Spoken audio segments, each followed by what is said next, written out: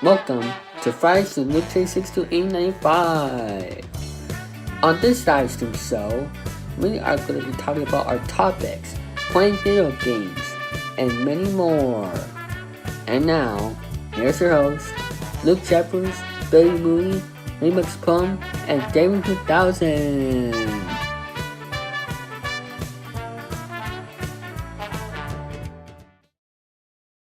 Is Remix Plum, ladies and gentlemen.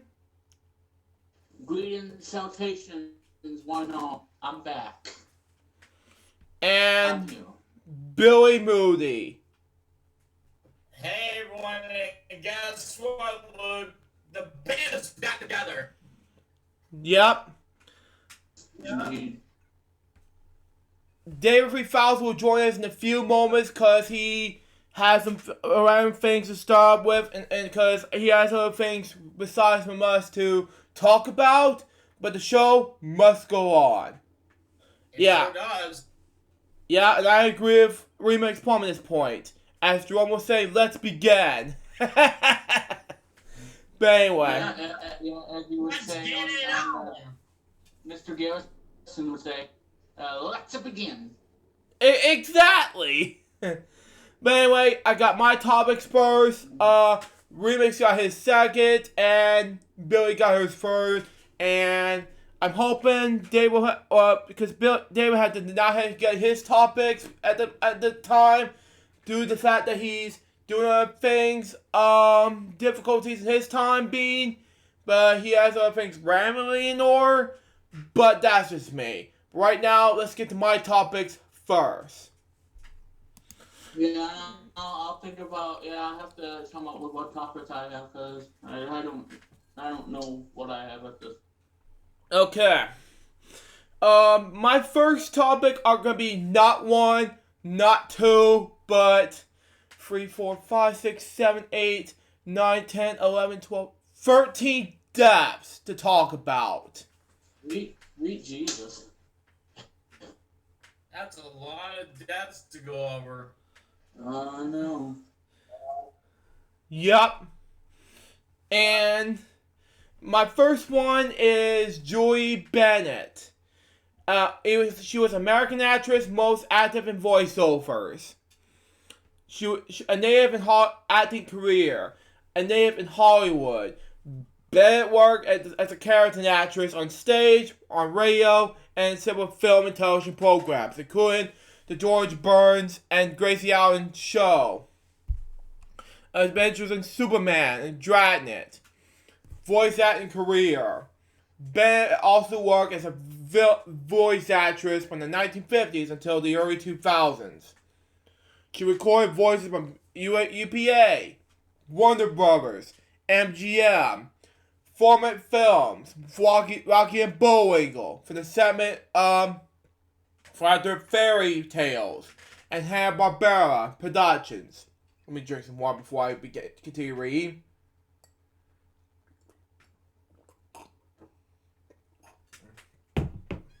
There we go.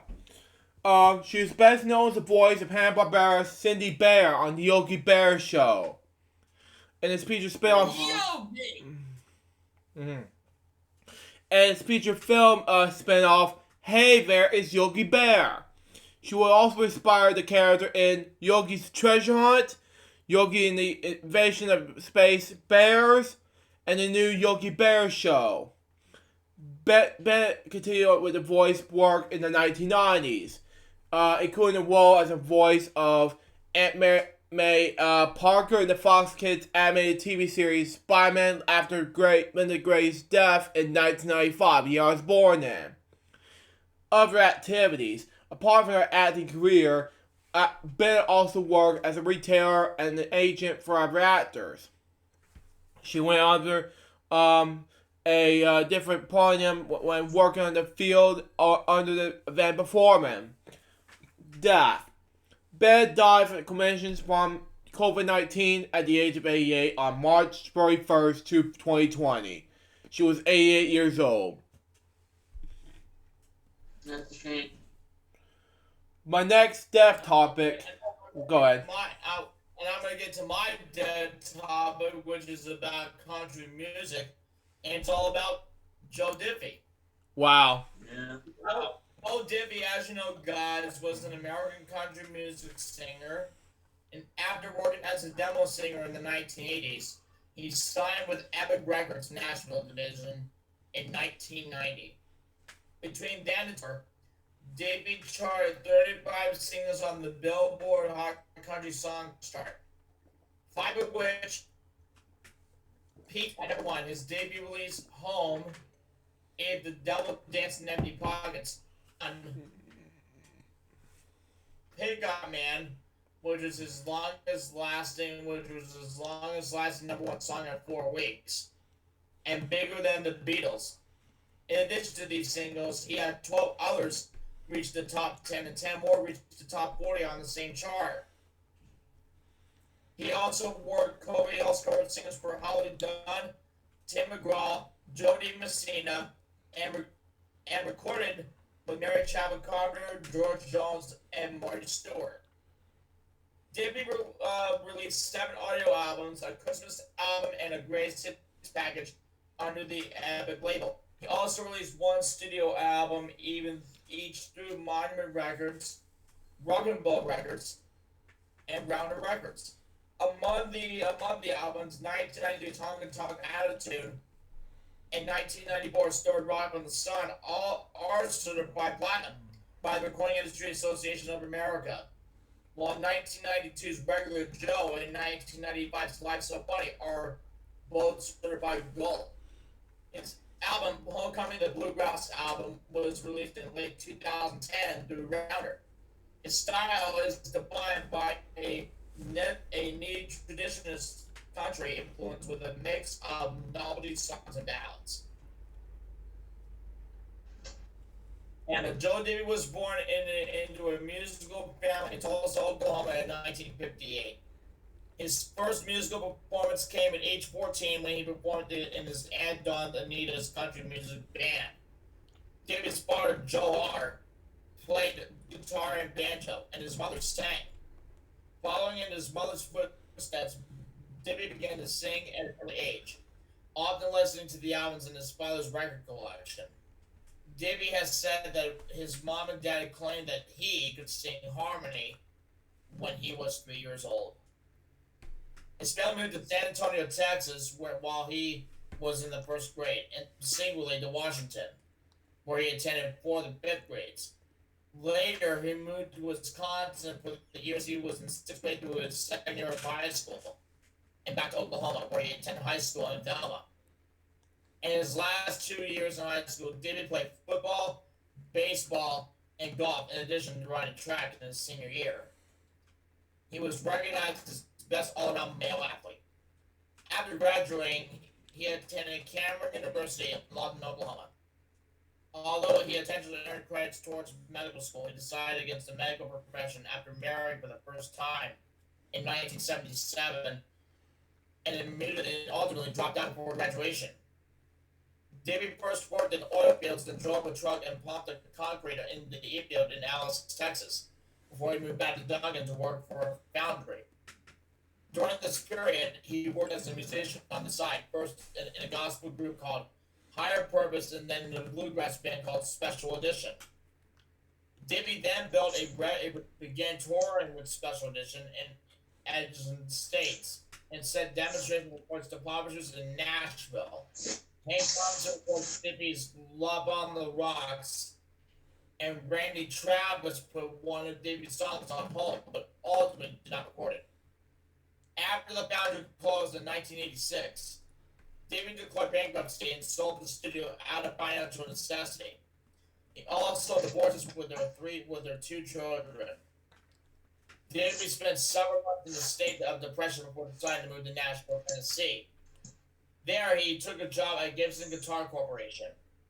While at Gibson, he contacted a songwriter and recorded more demos, including songs that were later recorded by Ricky Van Shelton, Billy Dean, Alabama, and the Forrester Sisters.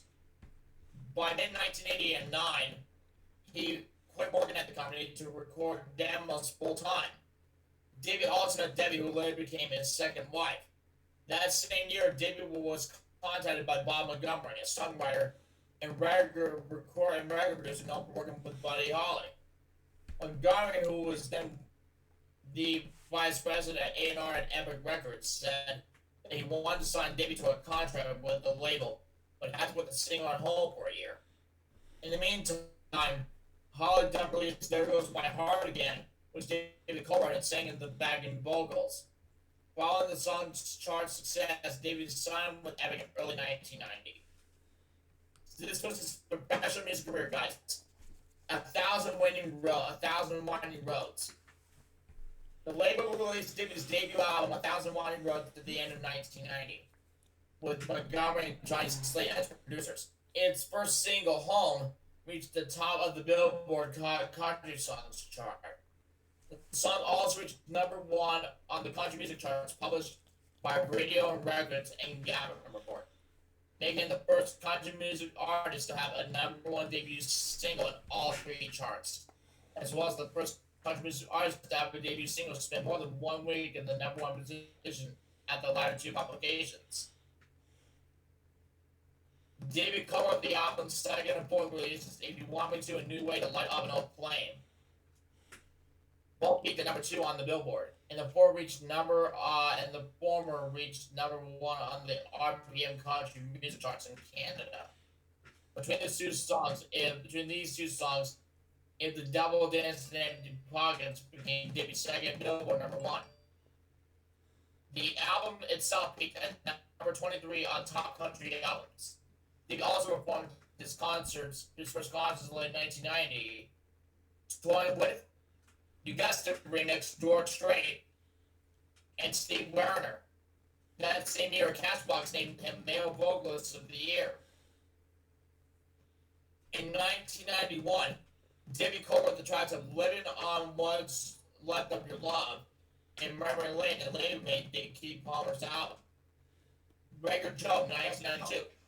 Regular Joe was released in 1992 and was certified gold by the America.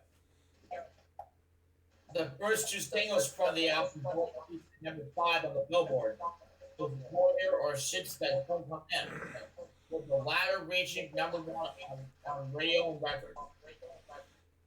Ships That Don't Come In was programmed by Dave Gibson, also recording on Epic at the time as a member of Gibson Miller Band. The album's third single, Next Thing Spoken, made its chart debut 1 month before Country Much after a duet that debuted recorded with Mary Chapman. Carpenter album, Come On, both of these songs made the country top 20, reaching 16 and 15. And the duo was nominated for a Grammy Award for Best Country Collaboration with Vocal at the Grammy Awards in 1993. The final single from record was Start Over Blues. Originally, the B-side that Don't Come In, which peaked at #41. Also included on the album was Good Night, Sweetheart, later top 10 country hit in 1996 from David Kirsch. Brian Mansfield gave the album a positive review on AllMusic, saying that it had all the quizzes, all the good stuff too. Richmond Times-Dispatch reviewer Roman Rowe referred to David as a pleasant surprise and called it a cold year of a tearjerker George Jones, as word wonders within the map. Alan and Nash of Entertainment Weekly thought that Davey sang in his natural voice, despite that its material punches create unpredictable thematic but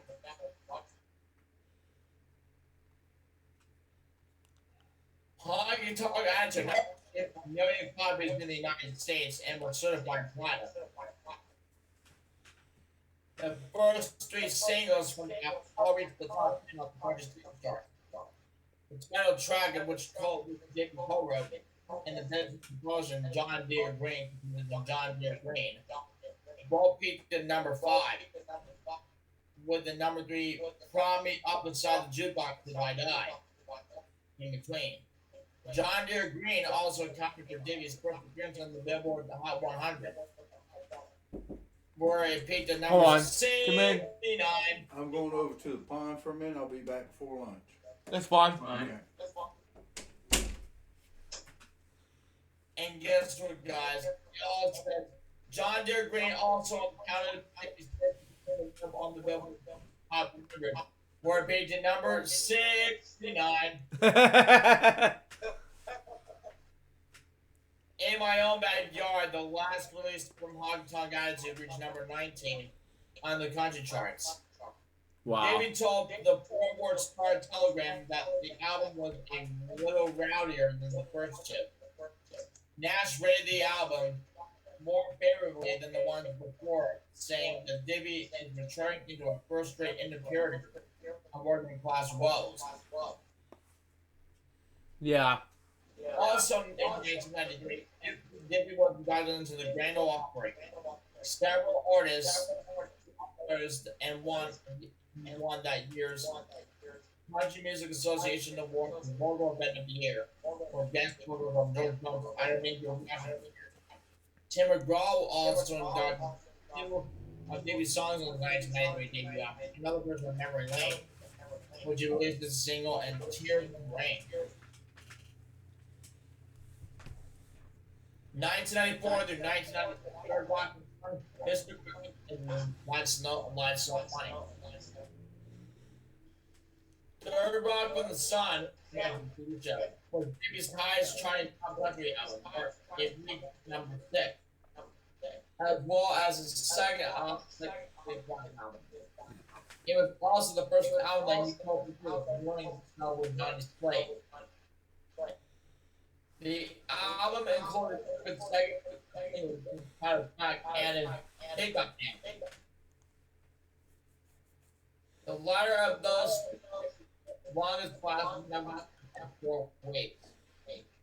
Both songs also entered the top 100, respectively peaking in 84 and 60. In 2005, and was re-proposed by the Applebee's restaurant and produced television commercials. The album's next single was number 6 on the country chart and 84 on the pop chart. In addition to top in the RPM chart. The song was covered in 1997 by English singer Gary Barlow. Did I'm a Harbor to you taken casually reached contribution 21 and 40. Third Rock from the Sun of praise for adding more rock and up-tempo material. Tom Owens wrote this that he wanted more rock choruses on his album. And Nash said that Divvy not only understands the blue-collar ethic from the inside out, he's also familiar with the sinners on a belly. In mid-1990, the title track Columbia Records Running with Wide Open. The album comprised Nash's songs written by various artists. He issued 2 albums later here. The first was probably called Mr. Christmas, which comprised songs as well as million songs. One was entitled Leroy the Redneck Ranger, was issued as a year. Peaking at 33 upon its original release, and we entered the country music the next few years based on the airplane. Of this album, Stan said it's correct, but it's not particularly distinguished. His other release that year was not of the studio I'm So Funny. It was led on by Bigger than the Street, the last number 1 song of his career. The album's other two were COUNTRY with Country and A Whole Lot of Gone. Compared to the B-side of Bigger Than the Beatles. Both of which peaked at 23 on the country charts in 1996. Country Standard Time, Craig North, Harold Hunt the album for contained songs are slightly different from what are the same. Others thought that it was a collection of power and they can't wrong, but said that it was not as consistently engaging as third rock and time. Nash gave bigger than the Beatles two-minded rating, calling it a lame device for both names of a long record. 1996 to 98, Twice Upon a Time and Greatest Hit. Twice Upon a Time its singles all failed to get on the country chart, which would lead off this their Brain Week 25, followed by Sunlight at number 40, and The Promised Land at number 61, the lowest picking single of his career. The album also failed to achieve Doug Burden and Drew Womack, who then recorded on Epic in the Band Desert, sang backing vocals on it. Also included on the album, which previously recorded on his 1994 album, Now. Jabber B. Rem criticized the two novelty songs in Twice Upon a Time for lacking substance, and thought that most of the ballads were well sung, but that the production lacks any soul. Owen said that it doesn't offer anything new or especially modern melody. In mid-1998, Epic Records released Davy's bassist package featured 3 new cuts.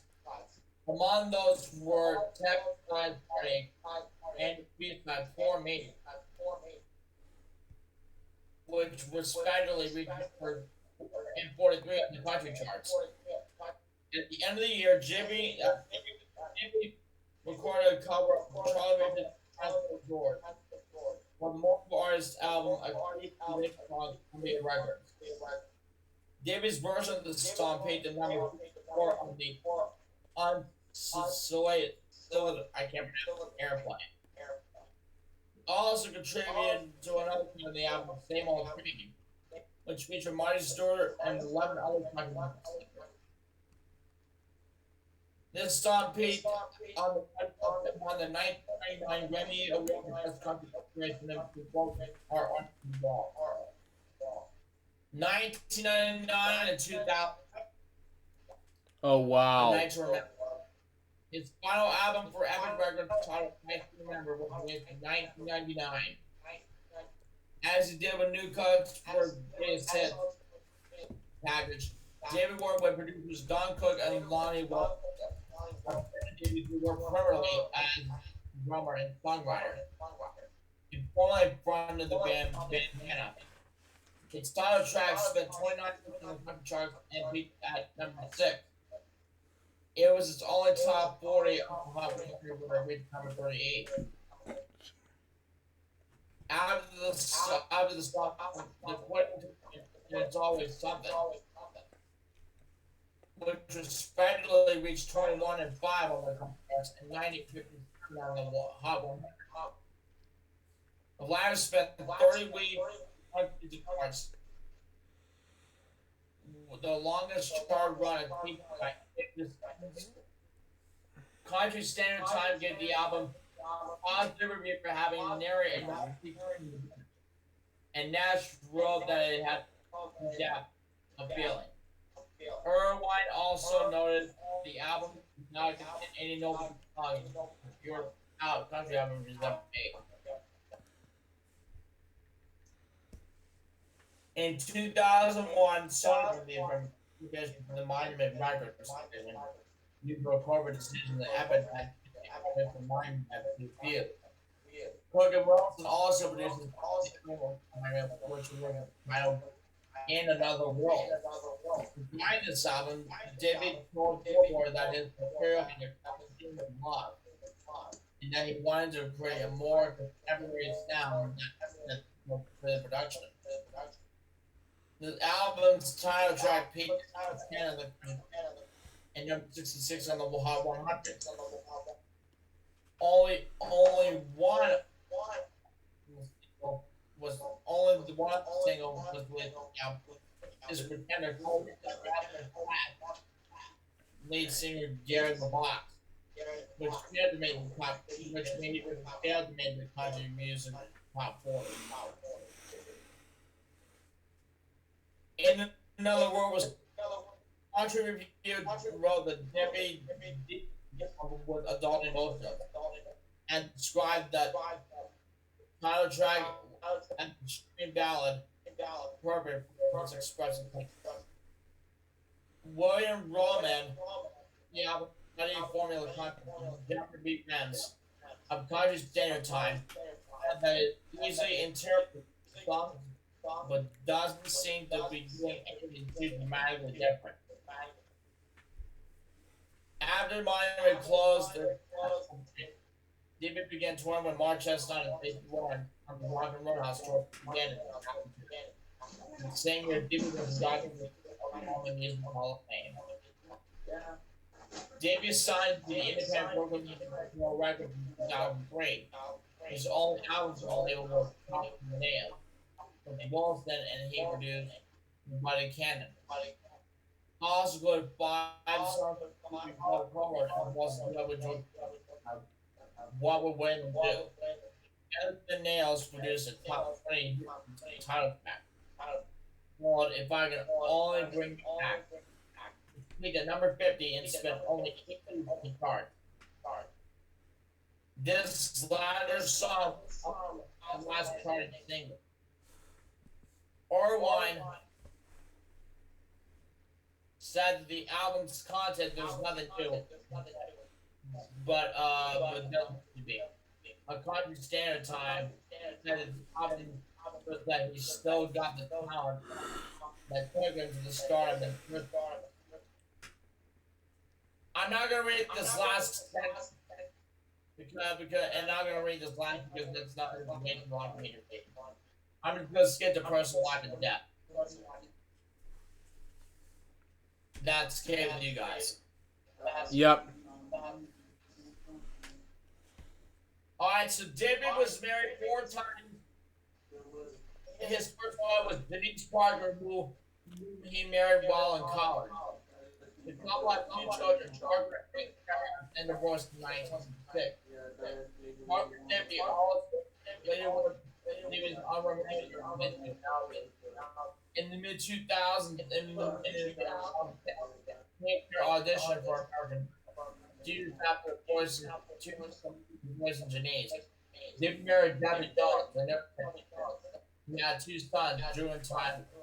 The latter of whom was born with him and nearly died in 1991 following complications from tonsillectomy. Can't pronounce. In this book, Miracle Bobby find that the origin of Dickens' 1994 love affair with Liz Allen, widow of Davy Allen. In it, he wrote that ahead of Davy's funeral, Liz has told Davy's office taking the soup that don't come in. I'm scared of Davy. Davy had met me in London a couple of times before the hour of song at Davy's funeral. In the months that followed, much as we started and Liz saw the feelings were reciprocated, meaning Happy Jones to file for legal separation of the report that became final in 1996. In 2000, David married Thomas May Clump, whom we met at a concert at the Opera House in Nashville. They have 1 daughter, Kylie, born in 2004. The couple divorced in 2016. David married Tara Turtling in the Hall of Fame in Nashville in 2018. From 1992 to the early 2000s, Davey held a charity concert involved in first steps, a non-profit organization for the educated, mentally and physically impaired children. His contribution to his organization won him a humanitarian award for country radio broadcast in 1997. David later became a country music broadcaster himself, currently a midday program for Gulf Communications KSBL. In March 2017, on March 27, 2020, DB announced that he had tested positive for coronavirus in the midst of the 2019 coronavirus pandemic. 2 days later, on March 29th, he died in Nashville at the age of 61 from complications of COVID-19. And that's Joe Diffie. Anyway,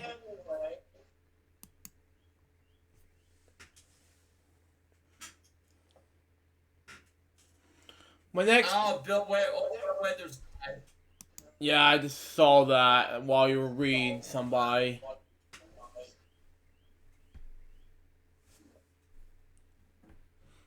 Alright, please return to in return to regular scheduled topics already in progress.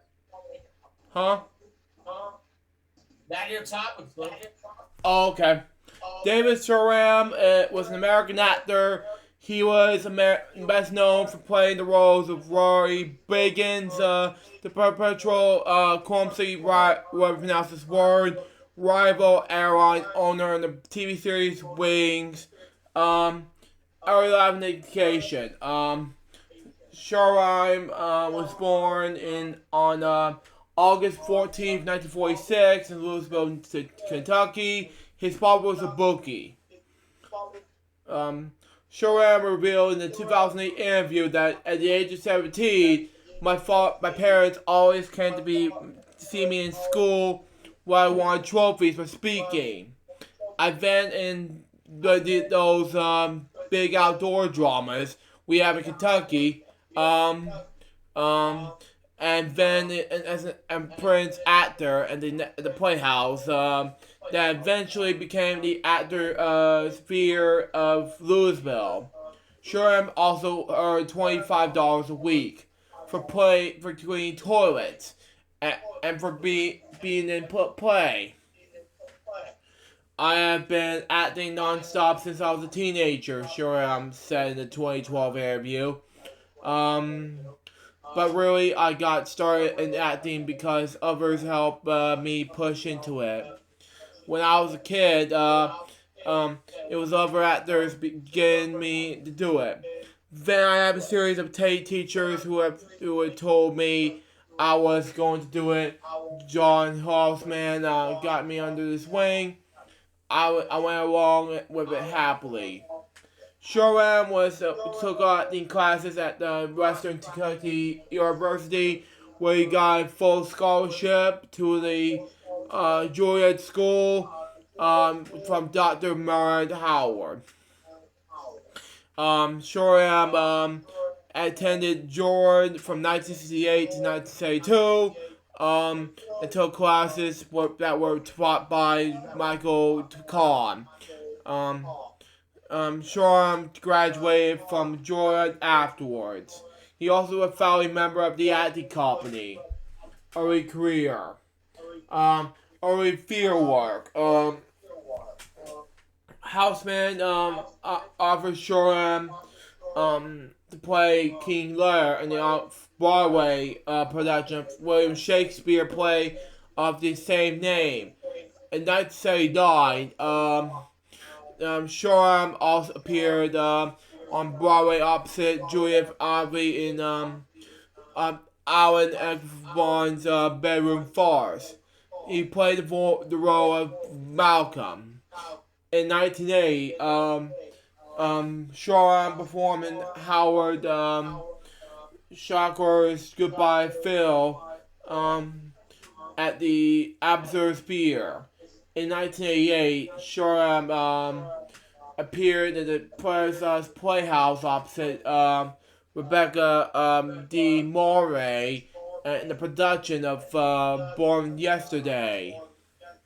In September 1989, he was performed in Alex Bourne's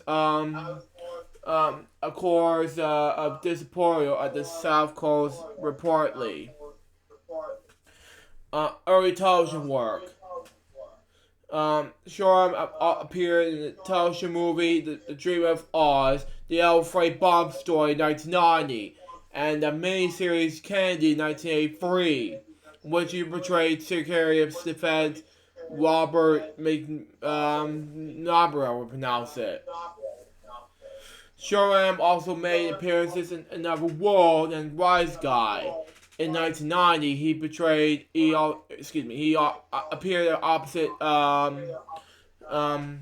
Sandra Bullock in the short-lived series Working Girl, based on the 1988 film of the same name. He also had a major part in Miami Vice, season 5, episode 7, Asian Cut, where he played a serial killer, Professor Eric G. Well. Film work. Films he appears in includes Red Ride 1989, Johnny Ham Summer 1989, and A Shock in the System in 1990. Wings. Shoreham gained national regalian, would pronounce this word, for portraying the Bruce Lee Crescent Line owner Roy Biggins in the sitcom Wings, which aired from 1990 to 1997. He appeared in all 172 episodes of the show. Wow. When asked when he remembered most of them from Wings, I knew when we started it goes to become a success. Not just because the writers had to be involved from Cheers, Taxi, and Mary Tyler Moore, but when we sat around the table reading the first script, I saw this buffoon with a career for me. The public guy who said garish things to women and all the other rich characters. I turned to Rebecca Skull, who played Faye, and said, I think we landed in the top of butter. Wow. And we did. And if only I put the money and I made under my mattress instead of in the stock market. Later field work, okay? After Wings, Shoreham has returned to acting and stage both in theaters across the country and on Broadway. From October 31st to December 21st, 2003, Shoreham appeared in New York Spears Workshop production of The Beard of Avon. He played the role of John Hemorrhage, where he pronounced it. In June 2008, Shoreham was part of the cast of a Berkshire Beers Festival's production of George Bernard Shaw's Canada, where he pronounced his word, in which he played Canada's father, Mr. Burgess. On August of that same year, he played Pozo in Samuel Beckett's Way for God, Robert would pronounce it, at the same festival. From November 18th to November 14th, 2008, Shoreham portrayed the role of Richard Harkin and Connor Parsons, the Shapefire, pronounce it. Price is Right to click the air. That's fine. I do have it on mute though. That's fine. Anyway, Shoreham portrayed the role of Richard Harkin and Connor McQuarrie's The Shapefire at the George Street Playhouse in New Brunswick, New Jersey. The production was directed by Andrew Zuccato, whom Shoreham previously collaborated with in Wave Goblet and Canada, would pronounce this word. But anyway, from November from October 29th, 2009 through January 17th, 2010. Shore appeared in the revival of Finance Rainbow at the St. James Pier in New York City, portraying the role of Senator Watkins. On February 2012, it was announced that Shore will appear in the stage production of Reagan's Rose, 12 Angry Men. Wow. At the George Street Playhouse. The show was premiered on March 13th, 2012. In June to July 2012, Shore portrayed Fastoff and William Shakespeare, the Married Wives of Windsor in Shakespeare Theatre in Washington, D.C. This is my first time doing Married Wives. I have a great time. The director, Stephen Rain, is absolutely stellar. He's excelling it, and experienced, and really knows the eras. Wow. We've set the place at the end of the First World War. Served the Downtown Abbey era. It was really known well at this time period for the play. It looks great. Remember story, pronounce this word, put it together. This play really demands a lot for everybody. There's so much to try to do. We're putting it all together, said Sherm in the 2012 interview. Sherm also revealed that it was his first time doing it at the Shakespeare Theatre. Wow. In October 2014, Shoreham played the role of Tony in the great George Street Playhouse production of John Patrick Stanley's Outside Margaret. Wow. In June 2015, it was reported that Shoreham was suffering from vocal problems and under doctor's orders. It was a withdrawal from performing in the Birmingham Stage Comedy's production of William Stan's Butler. Director Joseph Disher was cast in the stage while he died as Short's replacement for the entire role. Personal life. Shoreham resided in New York City, and have homes in Chatham and Riverdale. And have been credited for getting David Atkins in the career and the acting when he took to see Juilliard. Shoreham said in the 2008 interview, "I'm not a drinker, though I come from an era when drinking it's breathing. My father was a bookie, so constantly when we went to track a lot, where there was plenty of booze, my entire family drank on weekends. There was always plenty of cases of beer in the house. Don't ask me why, but I just didn't get that gene." Shoreham died in New York on March 28, 2020. He was 73 years old.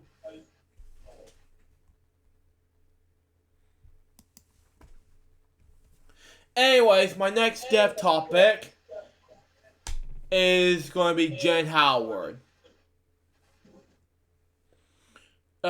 She was an American country music singer, songwriter, and author. As a singer, she placed 30 singles in the Billboard Country Songs chart. Wow. And was a Grand Ole Opry member and was nominated for several major awards. As a writer, she wrote poems and published an autobiography. Initially, she was married to American country songwriter Howard Howard. Wow. Howard was mostly raised in West Plains, Missouri. Okay. The family was good. Yeah, I didn't say something anyway. Oh yeah, one person liked my comment anyway. Okay. The family moved to various homes during her childhood. Anyway. Marrying her in her teens. Howard and her husband relocated throughout his times. This includes Colorado, Kansas, Illinois, and Missouri. She took several part-time jobs to support her growing family. Wow. Which now include 3 children. Howard would divorce her first husband in 1953. Wow. She met and married her second husband the same year. Moving in its military base, the couple had 3 children, living a suburban lifestyle. In 1955, Howard divorced, discovered that he was a businessman, and she married with her children in Los Angeles, California. Wow. In 1957, she met and married Howard. Already in their marriage, he discovered that she could sing, inspired by her voice. Howard arranged for her to record Dimensions tapes. Wow. These tapes were heard by other country artists and led to her first recording contract with Congress Records. Wow. Howard as her first major country hit in 1960 with one you slip around with. As her husband's songwriting best became more successful. Howard's Gordon's career followed suit. Okay. She hold on one sec. Okay, never mind. She have her biggest success after signing with Digger Records. Howard has major hits with the singles Evil on Your Mind 1966 and My Son 1968. She has also several hits after teaming up with Bill Anderson, okay? Including the number 1 hit for Lovin' You in 1967. The pair continued to record and tour together until the mid-1970s. By 1973, 2 of Howard's children have died. She divorced Howard. And then in the first state, she nearly gave up her career. Wow. Upon the encouragement of their other performers, she released several more albums and singles in the 1980s. At the same time, she began devoting to her interest into writing. In 1987, Howard published her best-selling autobiography entitled Sunshine and Shadow. She also started writing poems and short stories and remained active in other ways. This includes making regular appearances on the Grand Ole Opry. Wow.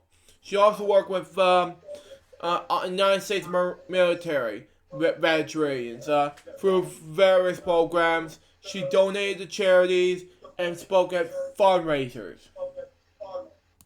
Now, beginning her early life, Jen Howard was born Lula Grace Johnson in Wind Falls, Plains, Missouri, the daughter of Lenny and Willa Johnson. She was the 8th of 11 children. 2 of her siblings died before at the age of 2. Howard's father was a brigmanson who received appointment assistance from the work progress administration from the Great Depression. In their early childhood, the Great family moved firstly, and their father found work in better housing. Wow. They live in the nearby towns such as Kansas City, Bridgestreet, and Oklahoma City. When she was 8 years old, the family briefly returned to West Plains, something like that. After returning, Howard was raped, oh my god, by a family friend. in the 1987 biography, she commented on their experience. My body was violated and was damaged in a way I wasn't to know the full extent for years to come. She kept in secret for her family for many years. In her childhood, she had developed an interest in listening to the Great Ole Opry radio broadcast from her father. In 2003, she recalled memories to listen to her father.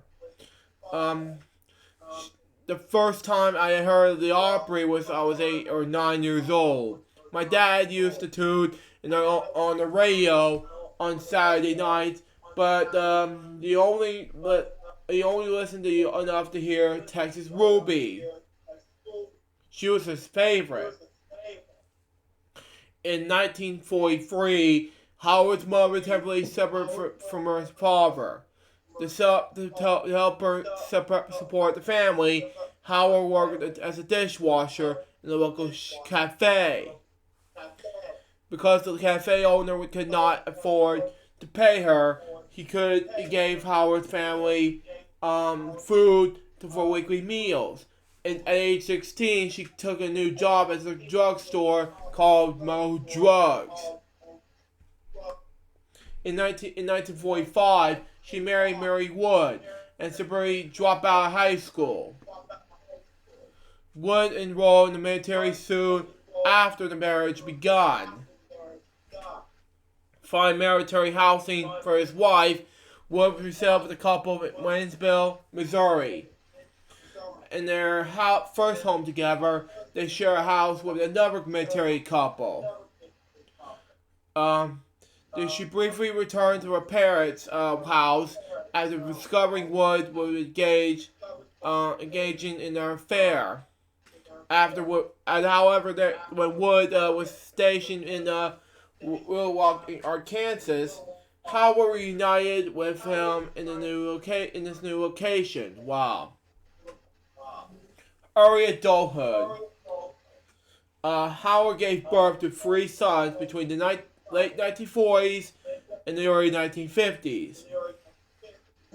The young family continued to move as Wood took on various jobs.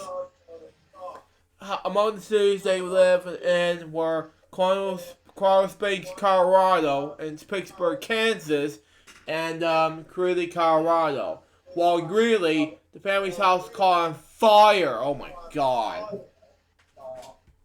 According to Howard, she woke in the smell of smoke in the middle of the night and saved her 3 children from her fumes. Woods was not present in the time of their incident. Wow.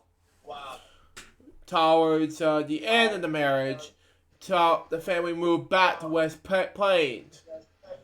However, Howard later discovered in 1987 that Woods was playing as booze. Wow. Especially at the end of their marriage, during one incident, Wood had a butcher knife to Howard's throat. Oh my God! Nearly killing her! God. The same day, Howard and her 3 sons fled to live with siblings in Oklahoma. Until midnight, Mom and Daddy kept us hid. Then, with much money and we could spare, we boarded a Greyhound bus to Oklahoma City. Howard wrote. In 1953, she divorced Wood. Wow. While living with her brother, Howard became acquainted with his best friend, Will Smith. Smith was also an active member of the military. Developing romantic affection, the 2 married in 1953, living with Smith and their 3 sons in the military base. The family lived in the suburban lifestyle. Howard also got a part-time job in the tea room. of Mulhall's fashion department store. In 1954, she gave birth to a fourth child named Janet Louise Smith.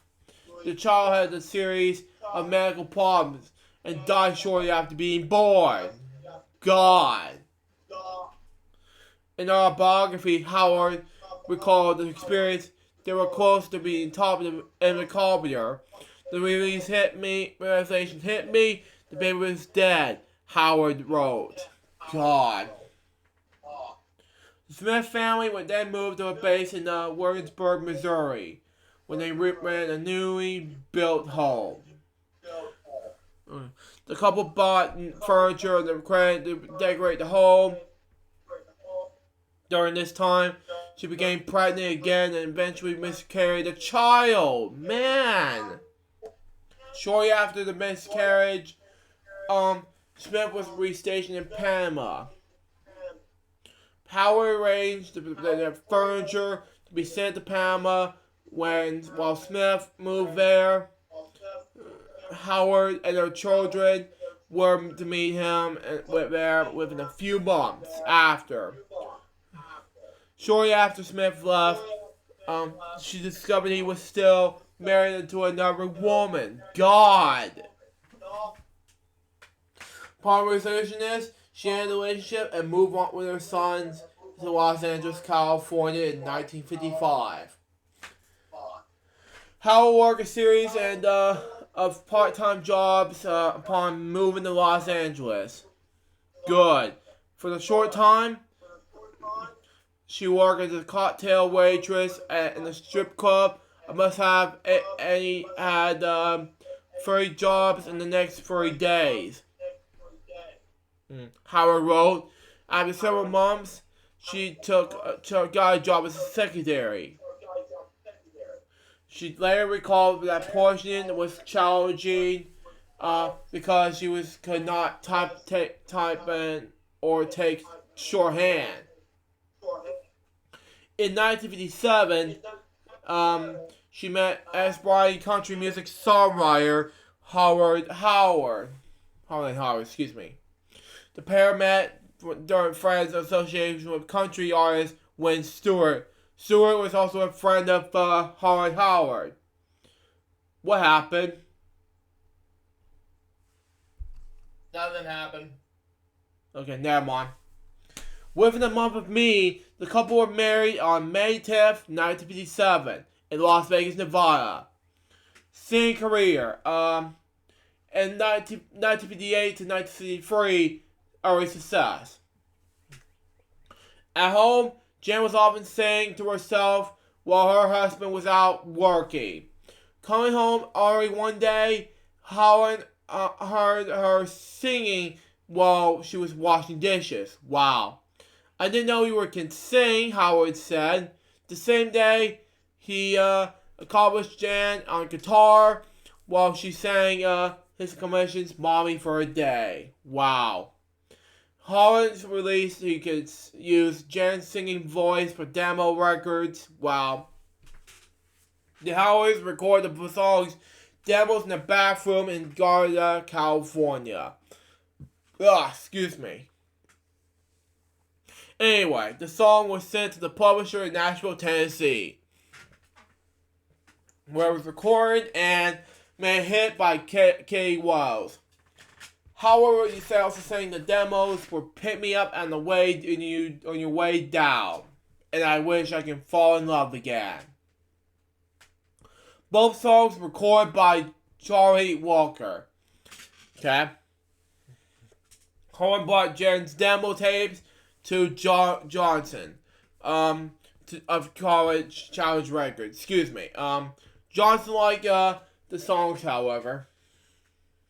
Howard was not let Johnson take them unless he signed Jan to a label. Wow. Johnson agreed. And she officially signed the challenge in 1958.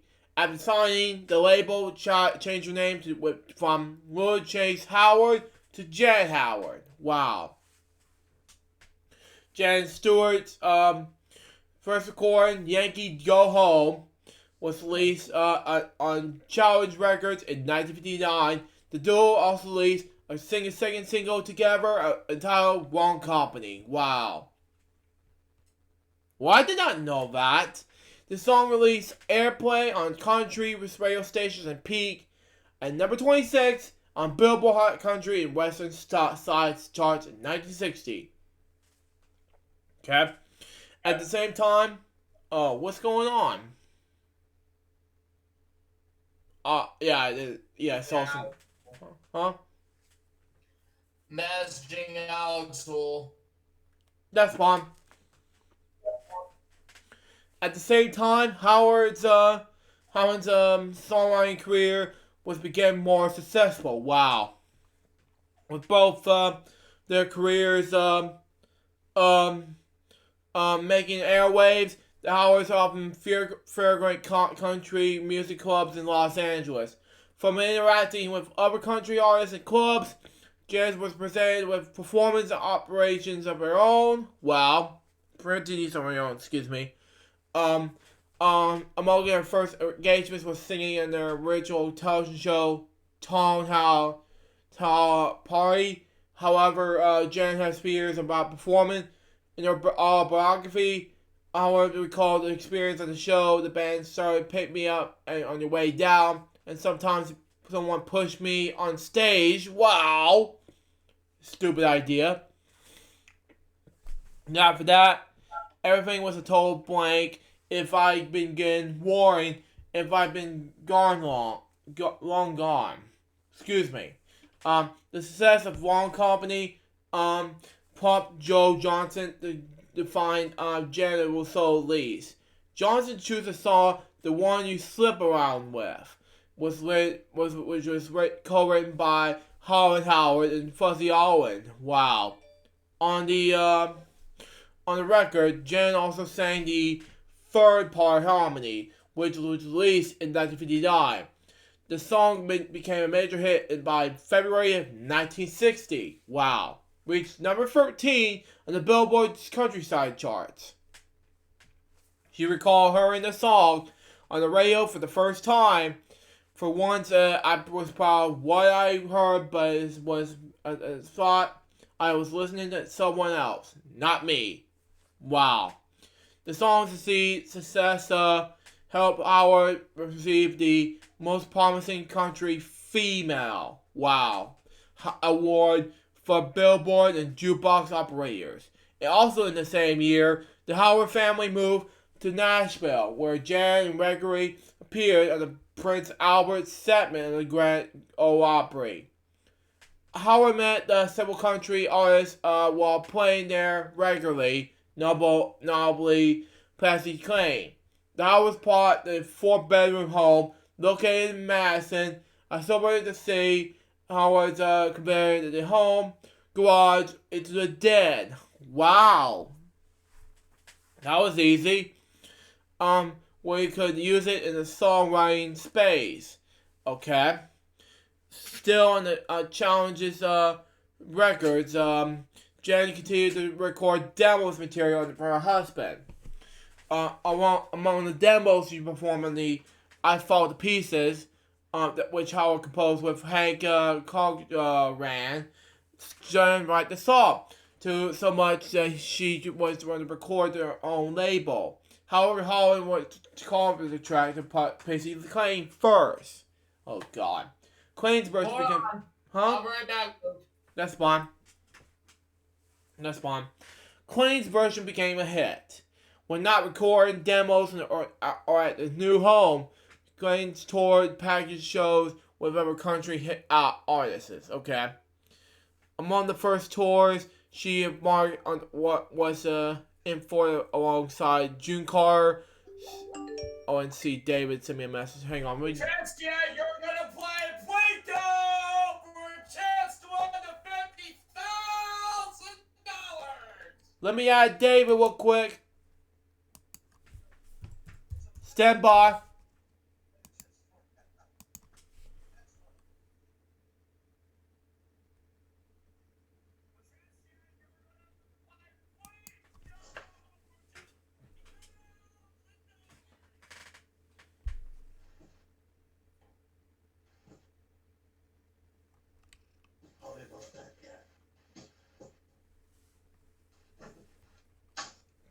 Sorry about that. We're joined by David 3000. All right. I'm still having my topics right now as we speak.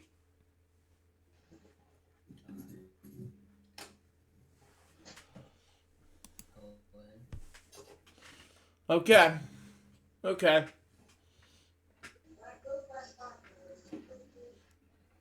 Okay. Let's continue on where we left off. Okay. Where was I? Oh yes. When not recording demos in her new home, Jane toured package shows with other country artists, okay? Among the first tours she embarked on was in Florida again alongside June Carter, Skeer Davis, George Jones, Buck Owens, and Fawn Young. In 1962, Capitol Records bought Jen's recording contract from Challenge, okay?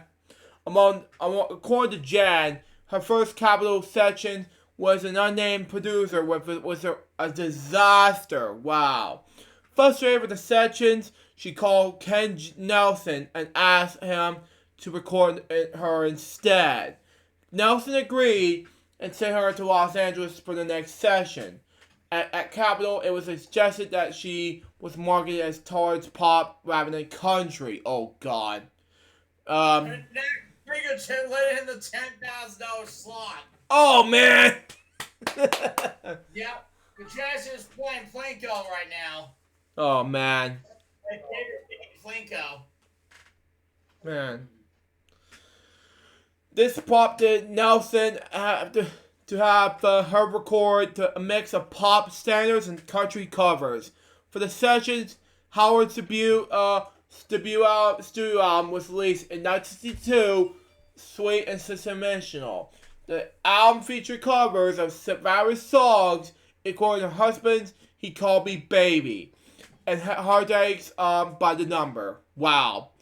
Although at Capitol for several years, Howard's only one charted single with the label. A cover of I Wish I Was a Single Girl Again, the song reached number 27 on the Billboard Countryside charts in 1963. Wow.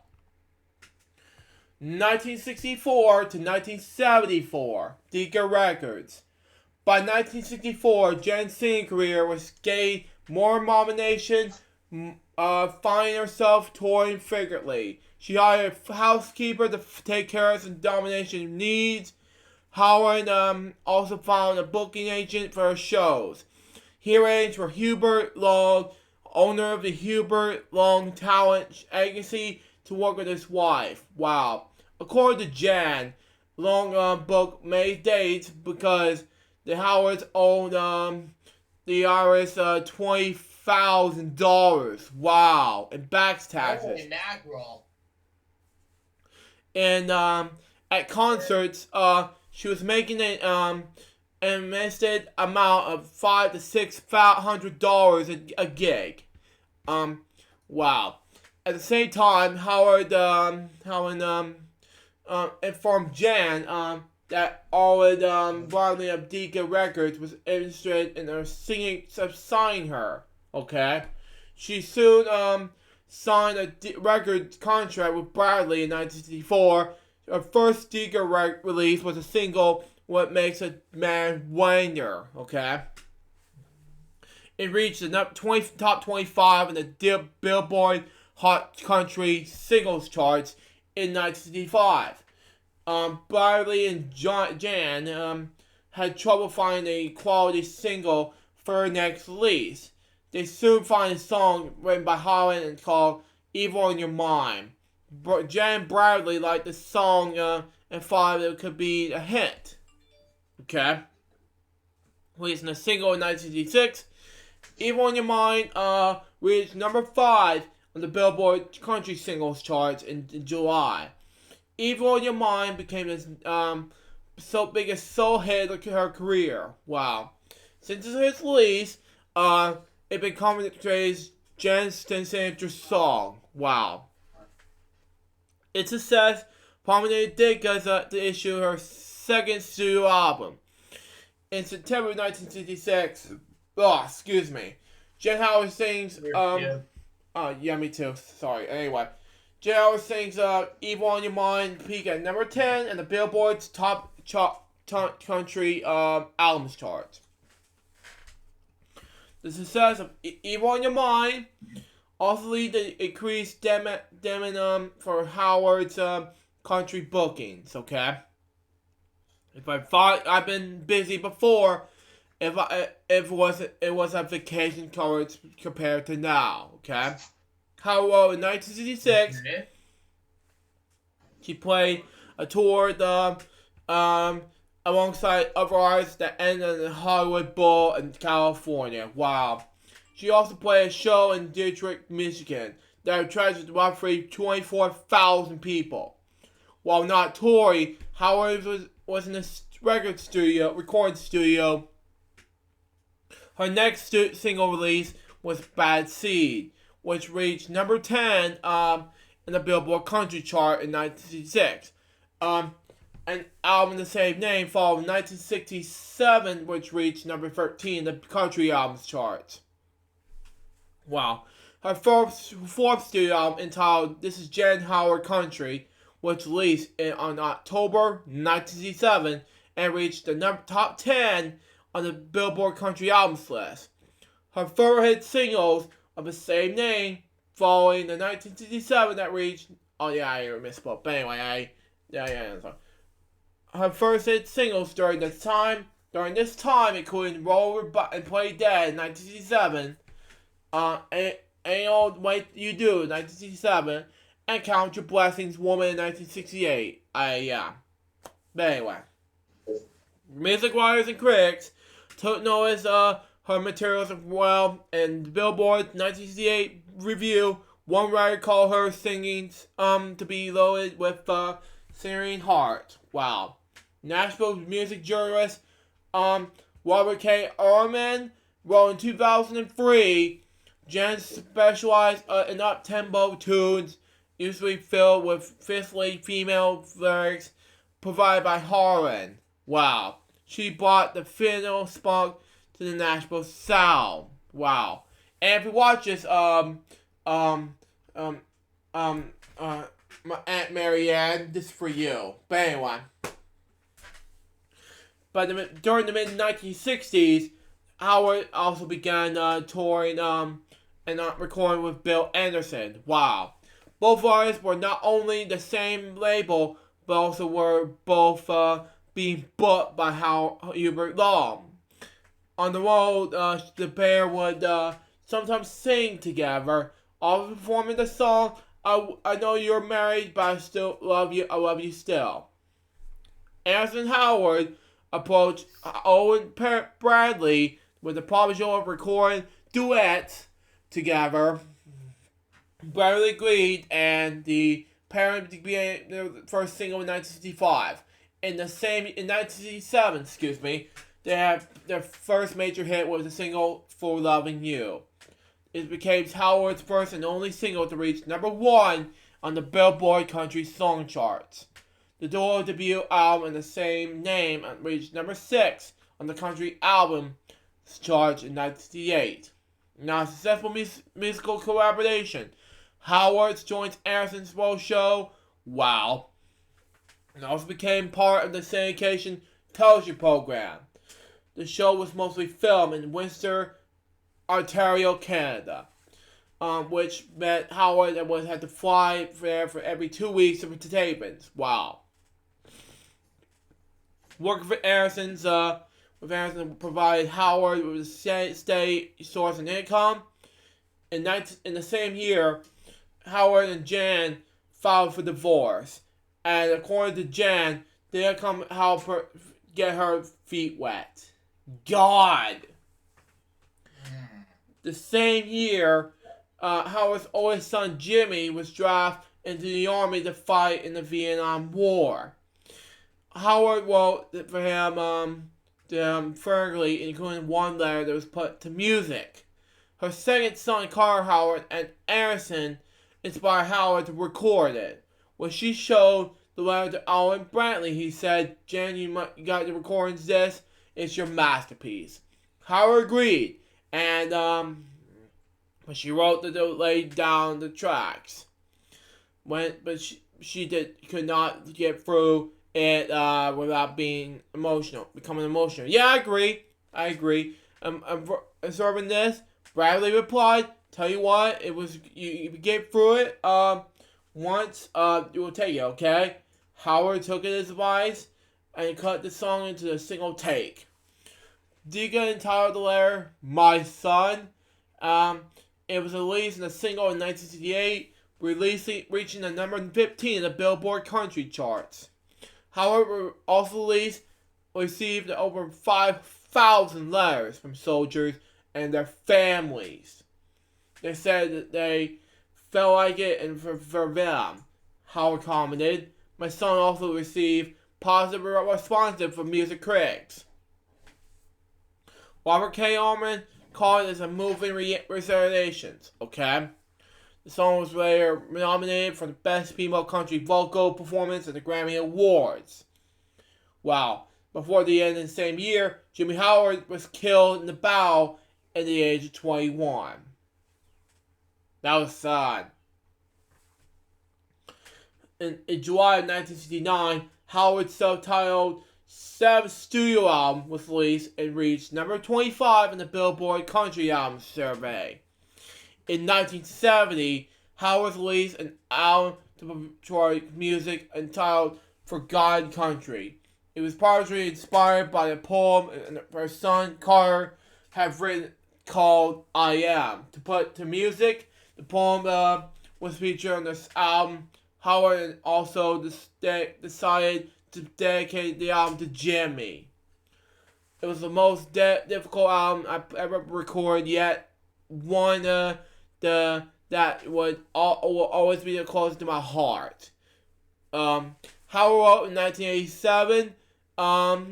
Despite personal difficulties, Howard continued to work on as part of the Bill Anderson Show. Okay. In March 1970, the duo team released their second album together entitled "It Was All the Same to You." Excuse me. Its title track became a major hit. The duo continued recording and touring together from 1973. Excuse me. Their future singles reached the top 10 on the Billboard country charts. "Someday We'll Be Together" in 1970, and "This That's Why" in 1971. By 1973, Howard's latest singles was reaching minor charts postings on the Billboard Country Survey. According to Howard, she approached Owen Bradley about the idea of working the new producer of Decca. Bradley designed the productions of Howard initially left the label in 1974. 1975 to 2020. New directions and slowing down. By 1975, Howard had left Bill Anderson's world and television shows. I wasn't mentally or physically able to keep up the pace during the show's full time. She later wrote, Anderson replaced her with a newer artist named Mary Lou Turner. Oh my god. Never heard of her. But anyway, and Howard was working by herself again. She had fewer concert dates than before and was working to pick up bands that would make good electricians. According to Howard, some nights she performed with little to no instrumentation, During one booking engagement, she performed on the back of the flatbed truck. Many nights I'll be depressed and asthmatic. I'll go back to the motto, cry, and go to sleep, Howard wrote. During this time, she began touring with Johnny Cash and June Carter Cash as part of the Rose Show. It'll do you good, the Cash said to her. Howard toured the show nationally and internationally. This includes performances in Hawaii and Australia. Wow. Not only touring together, Howard also joined Cash in the recording that studio. Wow. She sang background vocals in the some of his biggest hits. This includes singing the line "Mama Sang Tender" in his 1969 hit "Daddy Sang Bass." She also was a background vocalist on Cash's 1963 hit "Ring of Fire." However, returned to the recording studio. During this period, she was a neighbor of Nashville producer Ray Butler, who produces her next studio album titled "Sincerely, Jan Howard." It was issued at JRT Records. The album's first and only single to chart was "Seeing Believing," which peaked outside of the top 40 of the Billboard Hot Country single chart list. In 1977, she briefly signed with John Bro Records, where she had 3 minor hits in the country charts. This includes hold on one sec.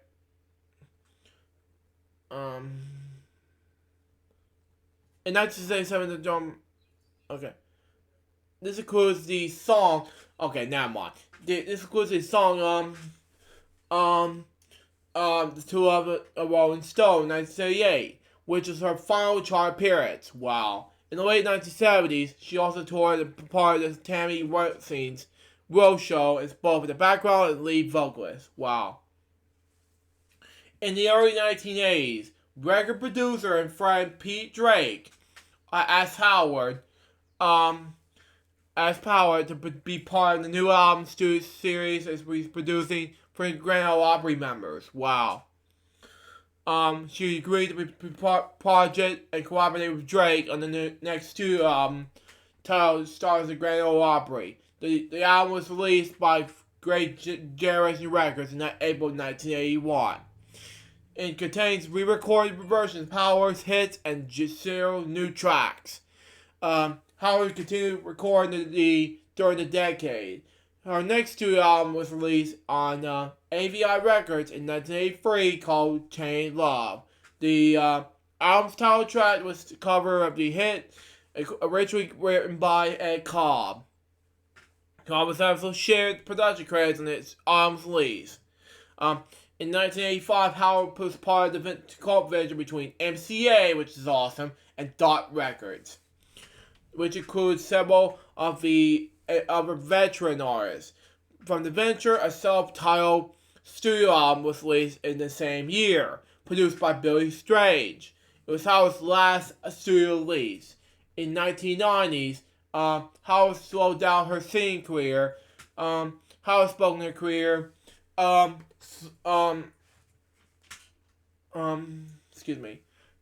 Spoken as her career slowed down and continued the passion with singing in our biography.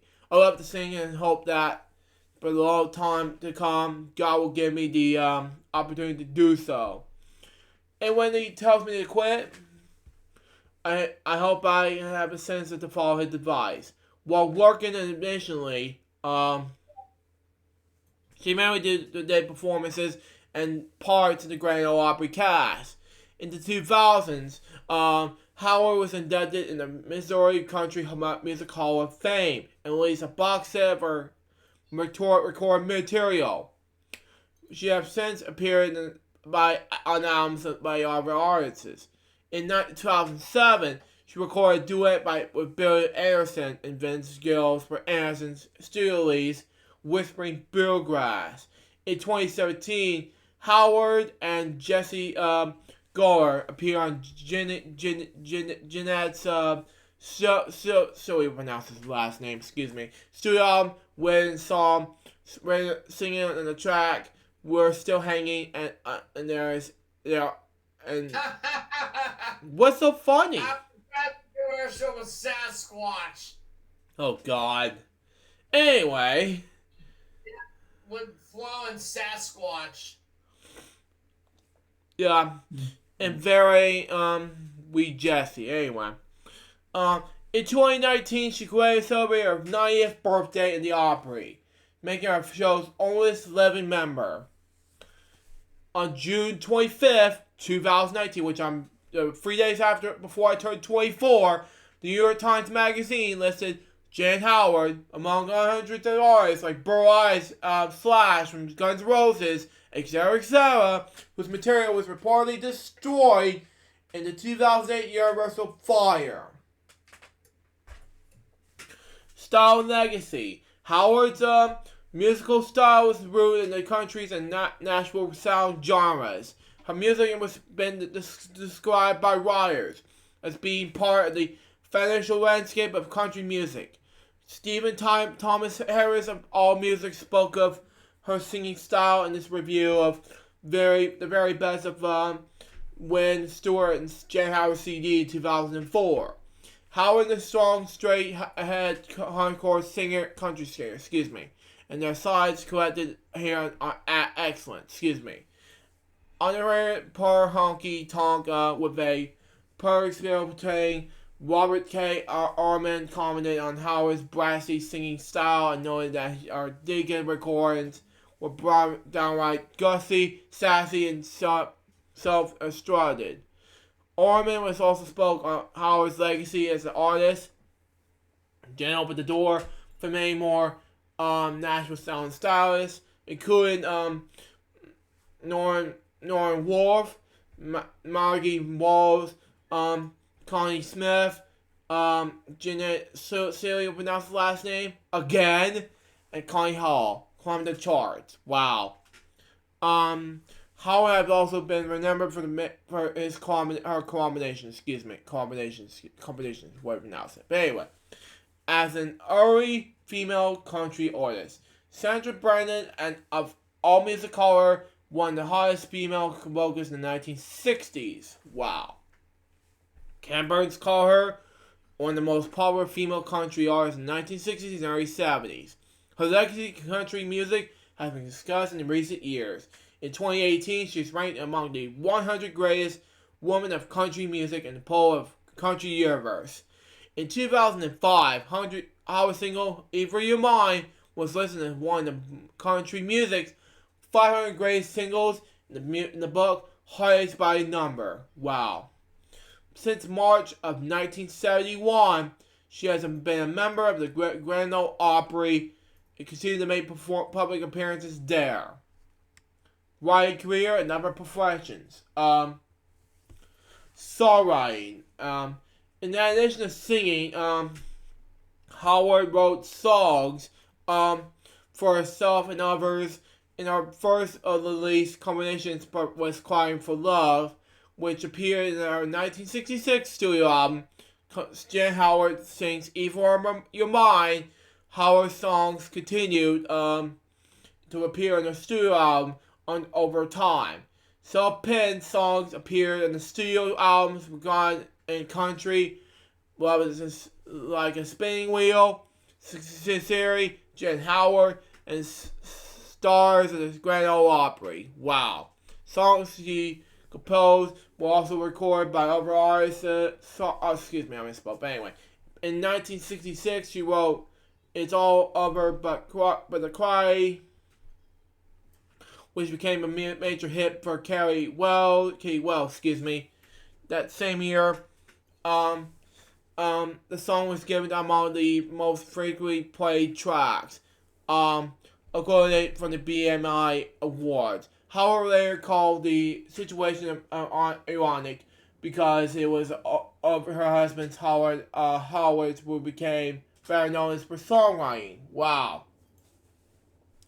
At the time, it was for the awards dinner. The Howards is separated. Wow. But they attended the event as a couple. Wow. Howard has penned the songs with other artists. With Bill Anderson, she wrote "I Never Want to Stop Loving You," but it became a major hit for Connie Smith. The pair also wrote "Dissatisfied," which made a hit for their own as a duet partnership. Howard's son, Carter, was also given credit in his own writing. The song appeared on their studio album, Billy Jan or Jill, Jan and Bill. Howard also self-penned "Love Is a Something Time Spain," which was recorded and became a major hit for Anderson. She was also released it as a single herself. Around the same period, those commissions was also awarded BMI Songwriters Awards. In 1980, she cooperated with Tammy Whitney, way to pronounce it, and running the track. Only the names has been changed. The song appeared when it's Stu Only Lonely Sometimes. Her last writing credit is on the track My Friend, a song that appeared on Howard's 1983 studio album, Tainted Love. Okay? Autobiography of variety. Okay? For several years, friends told Howard she should write an autobiography. In response, she said, "Yeah, it would be make a great soap opera." Wow. Howard has written an outline for the book, but it was put aside for 3 years before turning it to it again. She later explained that she chose to continue writing the autobiography because she became cynical. In 1979, she was visiting a friend at their home in Florida, Billy's home state, by the way. Thank you for mentioning that, Luke. It was a very bad time in my life. I was in Florida and I didn't know whenever it was I'm going to walk into the ocean or not, and I can't swim. Okay? Howard said 2003 decided not to end her life. Yeah, I agree. She went back inside the house. She then sat on the floor and wrote a song called My Story. Howard later threw the song away because it was full of barrenness. Once I started again, it was just rolling back in the years. She said in 2003, the year of book's release, Howard's canceled all her concert engagements in order to prepare the completion. With entire release in 1987, the autobiography was titled Sunshine and Shell, My Story. The book was published by Richardson and Sherman, a company based out of New York City. Sunshine and Shell received many positive reviews by critics upon its release. In their July 1987 review, Curtis Reviews gave the book a positive commentary. Reviewers highlighted stories of Howard's interactions with other country artists and the recounting of her son's suicide. Wow. Curtis concluded their review by stating, "Sure be appreciated by die-hard country fans who seek a tale of victory over despair." Publisher Weekly gave the review a release in August 1987. Reviewers of the book praised Howard personal stories but disliked the editing style of the book. Why? Also in the late 1980s, Howard explained that she was working on her first fiction short story in the novel. In the 2015 interview, Howard explained that she still writes a little bit everything, including songs, poems, and short stories. Wow. Howard also said she would have started 3 fiction novels that is yet to be completed. I need to put those together. I need to get through them, and I found things in that I forgot to write, and I said, "Oh, this is pretty good," or "This is bad." So right now I'm going to put those out there all together and put them in their bond book, Howard said. Howard also wrote out her recipes that she used for cooking. She featured directions for a recipe for her official website, okay, which was updated by monthly basis. In her recipe page, website administrator stated each month on this page will be added a favorite recipe or 2 provided by Jan. So keep checking back. or other professions and efforts. In the late 1970s, Howard obtained her real estate license for the local company. Wow. In Harrison, Tennessee, called Lakeside Retailers. As a retailer, she sold several homes. Yeah, I saw one watching the background. But anyway, including one of the local Nashville musician, Jimmy Caps. Howard remained a real estate agent for only a short period of time. On the website, she commented that after a while, people would bring stacks of tapes. Wow, for her to listen to Walt Ravenous pushing clients. My license is a retirement and will stay there, but I paid my dues. I wrote on her fan page. In 2002, she appeared with Faye Dunaway in the film Changing Hearts. Other performers were featured in the cast, including Rhea Coolidge, way to pronounce it, and Jeannie Steele.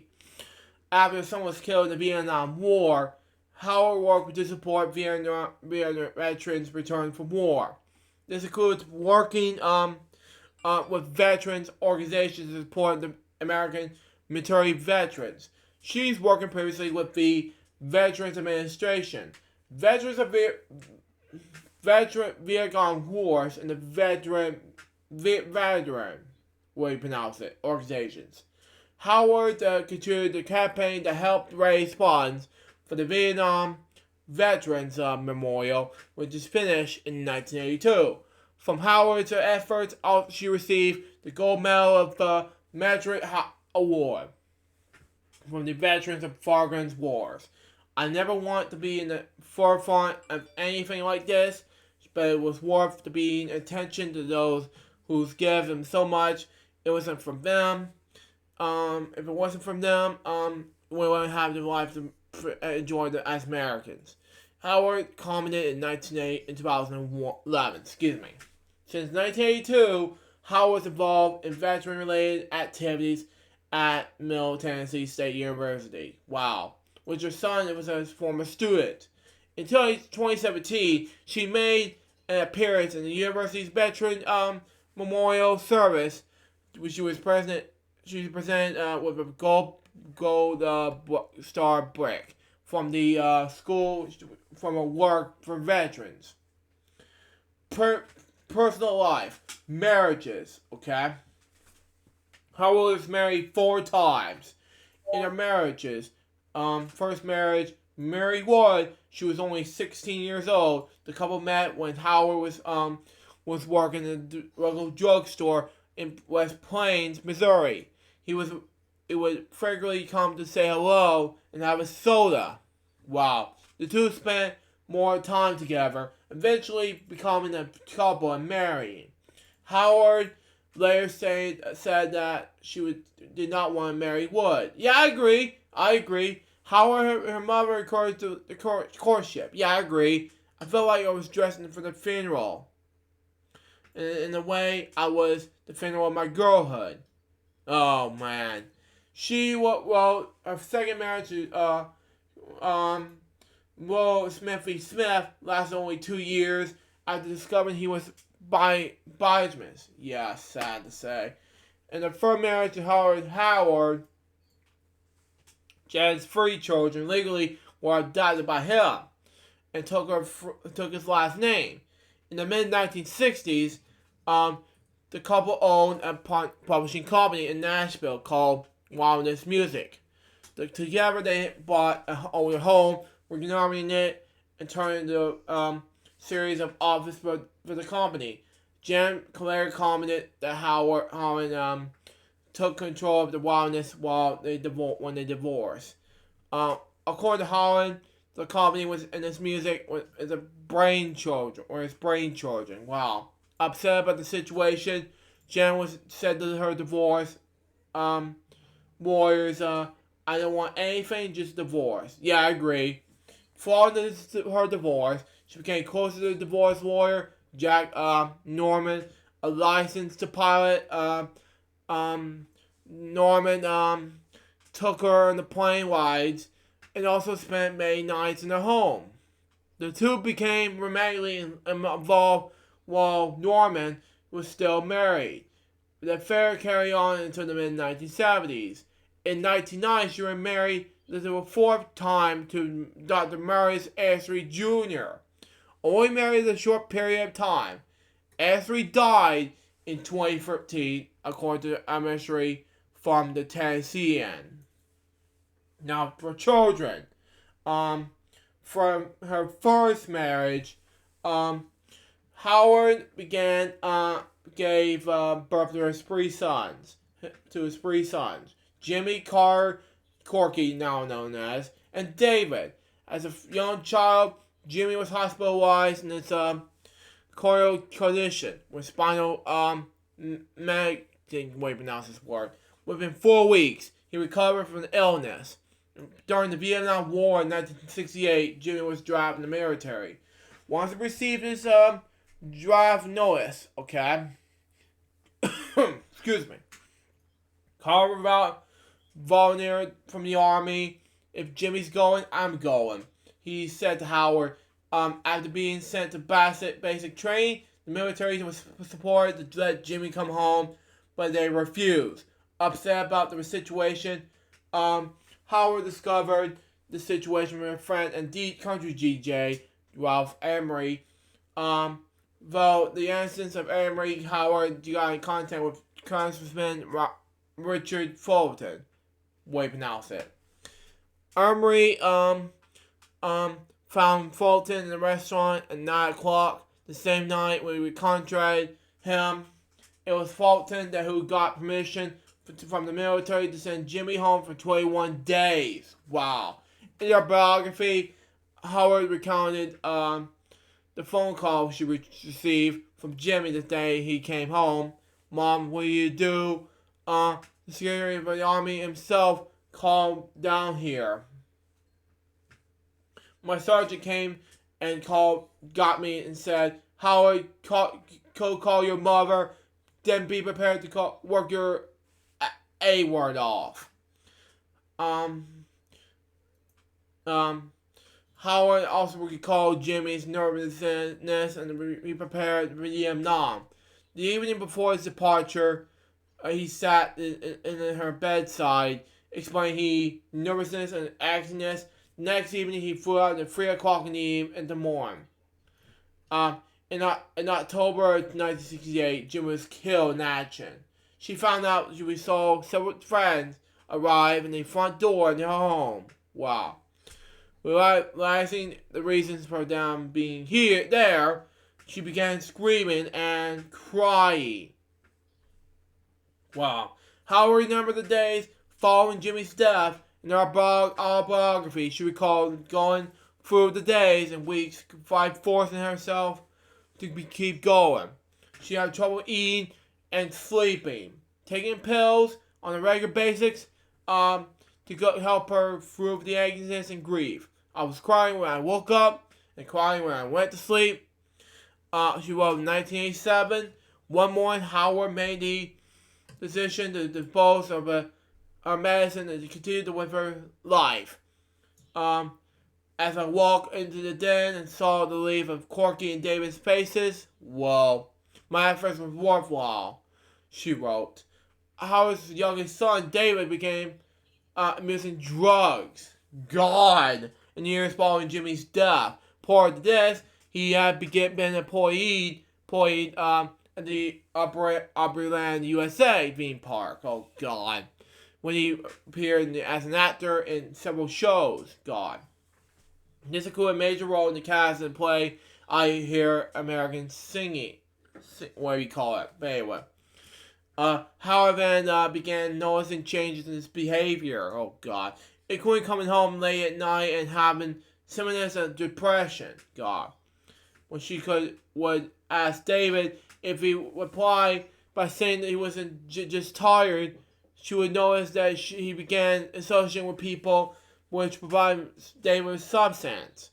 She eventually had him see a presence for personal setbacks but only found out that he was using the time for other reasons. Wow. One more in 1972, Howard found David in his bedroom dead. From a self-inflicted gunshot wound. God. She recalled that the next several days were the blur, suspecting their son's suicide. She stayed in bed for days at a time, and after many weeks of grieving, Howard cleaned out his room and sold his Volkswagen Beetle. When everything was done, I took out one last around, walk out. David left. Oh, hold on. David left. Oh, okay. Difficulties with David. Okay. He's back. Okay. When everyone was done, I took one last walk around, walk out, and close the door in the past. But it was never been locked. She wrote. This is what Howard and Lacey and her son's death as follows. When the world was black, I prayed to death. The world was filled with people one by one for in. Owen, Hilbert, my brothers, Junior, Pete, Dick, and Bob. So many more each time I opened my eyes. Sometimes when people put a pill in mouth, partial sleep, voice work kept going through. Sometimes it would been 10 days before it could get the boys home. Then I heard Dr. Gosler said she can't live 10 days. Hours on the days following her son's death. In the years following David's and Jimmy's death, Howard's middle son, Carl, began working with military veterans. He also owned his business, became a real estate broker in Nashville. Other personal challenges. The personal drama of Howard's childhood affected her as she entered his adult years. Wow. After giving birth to her third child, she would cry onto gravity. When there were many times my heart would pound so hard that I thought it was to pop out of my chest. Howard commented, Howard's sister took her to see a doctor who explained that she was having a nervous breakdown. To calm her agonies, he prescribed what pronounce it. Howard strong prominent scholarly pronounced a drug that she would take 4 times per day. In the early 1960s, she was rushed to the hospital after experiencing bleeding. Oh God.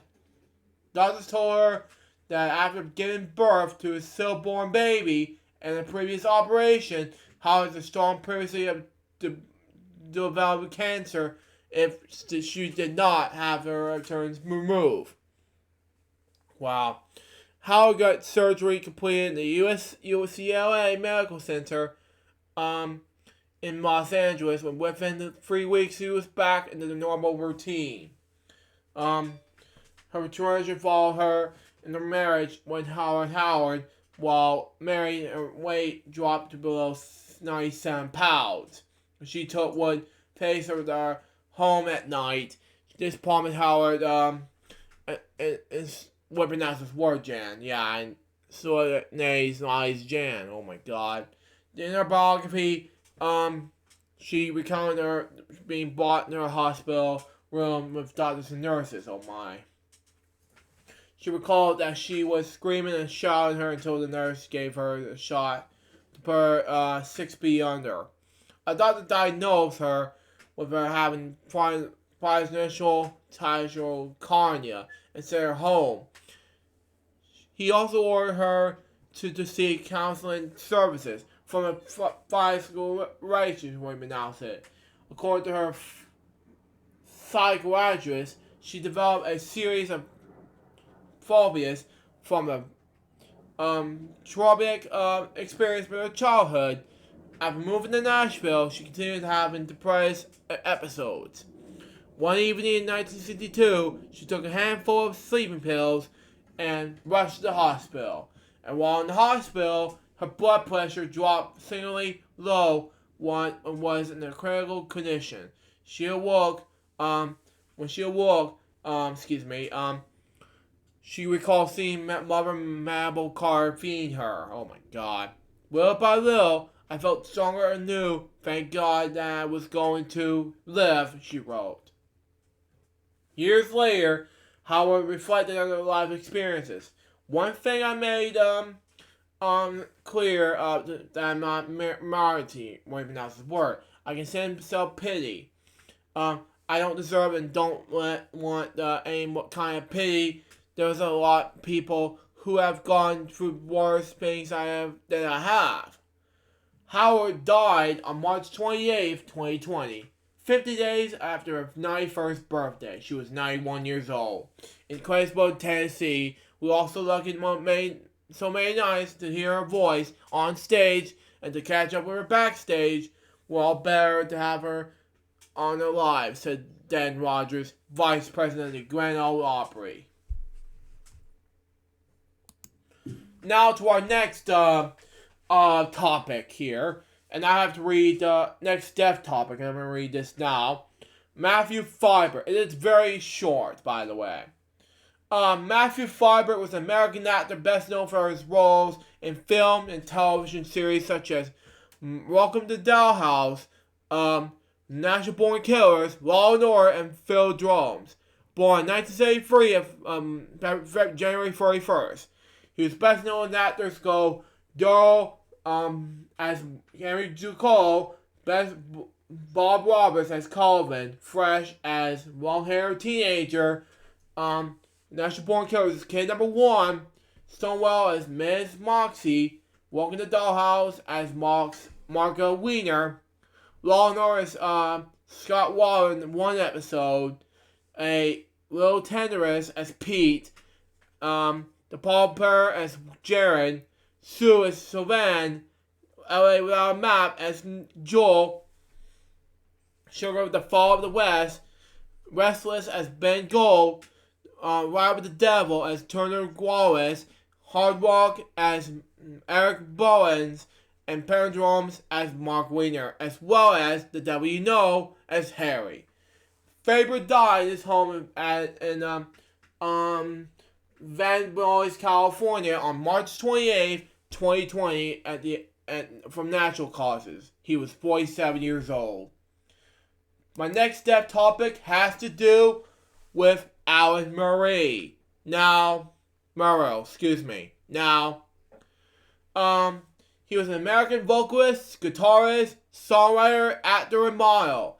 In the early 1970s, Murrow was the first Westerner to receive pop star status in Japan. Wow. He was also a co-writer of and lead singer on the first lead version of the song of I Love Rock and Roll, which was recorded by the Arrows in 1975. The song became a breakthrough hit for Joan Jett in 1982. Miller was primarily a vocalist and songwriter, but played the guitar, bass guitar, harmonica, and keyboards. Okay, let me just go ahead and do this here. Murrow was born in Bronx, New York City on February 19, 1951, the son of two jazz musicians. Singer Helen Murrow pronounced it, and saxophone and clarinet player Aaron Shocks. He went to Algen College, in Switzerland from the age of 9 to 13, a British boarding school. On returning to the United States, he attended various schools in New York and Los Angeles, California.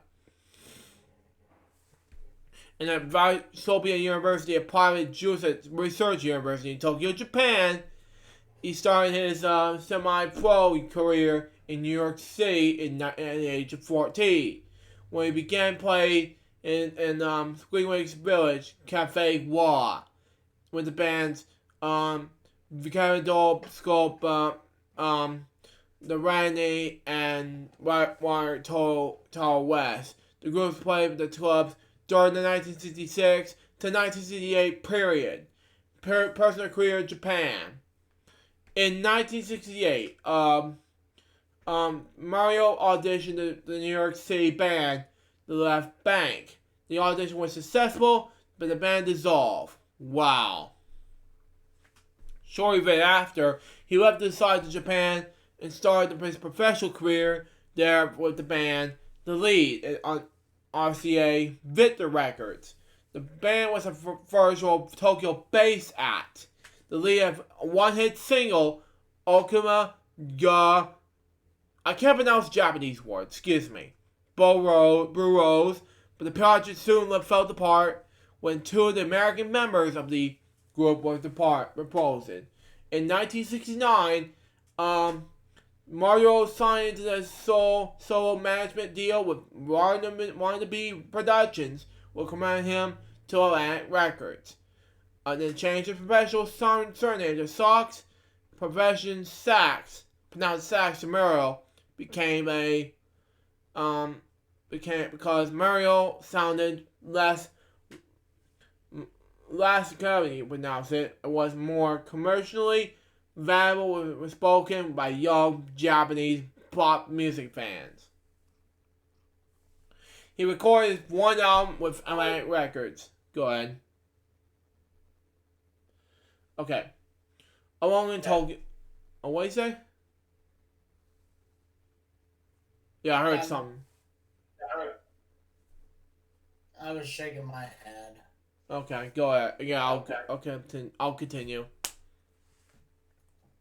He recorded one album with Atlantic Records along with Tokyo, which yielded one hit single, Normia, known as Teardrops. He became a first-spoken demonic market pop star in the Japanese group Sounds. Excuse me. He recorded one album. Excuse me, I read that. But anyway, Mario act in the popular TV soap opera Jiken Doozy You, which he has also an own corner at the regular of the TBS Young 20, a morning show for teens. He was a featured principal at the model in ads for Nissan cars, John Colby, and then Nunu and GT Jeans. In 1971, he released an LP of his own compositions titled Mario 1 in Japan for Dirgent Columbia record label produced by Mickey Curtis. At the peak of his fame, Tiny Tim covered an Alan Merle composition for the Merle 1 album, a song titled Movies. Wow. In 1972, on Spectre Records, he then formed a band called Vodka Collins, which became Japan's top glam rock act. Wow, which is awesome. The band includes Japanese superstars, Harushi Mr. Kamagoshi and Harushi Oshiwashi, we pronounce it. I can't pronounce Japanese words, excuse me.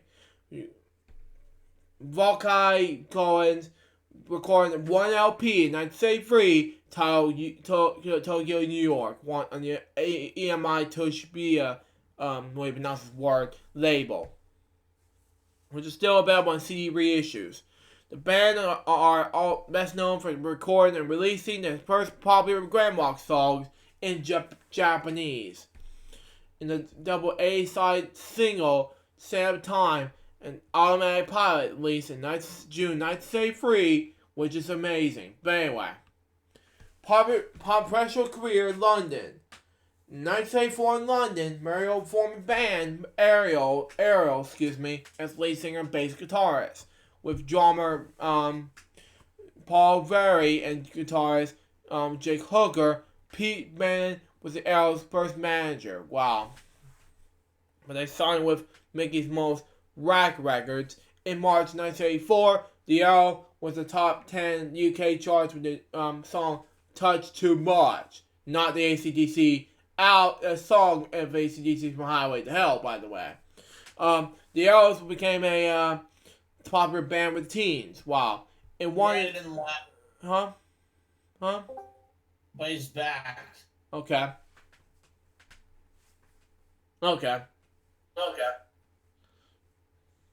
The Arrows became a popular band with teens. Once again, Merrill had a slight back into the teen market, he had fought hard to get out of Japan. They also have another hit single with My Last Night With You, which made the UK top 30 in 1985. Wow.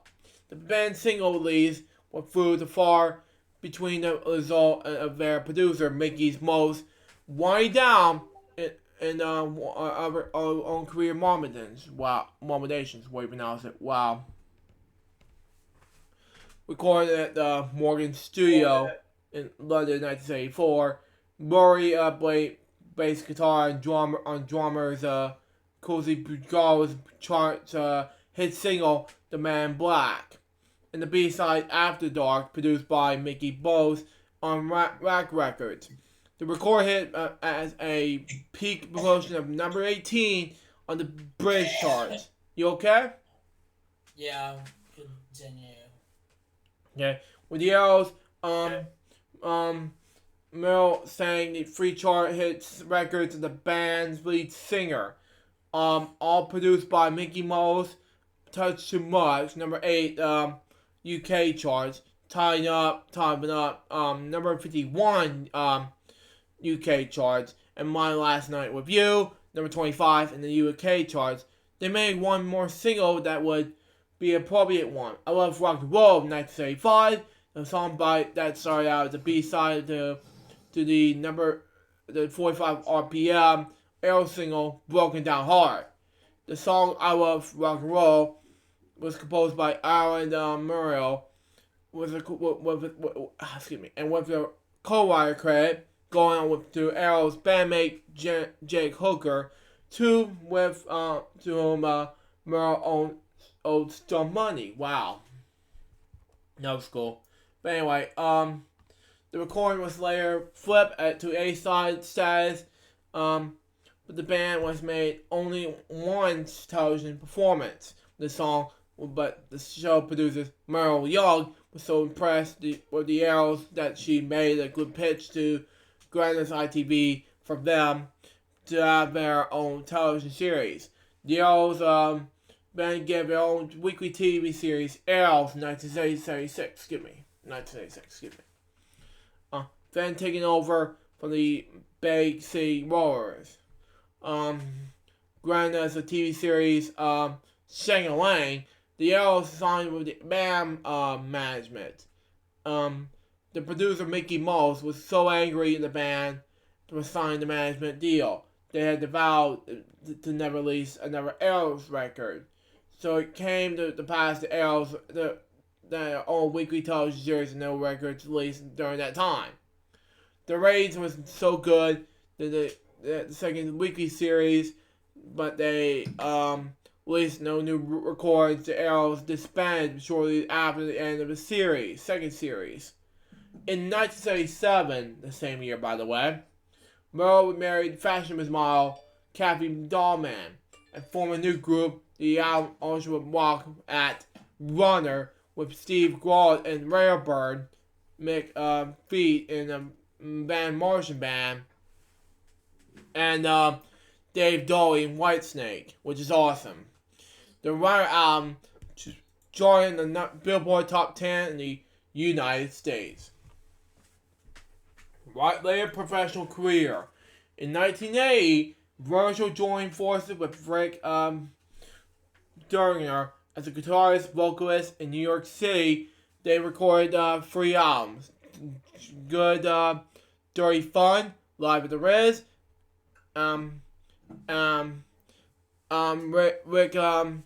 Durner and Friends, and finally as a film called The Rick Durner Rock Spectacular. Wow.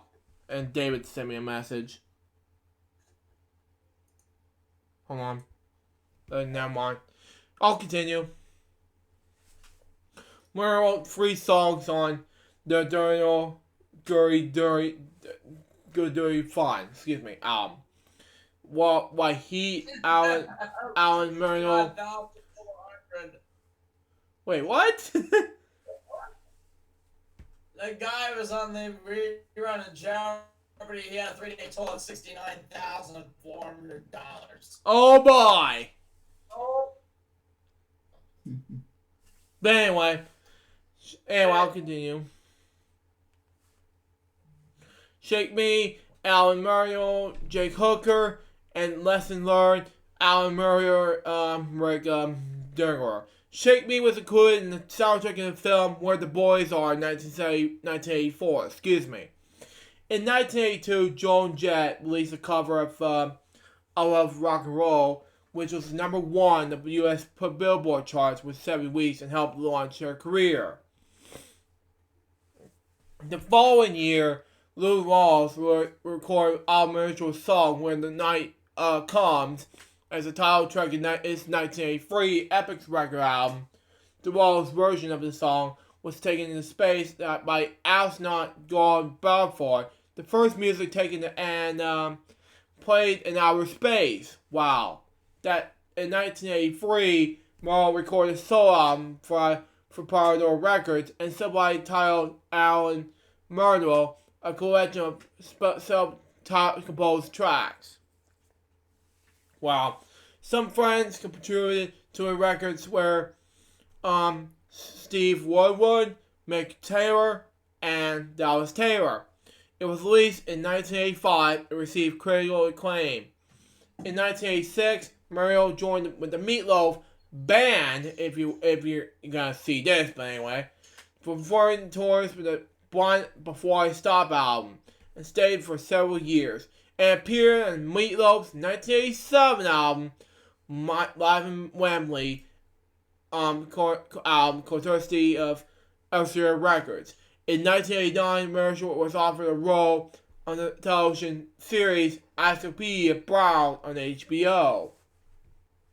Was part of the successful series in the role of principal character Casey Sparks. Marshall wrote a song for a production Who Done It, which was performed in the series and was featured on the concert scene. In 1990, a Wagner Collins reunion tour was organized due to popular demand as a result of the successful CD reissue of the debut vinyl EP, Tokyo, New York. A Tokyo-based band toured Japan. Then several years later, recorded its first in a series of reunion albums. Cannibal Reaction in 1996, which followed by Pink Soup in 1977, Boys Live in 1998, and Boys in the Band in 2004. The Tokyo Collins Tokyo, New York album has been reissued again as recently in October 2011 on EMI Japan. While working in Japan with his main project Tokyo Collins, Mario has also had a side project in New York, starting with a tribute to Don Colby. He began working with R&B producer John Gibbon. This led to Yes I Ram and Boo Girl, all out in the mid-1990s, featuring Muriel and lead vocals. Wow.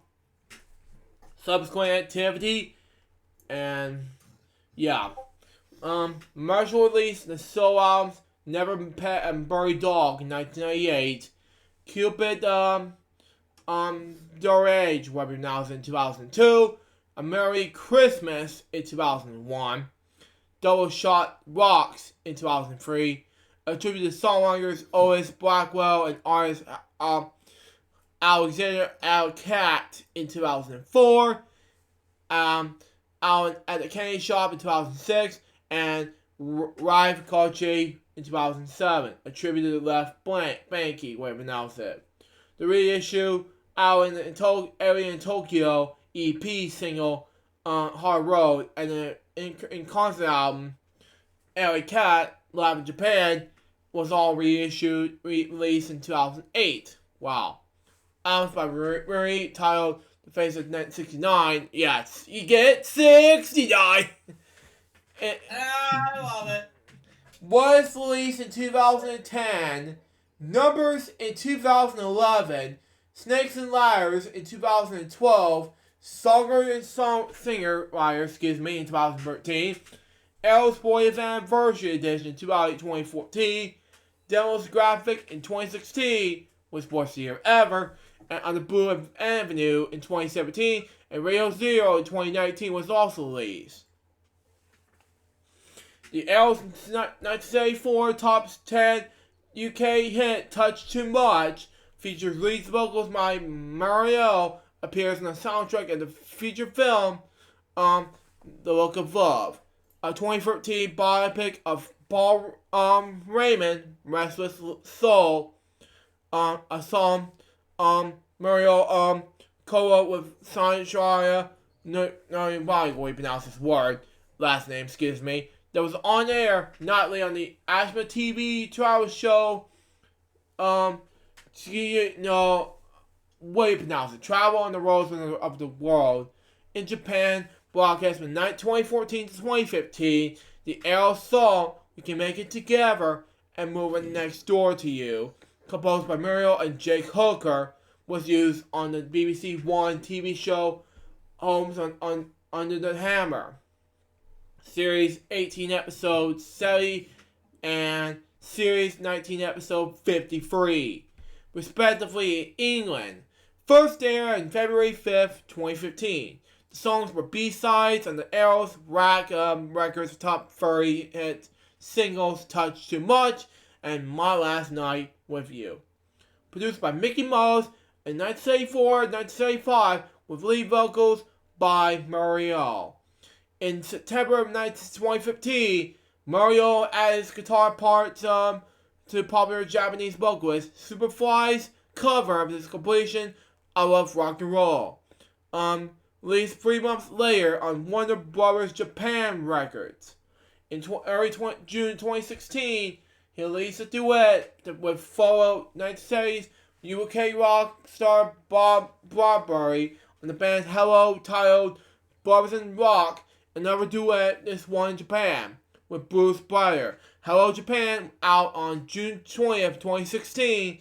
November 28th, 2017, he released a 15-song solo album on the Blue Avenue. Wow. He also did live concerts internationally, both with backing bands and solo acoustic and film featuring Alan Mario as the principal actor. Was released on July 1st, 2017, titled Reanimator Revenge the Parody.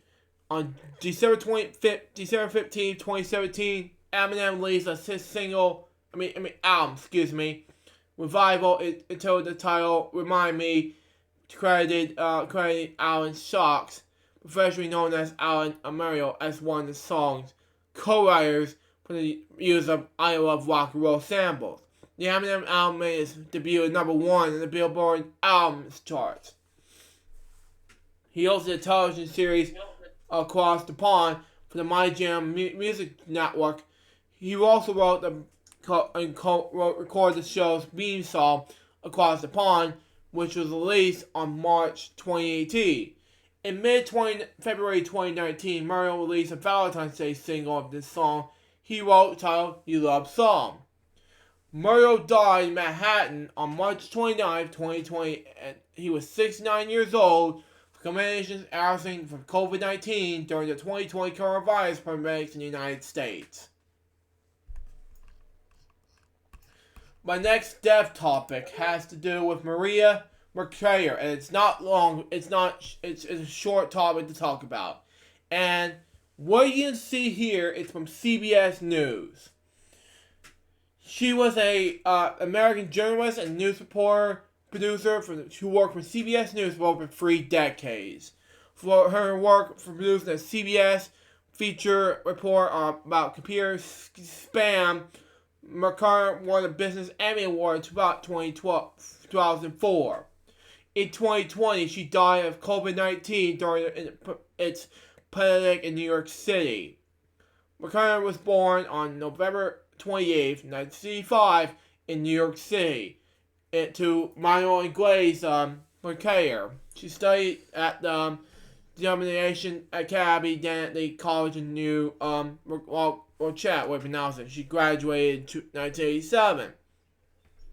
Career. Mercader started working for CBS News in 1987 as a page in the company's page program. then began her news career at CBS News Path, when she's produced pieces of distributed CBS athletes. She also worked on the news network's brigade and national news desk, helping to produce breaking news pieces on the death of Princess Diana and the September 11th attacks. In 2004, Nakaya won an Emmy Award for business and financial reporting for helping to produce the Little Edge That Could Spam, a CBS News Sunday morning feature report on computer spam. McClatchy reported at the Director of Talent Strategy of 2016, which is the worst year ever, where she helped produce Workspace, the Diversity Web Announcement, and coordinated CBS News publication with the Asian American Journalists Association, AAJA for short, and the National Liberation and Gay Journalists Association, and the National Association of Black Journalists. She graduated from AAJA's Executive Leadership Program in Chicago in 2004. For over 2 decades before her death, measure about cancer and numerous illnesses. In the last week of February 2020, she took medical leave. Then she's going to the COVID-19 pandemic in the New York hospital on March 29, 2020. She died. She was 54 years old. My next topic has to do with another Barney and Friends topic. Okay? His name is Tommy DiPaola. Okay? And this is a huge topic I want to talk about. And he wrote some books. He was a teacher. He was a television act. But he's best known as a writer and American writer and illustrator who created more than 260 children's books, such as Scourge Nona. But he received the Children's Literature Legacy Award for his lifetime contributions to American children's literature in 2011. Wow. He was born in Marshall, Connecticut, the family of Irish and Irritant heritage, the son of Joseph and Florence DiPaola. He had one brother, Joseph, nicknamed Buddy, and 2 sisters, Julie and Marion. Yeah, one of the sisters was known for, if you saw it on Barney and Friends, which I won't say in front of Mark, you know, which I talk about B&F vlog series, you know that's what I'm talking about right there. But anyway, his grandparents' organization from Cornbury, where he set for his well-known book, Scourge Nona, his book, The Babysitter. If you watch this, you guys are Barney fans out there, it's about Marion being born. Yeah. And if you watch this, and you guys watch this out there, you know what I mean. The poet was attracted to art at the age of 4. Wow. And credited his family with encouraging his development as an artist and influencing the themes in this work. After high school, DiPaola studied art at the Pratt Associate in Brooklyn and graduated in 1956 with a Bachelor of Fine Arts degree. His career began when he taught art as a Notion College and studied art, okay? Outside of Boston in 1962 to 1966, when he then moved to California, where he taught at the San Francisco College for Women from 1967 to 1970. He received a Master of Fine Arts degree from California College of Arts and of Crafts in 1969, and then natural entry called Bachelor we announced it from Lone Mountain College in San Francisco. DiPaola relocated to New England in the 1970s, teaching art at the Chamberlain Junior College in Boston from 1972 to 1973. From 1973 to 1976, he worked in the Colby Sawyer College. That's interesting. In New London, New Hampshire. As an associate producer, designer, and technical director of the speech and theater department, as well as a writer, set costume, and the costume designer for the Children's Theater Project, he taught art at the New England College in Exeter, New Hampshire, from 1976 to 1978. DePaula retired from the full-time teaching in 1978 to devote his time to writing and illustrating books. He provided illustrations for Maggie and the Monster Baby Holiday House in 1987 by Elizabeth Withrop, way to pronounce it. His writing began. The first published book that DePaula illustrated was a 1965 volume in the Howard McGain book series, Science of What and Why. The song written by Lisa Miller, the first that we wrote and illustrated, was Wonderful Dragon in Timlin. Published by Bobbs and Merle in 1966. His writing career spanned over 50 years. Oh my God, wow. During which he wrote, worked on more than 270 books, close to 25 million copies of his books were sold worldwide and were translated to 20 languages.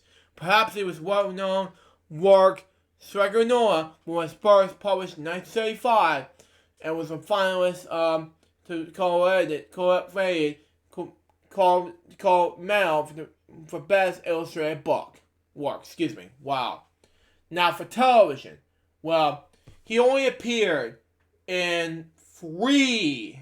I'm not saying several, because I'm not going to talk about it. 3, because first one is called Picture This. The other one is called, the next one is called It's Raining It's Pouring, and the other one is Oh Brother, She's My Sister. A Barney and Friends as himself, but in 2017, he also appears as himself in the Jim Henson comedy series Tell His Stories with Tommy DePaula. Wow. I did not know he was there. But anyway, examinations. DePaula has 2 examinations in 2013 to 2014 at the Colby Sawyer College. The first chart called Den showed his early work during his formative years at the Pratt Institute and the Ford Spa and Rachel, pronounce it. George wrote it and the other had on him. And the second explanation was his later work called Now, come out close to Paula's 80th birthday. Personal life and death, and I'm not going to be able to talk about the awards now, because this is a big accomplishment. DePaul was gay. He came out later in his life telling the New York Times Magazine in 2019 that as much as his career, David was named, well, you're gay, and you have a red G in your chest, wow, and schools wouldn't buy your books anymore. DePaul had resided in New Hampshire, where he fought from 1973 to 1976. DePaul died at Dartmouth Hitchcock Medical Center on March 40th, 2020, in New Hampshire, according to his Liberty agent, Doug Whiteman. He was badly injured by a fall in his bar studio the previous week and died of complications from following surgery. He was 85 years old. My next death topic, and what's going on? Not much. All I heard is remakes, and what's going on? Okay, let's continue. Anyway, my next death topic has to do with Henry Bonham the Fourth. He was a founder of ECHL, formerly known as East Coast Hockey League. If you see all this, Billy, from in the comments, saying scores. But anyway, it's not about that. But anyway, in 2008, go ahead. In 2008, he was inducted in the initial class of right there. Hold on 1 second, Luke. You're fine. Yeah. Hold on. Why is it no idea?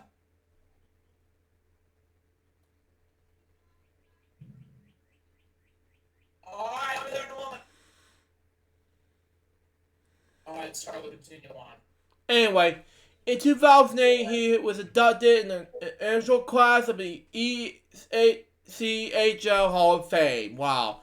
The Birmingham Club first awarded in 1989 and the ECHL award for the team that finishes with the best regular season record, okay? He bought the Salem Raiders of the Atlantic Coast Hockey League in 1982 and renamed them the Virginia Raiders. Wow.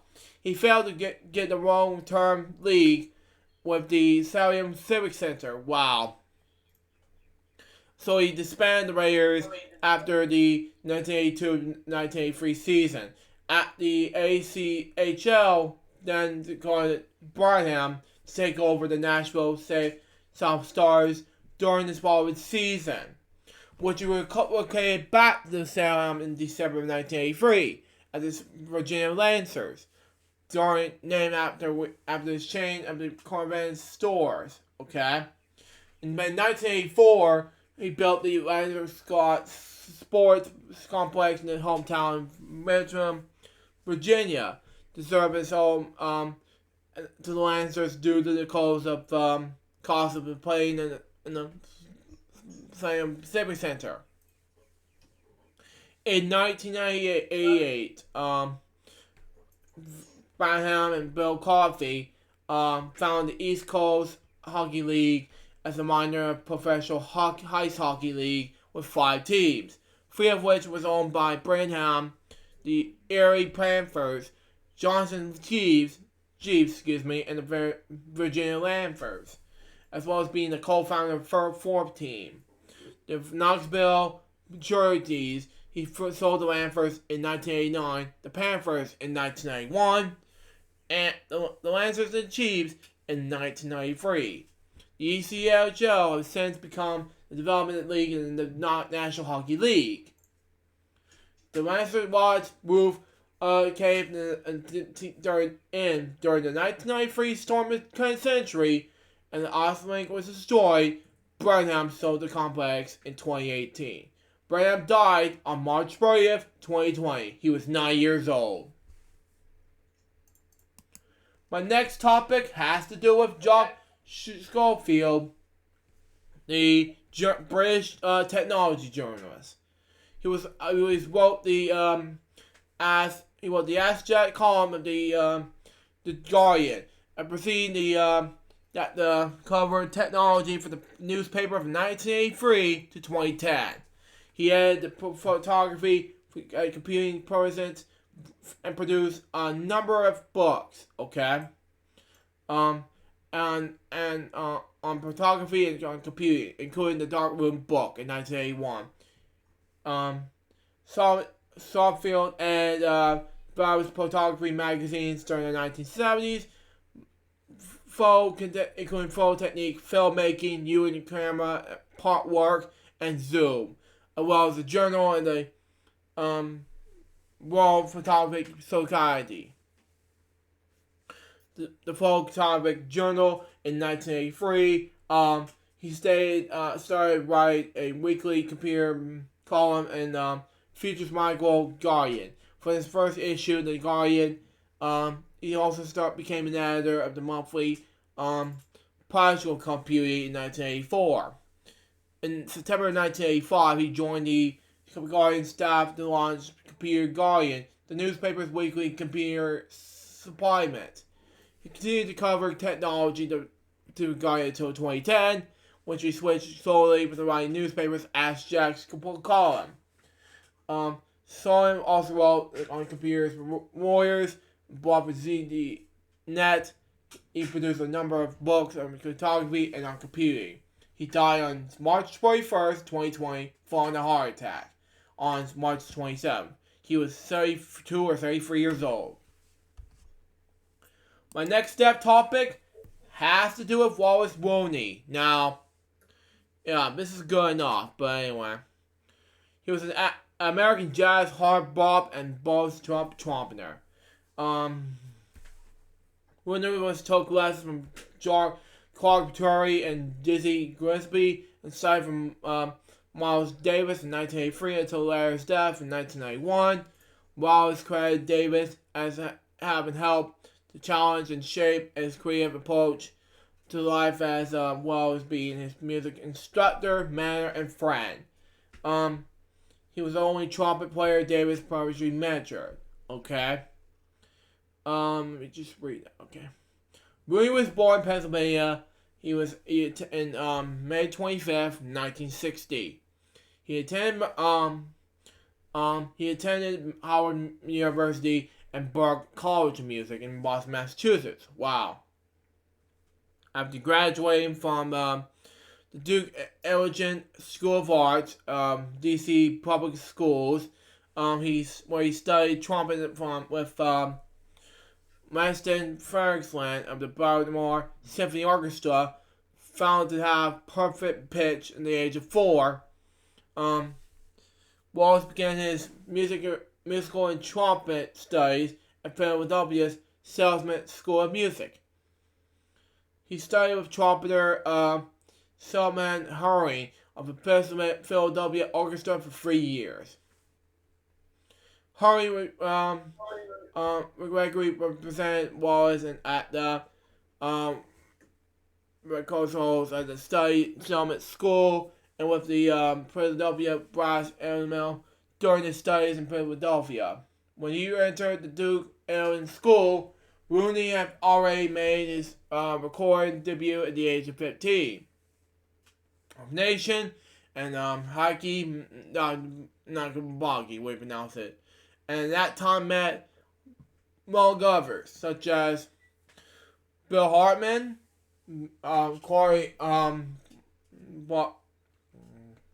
Barmaby, would pronounce it, Willie Shaw, who befriended him, Johnny Coles, and Freddie Harmer. He played with the Sarah Walton Quiet featuring Billy Higgins, Sam Jones, and Philly Joe Jones. At 16 years of age, with the encouragement of his high school teacher. Willie attended Distance of the Skiff, local performer with the Washington D.C. era. In 1979 and 1980, Willie won the Downbeat Award for Best Young Jazz Musician of the Year. Okay? In 1989 to 1990, with the Downbeat magazine's critic poll for Best Trumpeter to Watch. In 1983, while taking part in the tribute to Miles Davis at the Bottom Line in Manhattan, he met his idol. Davis asked me what kind of trumpeter I had. Rooney told Time Magazine, and I told him none. And so he gave me one of his. In 1984, and 1985, he was forced to play at Latin dance and Western bands. At the New York clubs, once a prominent part of the jazz scene, has mostly disappeared. But in 1986, he received a pair of calls in the same month to tour with drummers Tony Williams and Art Blakely, after which Rooney became one of the most in-demand trumpet players of the professional current.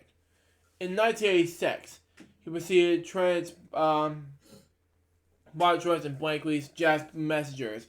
In the late 1980s and early 1990s, he was an eligible part of Williams' quintet. In 1981,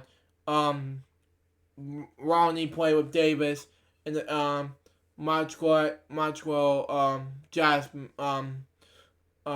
Festival. Okay, after Davis' death that year, Rooney toured in Miriam with Davis at Omni, Wayne Shore, Herbie Hancock, Ron Carr, and Tony Williams, and recording album Tribute to Miles. Okay,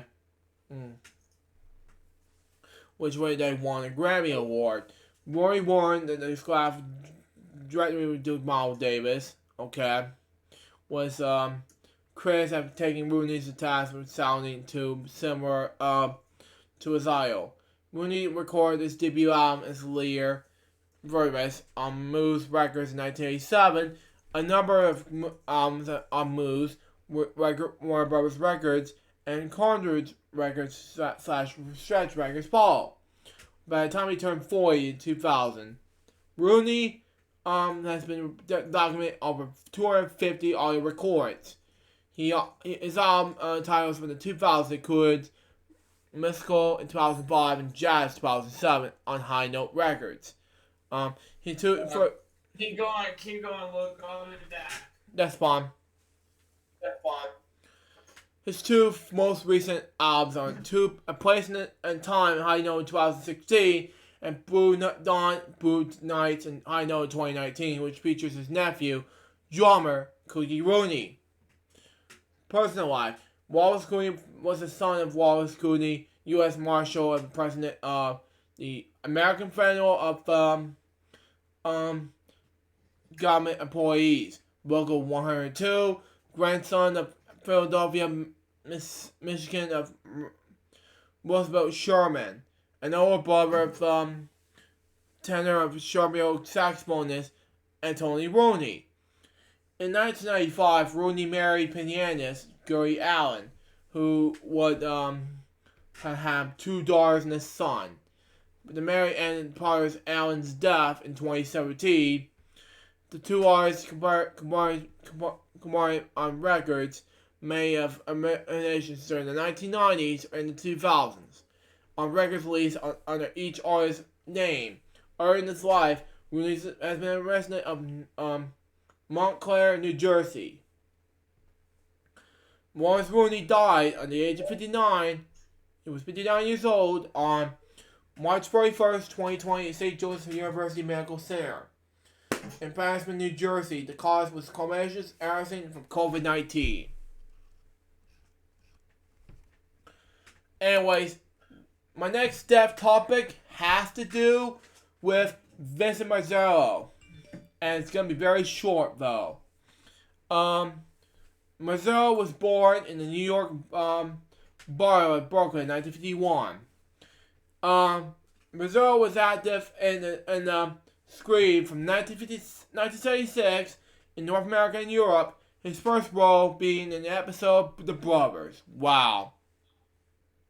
Thereafter, he appeared in productions that include The Spy Who Loved Me, Superman, Never Say Never Again, The Witches, Target, The House of Elliot, The Fog of Heart, those are parts that Basho would pronounce it, Little Britain, National Secrets, and Mile High.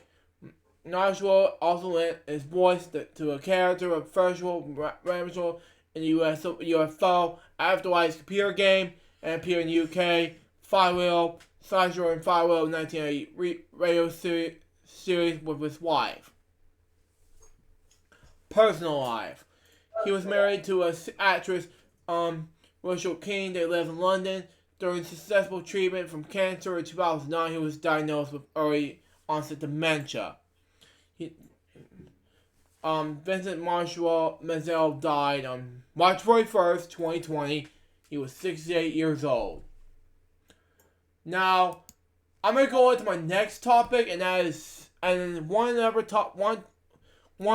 them is so lame, you know, and that is of course William Dufresne. Now, if you don't know who he is, well, he was a voice actor, American voice actor, and an audiobook narrator. I love his American audiobook narrator, but not as Bob the Builder. But anyway, he was born on February 1st, 1958. Wow. At Ashland, Maine. Wow. Yeah. Dufresne began his audio career in London, where he appeared in several BBC radio plays with Kathleen Turner, Sean Glass, Charlie Kennedy, and William Carter. More after, he worked with director Dirk Maggs on his audio drama production, Spider-Man, wow, where he voiced the title role of Peter Parker. Yeah, that was cool enough. Judge Dredd, Voyage, and the American Werewolf London. These experiences left Joseph to co-found the audio production company, The Story Circle Limited in the United Kingdom. Wow. Upon return to the U.S., Joseph found Mind's Eye Production and co-founded Rocky Coast Radio Theater and the audio comics company, which later became a producer, director, actor, and engineer for audio comics. He directed Starstruck, the first season of Audioscope's tie-in Rain, Honey West, and the Bastions for the audio comics kids line. He also directed All Stars audio comedy Super Indian for native voices for the audio in Los Angeles. He was best known, which is so lame and so stupid, for voicing the title character in the American English dub, which is so boring, of the British children's animated series Bob the Builder. So lame. Until its 9th season. Duffus has also voiced Elvis and Dawson in the stop motion TV series Rocky and the Dojos for Chicago's Wolf Hall, and dubbed several anime films such as X Appleseed and two of the Weapon Free films. Duffus won on the Appleseed board of the National Audio Theater Festivals Incorporated, in addition to being a Norman Conrad Award comedy member. He was a guest instructor and performer at the 2005-2007 Audio Theater Workshops, appearing in the world premieres works The Best Place to Grow Pumpkins. Wow. Rewind, Extraordinary, and Histories. In 2018, Duffus and Jack Bowman co-founded the audible comedy Giants Media.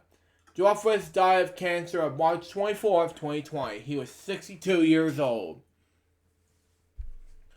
Now for my last one, and I'm gonna have to do two more topics before we do the moment of silence. We're gonna do the moment of silence and be after we do the moment of silence. So there we go. One of this is called Andrew Jack. He's best known as Andrew Hutchinson. He was a British digital coach and actor from London who was worked on over 800 motion pictures since 1982. His father was born on January 28, 1944 in London, England. His father, Stephen Jack, was an actor. His mother, Julia Hutchinson, was a historian columnist. He has worked over 200 actors, including Robert Downey Jr. and Richard Armforth, Chaplin, I misspoke, but anyway. Michael Hopkins and Mark Hopkins, Raw Historian, and Guy Ritchie's Sherlock Holmes, Percy Dobbins, and GoldenEye, Tomorrow Never Dies, and Die Another Day. Kate Blanchett and Vito Bornson. As a spine dominant coach for Lord of the Rings, he credited the Middle Earth as an time along his Elvishness and black speech for the casting of the trilogy. He designed and fought the Answer of the Greeks and Trojans and Wolfgang Pearson's Troy. He fought Evans Davis with with a Northern Hampshire twang. He was best known for how non-British actors do be more intelligible to the audience. Jack can also be seen. Oh, hang on. As soon as I'm done with lunch and have done with the dishes, I'll be back for the week. Okay. Jack can also be seen in the Star Wars films series, portraying Representative Mayor Larry portraying the General, called Amit in Star Wars The Force Awakens and Star Wars The Last Jedi. He also voiced the title of Mulek in Star Wars Stories. A final film he was working on at the time of his death was The Batman. Personal Life and Death. Jack's widow, Gabriel Rogers, is also the voice actor and direct coach when we first started working in the film, television, and industries, and did that during the 1980s. Roger and Jack was married until his death with COVID-19 on March 31st, 2020. He was 76 years old. His wife Rogers, well, on Twitter, "We lost a man today." Andrew Jack was diagnosed with coronavirus 2 days ago. He was in no pain, but he slipped away peacefully with knowing that his family was all with him. Now, before we get to the moment of silence, I'll move on to 2 more topics, and we're going to do that in a way. And right now, I'm just going to do it anyway. Newborn baby dies from COVID-19 related complications in Connecticut, governor says. This is what said by WTOC, okay? Connecticut Governor Ned Lamont tweeted Wednesday that a 6-week-old in the state had died for coronavirus-related complications. According to Lamont, this is the first fatality in Connecticut linked in COVID-19. The governor stated 6-week-old newborn from Harvard area was brought unresponsive to the hospital late last week and could not be revived. Testing confirmed Tuesday night that the newborn was COVID-19 positive, according to Lamont. The governor tweeted that he believes that it was one of the youngest lives lost anywhere due to complications related to COVID-19. This is a virus that attacks our most fragile without mercury. This also stresses the importance of staying home and limiting exposure to other people. Your life and the lives of other could literally depend on it. Our prayers are with the family at this difficult time, Lamont wrote. Now, one more and we'll do the moment of silence.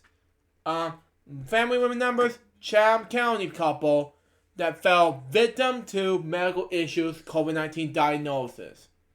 Says by WTOC and is by Blair Cadwell.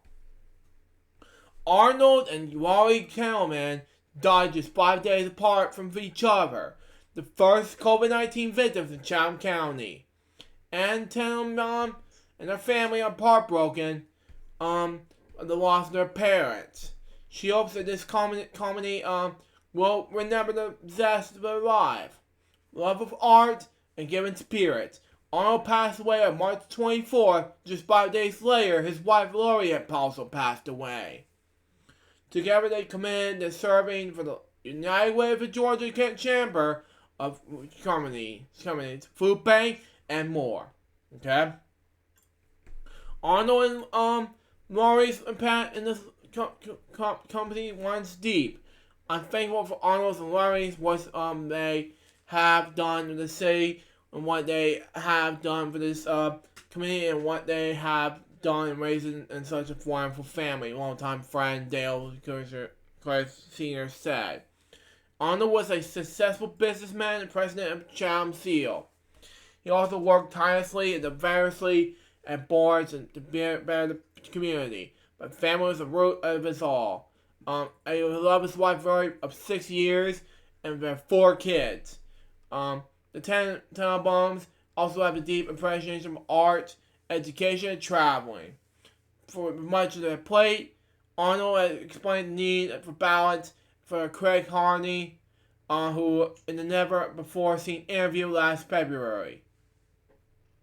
I tried to balance it with work, community, and family, and that always have a challenge, but in the end, that's a secret that I think that finding that the right kind of balance and trying to have fun with you do it. And do it with the values that you hold to you. And if you can accomplish demands in the decent ride. Arnold said 2019. They love to travel and have been before becoming ill. And says her parents have pre-existing conditions, but did test positive for COVID-19. She and her two sisters live in New York and have been known for dangerous that the virus was. But never imagined they had been in a politician. It was a real serial that realized that the you're actually part of the static and said, but we all knew we've always taken it seriously. Having an industrialization in New York City, you know what things were closing down a lot faster than they were in other parts of the country. And it's bizarre to be part of it, I have to say, not just in obviously. Anne says it's been difficult to not only cope with the loss of both of their parents, but also not being able to come together as a family. This is a difficult time. They are waiting to be service to honor her parents' life until they can all be together. And telling him encourage people to work to protect themselves, but she also argues people that like her parents and remember to continue being compassionate. Now, working through the moment of silence now, and recipes to all of those people. We're gonna wait for Billy's topics after this, so let's do the moment of silence now.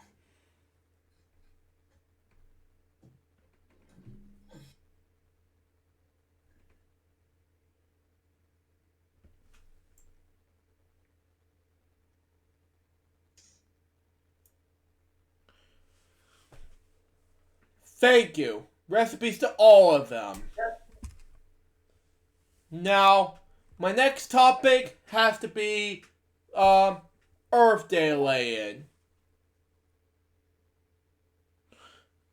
I know it's hard to talk about it, but this Earth Day was I'm going to talk about Earth Day 2020 now, but this is the 50th anniversary of Earth Day. Well, to be said, celebrations will include activities such as a great communal cleanup, collision scientists, observation, education, and art. Earth Day will educate more than 1 billion people to grow and support the next generation of environmental activities. It's time to imagine what the quality to do with our global environment with activities and events. The 5 components are citizen science. Earth Day is leveraging citizen science and emerging technologies to engage 1 million global citizens in the 50th anniversary Earth Day Challenge 2020. Collect 1 billion data points to measure air quality, water quality, pollution, human health, and that'll be it. The invention is being developed in association with dozens of major partners in the science and health communities, as well as leading technologies companies. And the next one, and for velocity, the time is now mobilized and take action to save our planet. Earth Day was amplify direct links between technology and validation with announcing close-up climate possibility with announcing 2 signature themes we will be implementation around the world as will be built towards the 50th anniversary of Earth Day in 2020. Earth Day has created millions of avenues for civic engagement in all 190 countries around the world, and working with the global decision makers, including policy makers, local, regional, and national government and corporate sector leaders to reach a diverse network of citizens around the world. Volunteering. Earth Day is engaging volunteers across the globe for a month-long worldwide volunteer-driven program, the Great Global Cleanup, which is cooling off. And starting with the cleanup of Earth Day 2019, we expect 100 million people participating in public events, as well as 1 billion others, including K-12 students around the world, to remove billions of pieces of trash from our neighborhoods, beaches, and parks. EDN is also working with partners to plant 7.8 billion trees. Every human will live on the planet 2020. Combine these volunteer activities with the largest volunteer event in history. Next, education. Earth Day is building environment and comedy literacy worldwide. EDM will continue to work with teachers, students, educators, and thought leaders to educate and activate a new generation of international leaders around the world. Next, events. Our Earth Day is about recognized worldwide as the planet's most significant engagement each year. The 50th anniversary of Earth Day will be marked as about tens of thousands of rallies and community events in every country in the world. Large-scale signature events to take place in Washington, D.C. and other global capitals. And finally, Artists from the Earth, as Earth Day reaches its milestone 50th anniversary in April 2020, which is this month, by the way. Nature and the environment were faced to enormous challenge of loss of biodiversity, pollution, degradation of our ecosystems, and climate change. Art must join with science to modernize climate change and disseminate it to a wider audience. Now, in this Earth Day 2020, this is also a birthday. So this is a celebration for the next topic. Happy early 10th birthday to my nephew, Lex Anderson, also known as Alexander Bayes Anderson IV. And if you don't know who he is, folks, he's my third nephew right here. So if you watch this, Lex, happy 10th birthday to you from my family. So there you go.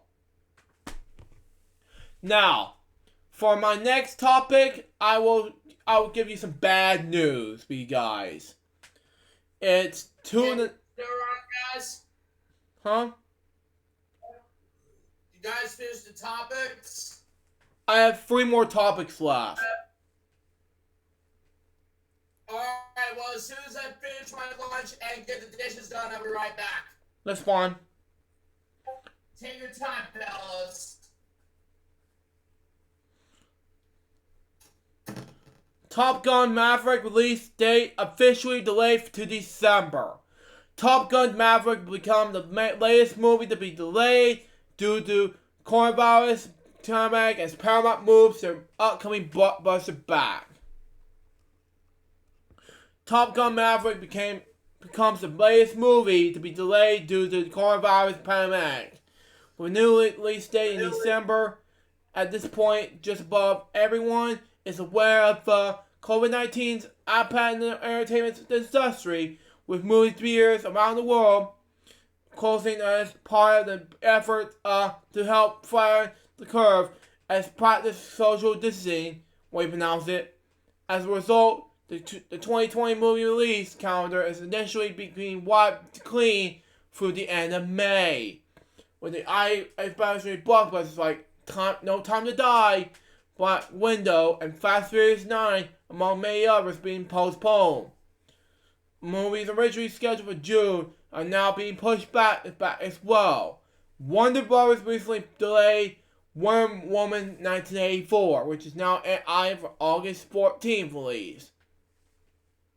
In the Heights, suggesting that expecting and things, well, unfortunately not being much better. A few months from now, will be some high-profile June films hanging on to release dates, but now another big sequel has been moved. What's going on? I don't know. Okay, now mind. Okay, my next topic has to do with Paramount. And what SpongeBob movie, SpongeBob Water. Run, excuse me. Now, due to ongoing COVID-19 pandemic currently sweeping the globe, Paramount Pictures have to push back the release of dates of studio's upcoming SpongeBob movie. It will now release the SpongeBob movie SpongeBob Run in theaters July 31st instead of the Memorial Day Friday, May 22nd. Okay, SpongeBob movie SpongeBob Run was one of the main movies that Paramount has been adjust the release date for. You can find Paramount's latest release schedule on deadline, as we currently live in a present climate due to coronavirus. It's important to note that the new July 31st release date can change at any moment. It can be moved any later, as Sony Pictures moved Ghostbusters affiliate Afterlife to a March 21st, 2021 release from its July 10th release. There's also a chance that the release that can be moved forward. Deadline has also been told that the May titles have been flexible to the movie studios and can always be pulled up to be earlier opening to the calendar. Should be declared as clear up earlier than expected. Also, most of the freeze titles remain in post-production. In SpongeBob movie SpongeBob Run, with Gary's snail nap, SpongeBob Patrick marked on an hilarious adventure to save Gary. # save Gary, that is. SpongeBob SquarePants, as Tom Carey, that is best friend Patrick Star, Bill Figurbake, and it's a wrestling game from Bikini Bottom hit the big screen in the first ever all CGI SpongeBob motion picture event. After SpongeBob's low pet skill, Gary has been snail napped. He and Patrick embark in the epic adventure the lost sea of Atlantic Sea to bring Gary home.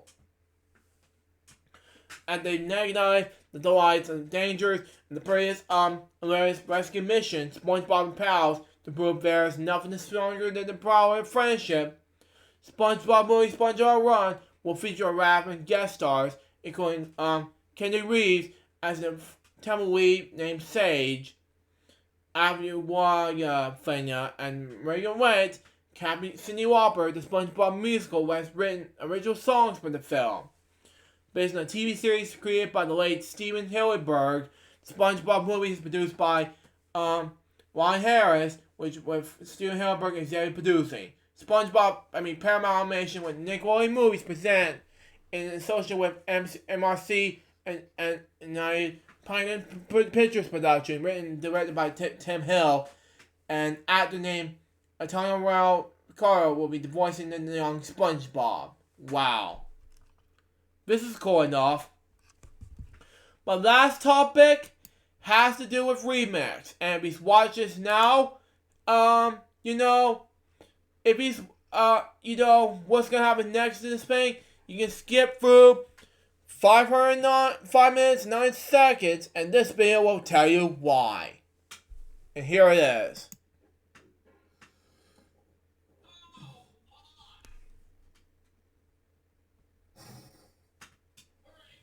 Oh my, yeah. Hold on. 1 second, folks. 509, there we go. This is, okay, if you watch this remix, here we go. Like this. Wow! You can install RetroArch, and it does work pretty well. Don't expect to play N64 or PSP on something like this, but there are thousands of retro games that are going to work, including PS1 games. And by the way, I am using the Xbox One S controller connected over Bluetooth. Through this whole video, you might have seen a little bit of banding with the television. You won't see that in real life. That's from the camera recording the screen. Like you can see it at the top right now. Yeah. That's the reason why we're going to pause it right there. But, yeah, if you watch this, guys, that's going to happen next between the video and things like that. But anyway, that's all my topics for right now. I'm going to go ahead and see what's going on with remix and things like that. But for time's sake, if Billy has enough topics and if David has enough topics, then we're going to do the game segment. We're still waiting for Billy, though. Oh, and Remix is back. Okay, never mind. Remix, you have enough topics? No, not at the moment. That's fine. Well, it's because I'm eating my lunch, so. Well, for me, I'm gonna say is that I'm in the works of renewing my Discord server, getting into production, and right now making some changes with the rules and all that. I'll explain the rules right now. Actually, number one, be nice and friendly to me and everyone on here because we want to. Well, okay, I do have one, and that's the breaking news. Well, we'll keep going after my topic. Well, look, I do have one breaking news, so. And that is Bill Withers. Yeah.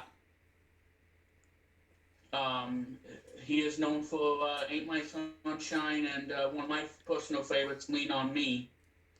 He passed away today at the age of 81. So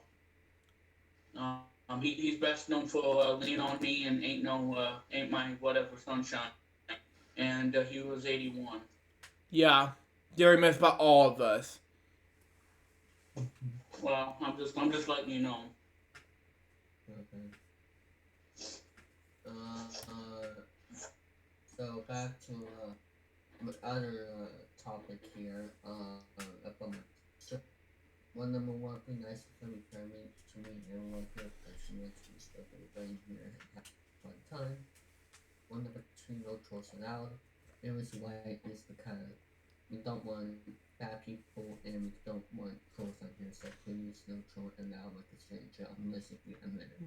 Number three, no bullying to me and everyone else. We don't want bullying on this show because that is hurtful and we don't want that here. Number four, no mean comments to me and everyone else. If you say some mean comments to people on here, we will have to report this issue and no fights about it. Yeah.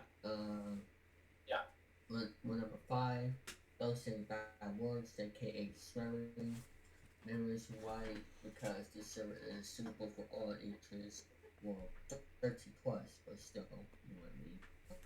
So please, no swearing or cursing as it were.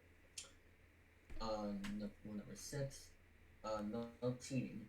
We want our games to be fair and square. Yeah, exactly. Number seven, if you see someone breaking rules and if you're not part of the production staff, please let us know in the DM. We have plenty of admins and mods here to help you out. If me does not respond to you if I'm offline. Number eight, you must be 13 years old or older to participate in the server according to Discord and YouTube's actual rule.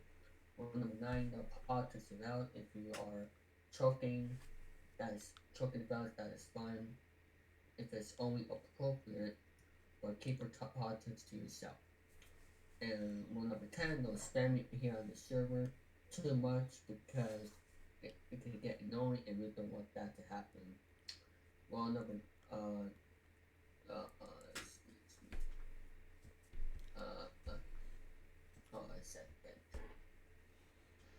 maybe I have to fix this one.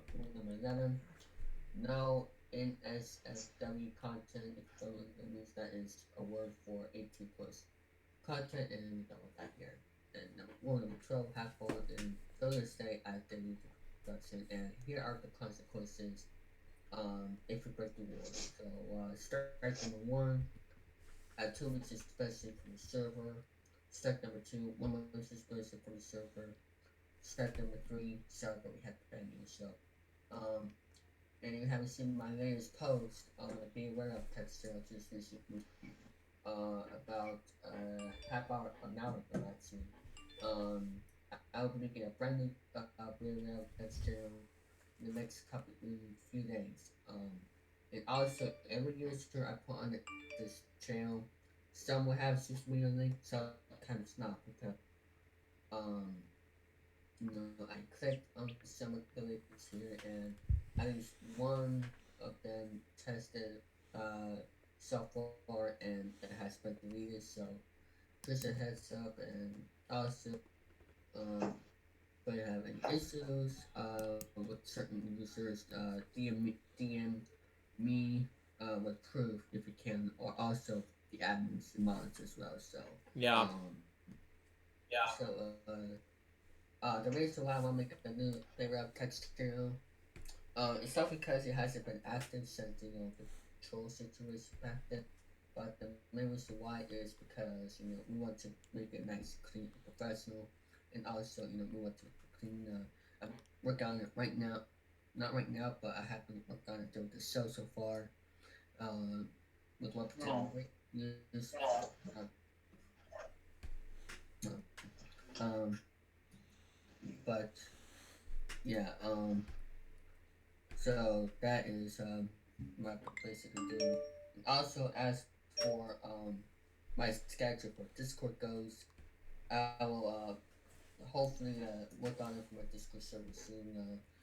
Hopefully, by the coronavirus situation is over.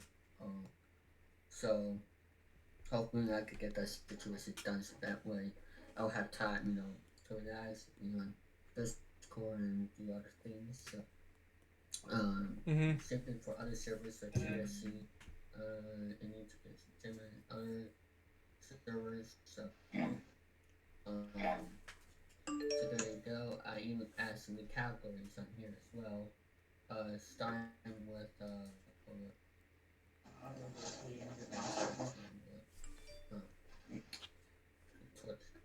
but anyway,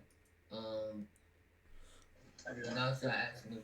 Well, Danny actually to add some new categories to my server, and that is important info where it has welcome, rules, spiller up, announcements, social media links, upcoming events, and about me. About me, I'll be remaking it once I get like 5 years users in the folder for my video. Text channels obviously that's the category. Which is channel, memes, spot commands, sport talk, ideas, intros, big drop PC games, birthdays, your status, comment Facebook, like Discord, and now it's two private, uh, uh, channels. I want them as game room chat.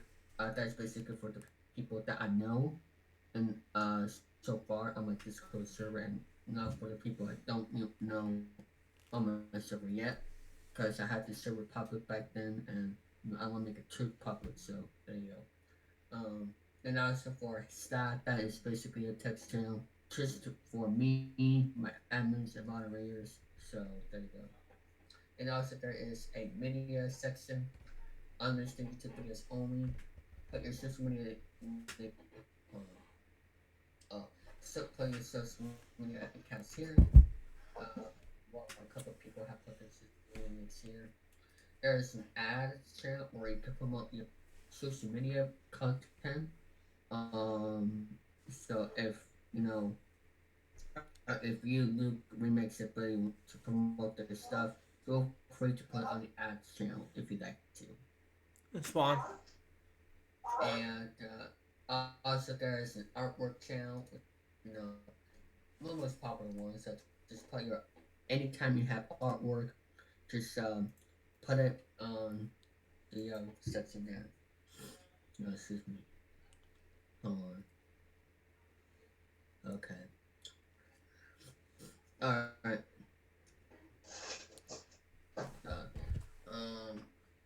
And also there's a section called live chats. There's a Rent and Rain live chat for Bert and Mark show co-hosts Sean Little, me, and Edgar Hawking. That might get deleted simply for Call podcast, but most likely Rent and Rain because there is currently a server joined as a personal one. Called the Rent and Rain live chat server. The main reason why he did that because he's trying to get a certain someone back up Discord or something. I'm not gonna go into more detail out of respect, but that's just me. What's this?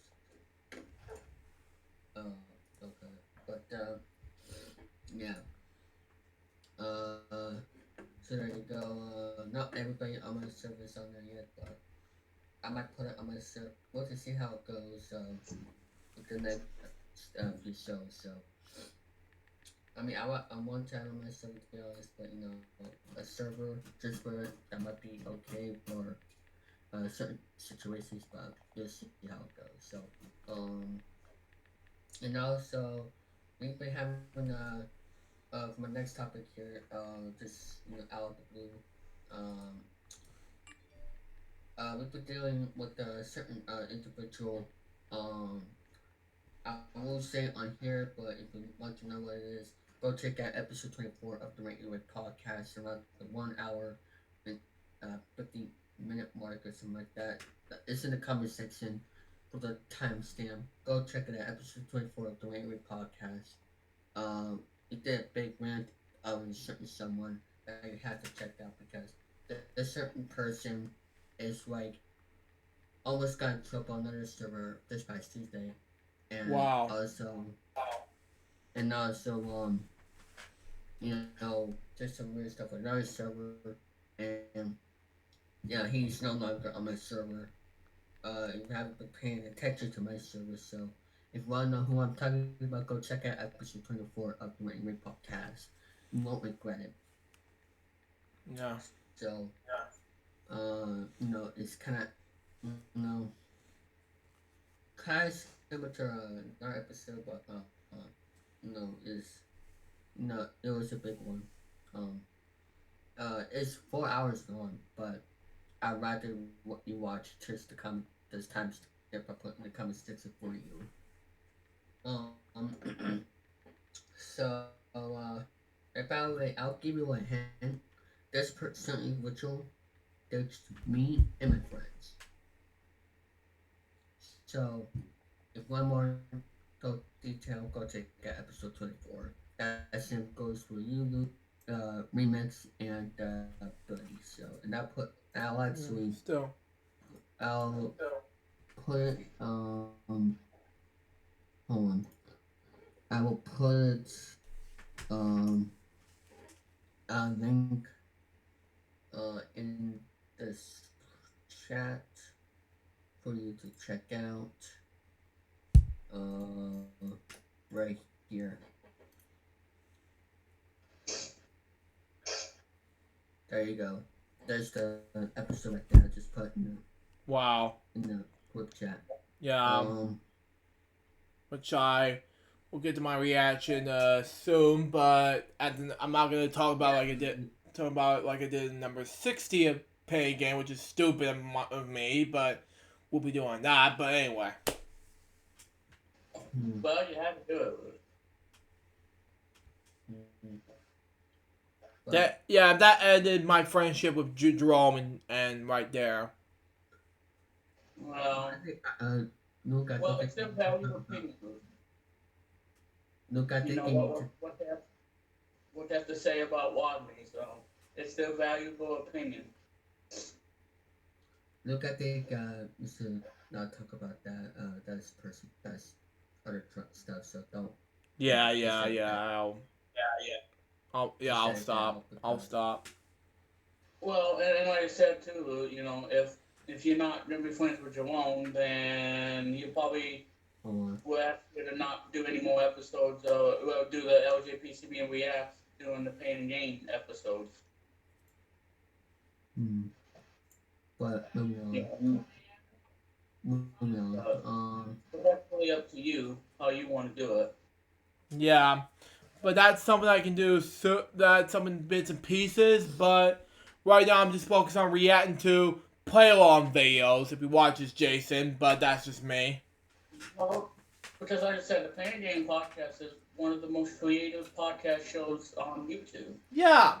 And I, the Flodo No, which is my favorite part of the show. Yeah, it's inspired the Georgia No, but now I just feel like back in March, it's just ruined my thing, Well, I'm still friends with Jerome because, as long as we treat each other with respect, then we won't lose our friendship. Guys, you're gonna have to mute the volume real fast. We gotta clean the room. It could be like that. That's fine. Well, anyway, Luke. Let's put that aside and check out the Twitter thing because somebody made history playing The Price is Right decades, I think, or whatever the game she was playing. Mm-hmm. And it's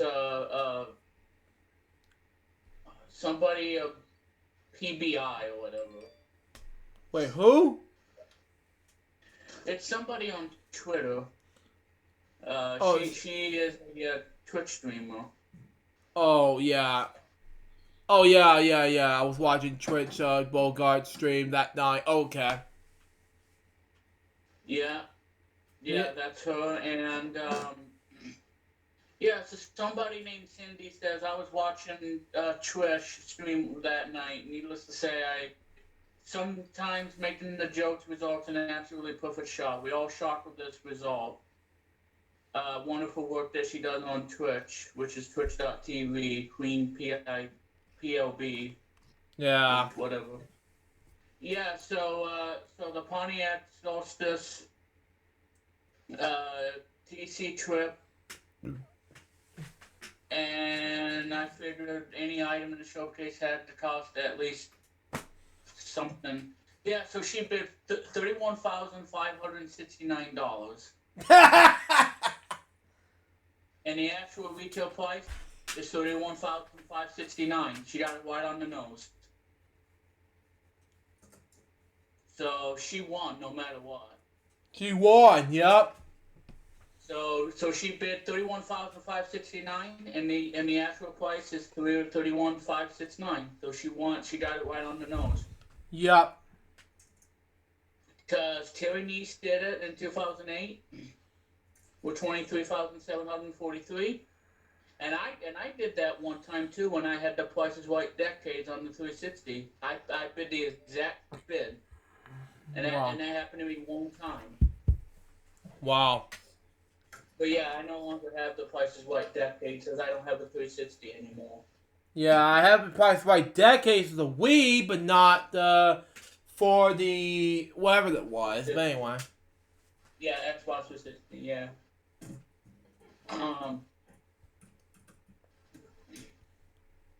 But anyway. Still. So yeah, I'm starting to wonder who is Patricia Bogart. I really wonder. I wonder who.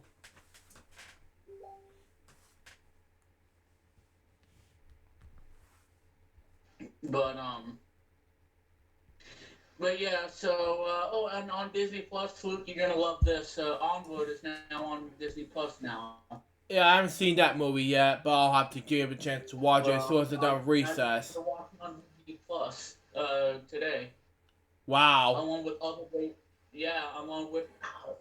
the Disney Nature penguins and elephants and the other one. Yeah. I'm missing out on some Disney Plus because I have to do the segment while I've watching Disney Plus this week. So it's your turn, Remix. Well, yeah. Stay home, save lives. Yeah, well, this landlord wants us out of here. He doesn't care if we get the COVID-19, but... Whoopie-doo! Yeah, the landlord knocked on our door and he wants us out of here. Because apparently, there's a sign at the house says this house is for sale, so we no longer have it. So obviously, he really wants us out of here, but how is he gonna? Well, how we're gonna get out of here, because of the COVID-19, and we all have to stay home. And if it's like he's breaking the rules. He's breaking the rules. Because if somebody says we gotta stay home, we gotta stay home. Yep. Because like I said, landlords cannot force tenants out. They have to go by the rules, otherwise they can face consequences. Exactly. Them need to follow the rules and not break the government law. if we're in this pandemic crisis, then yeah, then we shouldn't be forced out of the home. That we get evicted. Just like I said, the eviction has been put on hold. The payment is put on hold. Everything's pretty much put on hold. Still. And if the landlord doesn't follow the rules, then yeah, he can get in trouble. Yep. And I don't think he cares. I don't think he cares. No. Well, he better care because of the COVID-19. You know. He better care. Yeah. You know, because I don't want to get it, and my mother's at a very high risk of getting the virus because she's 70.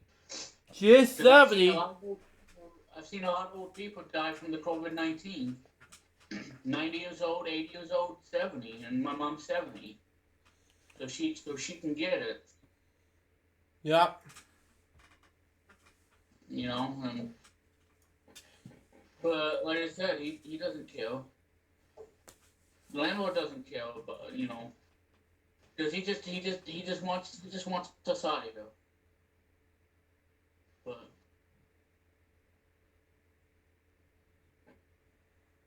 so he ain't gonna do nothing. He gonna do nothing. No.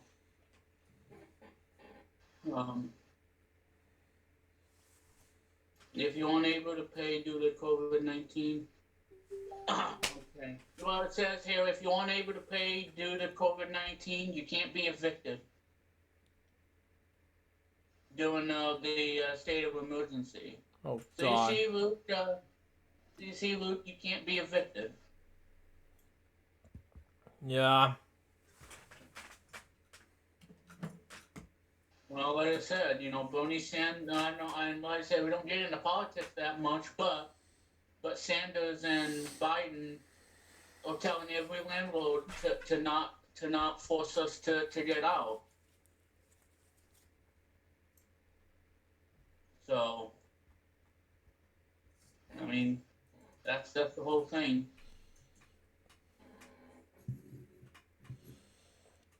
And I know the landlord doesn't care about it. Well, he better care. He better care.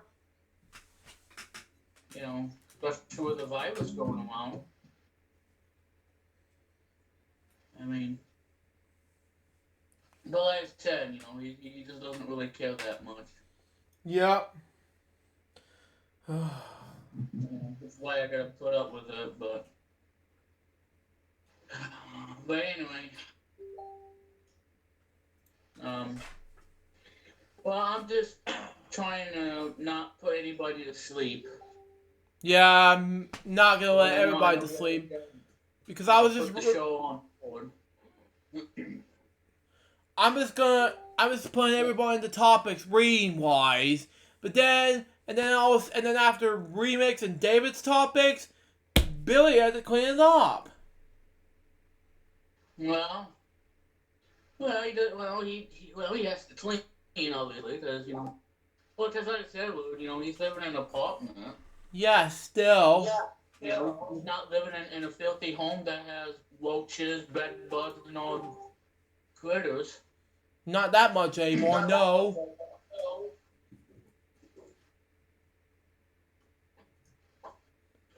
Oh, and everybody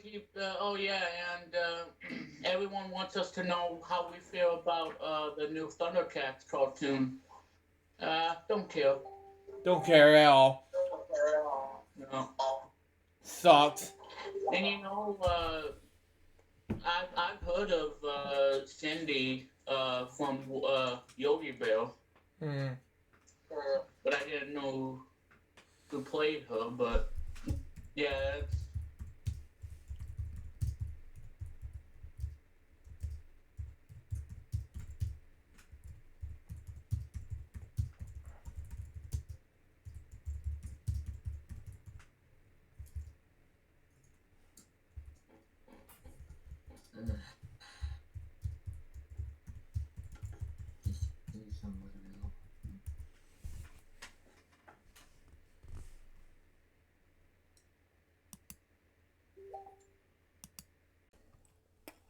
I'm back, guys. I'm just gonna eat lunch.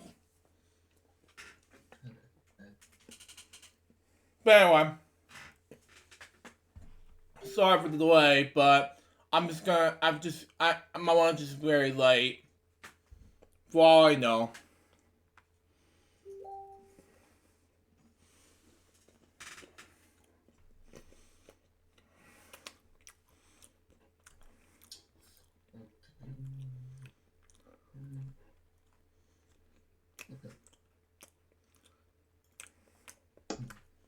What's going on? Right, there we go.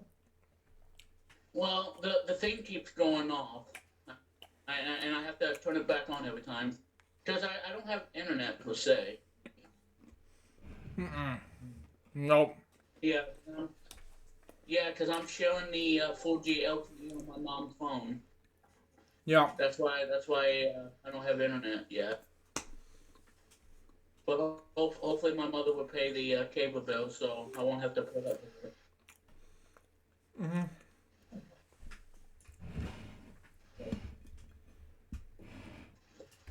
So I don't know how many topics today, guys, but yeah, coming out on April 10th, just 1 week, Trolls World Tour. Wow. You guys can watch it at home. Because the theaters are all temporarily closed, so you guys can see the Trolls World Tour on iTunes, Prime Video, Voodoo. That's coming out in 1 week. In the video game world, well, Bubble Bobble for Friends is out on Nintendo Switch, and I'm a huge Bubble Bobble fanatic, and so it's on the Nintendo Switch. Oh, by the way, if you guys plan on getting a Nintendo Switch, well, good luck. The COVID-19 gonna not let you get a Nintendo Switch, so for me, I'm screwed. But so if you guys want a Nintendo Switch, well, good luck. Yeah, so and yeah, maybe on episode 288 you can talk about the passing of Bill Withers. What now? I said you can talk about the passing of Bill Withers. Because again, he's the guy that brought us one of my personal favorite songs, "Lean on Me." Wow, and Billy's back. That came out in 1972, I think. Wow. So you can What are you talking about? Do what? What are you guys talking about while I was away? Well, we were talking. I was talking about Nintendo Switch and the other things. Yeah. And I'll see lunch while you're away. I think Nintendo Switch Mario. Well, I didn't talk about that. Well, it's about Nintendo Switch sold out everywhere. And trying to get one is going to be difficult because of the COVID-19.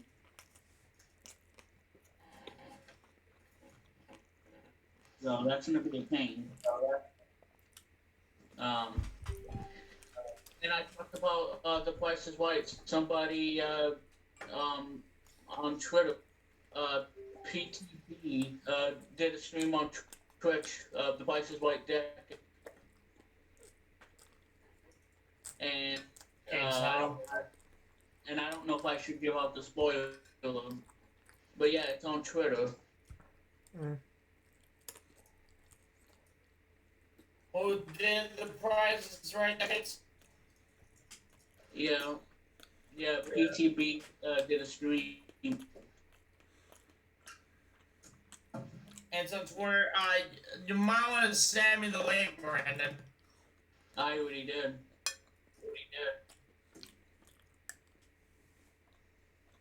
It's on another.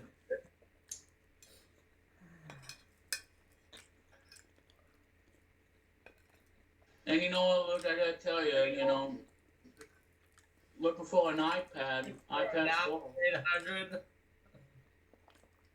Yeah.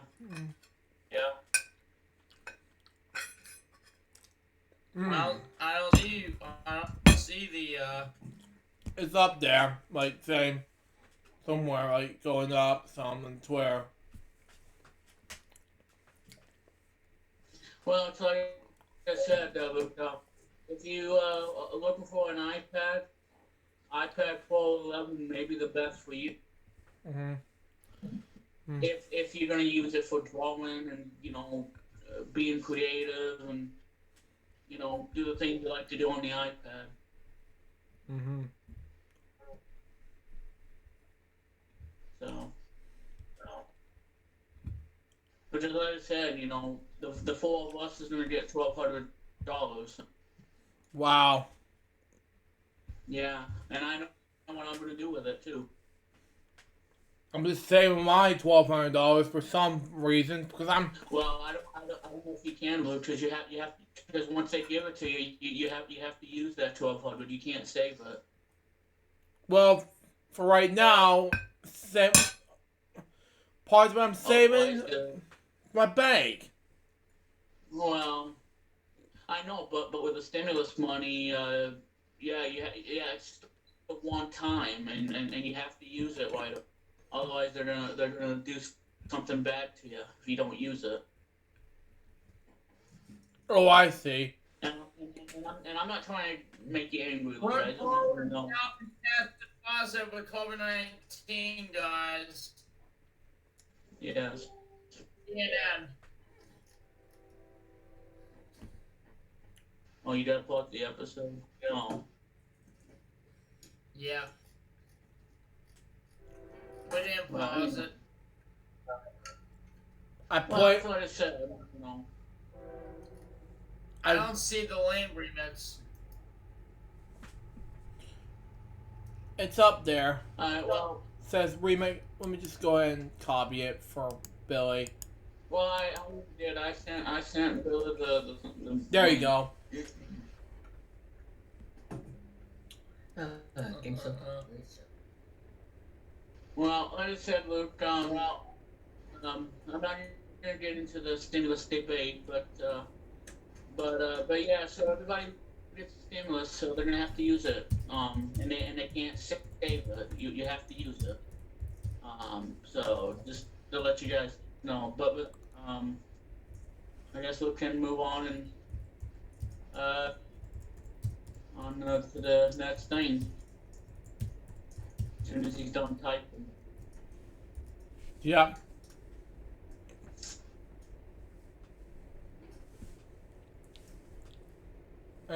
Billy's like, what's happened to Billy?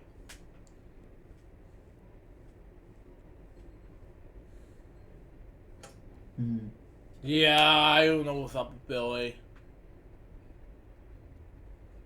Not responding right now.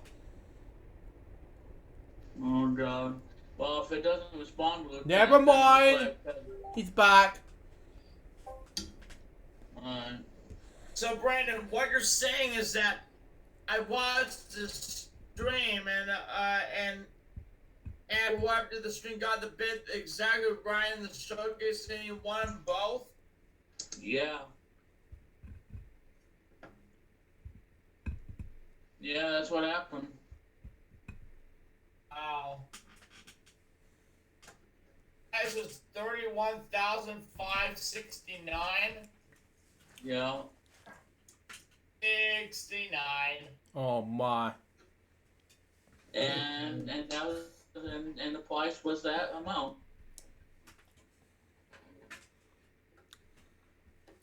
So I knew she won it with the difference of 0. I mean, Aubrey gets it right on her nose every time. Yeah. But that's during the Price is Right 2010. Oh. That happened to me That's the once pre-strike on the game. decade. Well, that happened to me one time on Dex when I had the 360. Yeah. And It Terry was the 360 version of the Price is Right decade. Well, Terry Nice did it too in 2000. The Price is Right. There's actually a documentary on YouTube that's Wow. called Perfect Bid. That was a major fraud, though. Well, it's called Perfect Bid, and it's free on YouTube. Wow. Wow. Yeah. Yeah. And well, I will say that the Perfect Bid movie, the documentary, does have profanity, Wow. especially the use of the F word. Wow. But yeah, Drew Carey said it, and that other guy's name, Pollock. I think it's Kevin Pollock.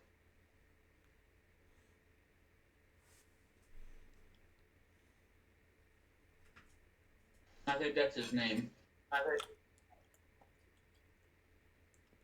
But yeah, you can actually buy the movie too. But Mhm. Yeah, I just finished my topics and things like that. But go ahead. yeah, I'm done with mine, Luca. There's nothing else left. Yeah. Yeah. But anyway, the documentary is called Perfect Bid: The Contestant Who Knew Too Much. Wow. Yeah, where the one guy bid 23,743 and got it on the nose. Yeah. But it was stud. And Yeah. everybody thought he cheated. And you know what he did?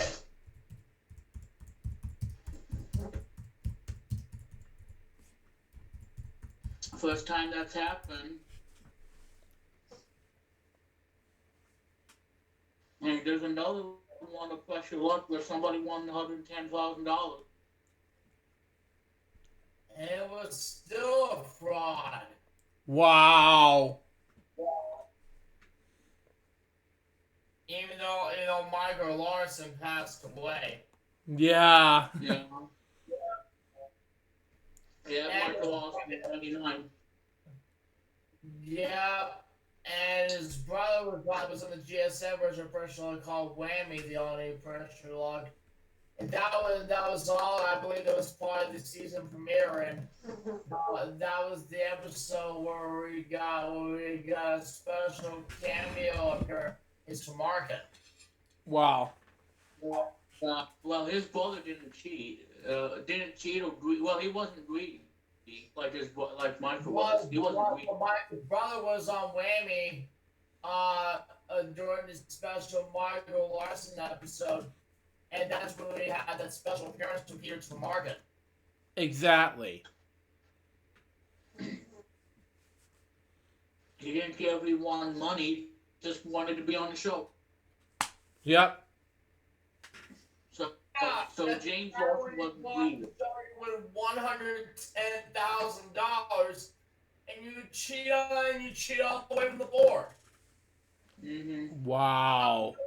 Have a single whammy on the board. Mm-hmm. Wow. And when I realized that when Rod announced his total, I was like, wow. Yeah. That was on the VSM documentary. Which I saw on YouTube. Yeah.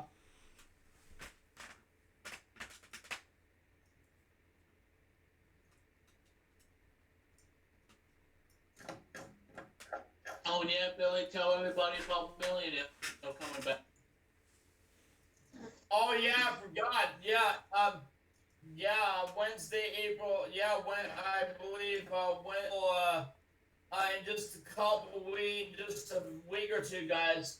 Milk to ABC after the April 8th. Actually, this Wednesday is the very first episode of The Return of Millionaire with the whole new host Jimmy Kimmel.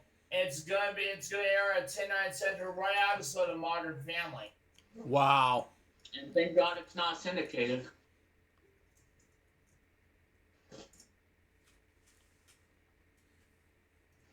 And you guys want to know what was syndicated. It's Jimmy Kimmel. Wow. Mm-hmm.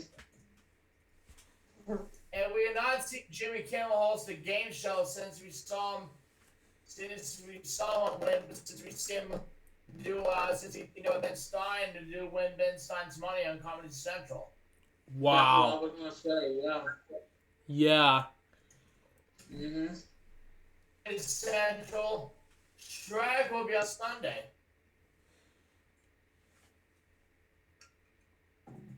And he has a talk show too, late night.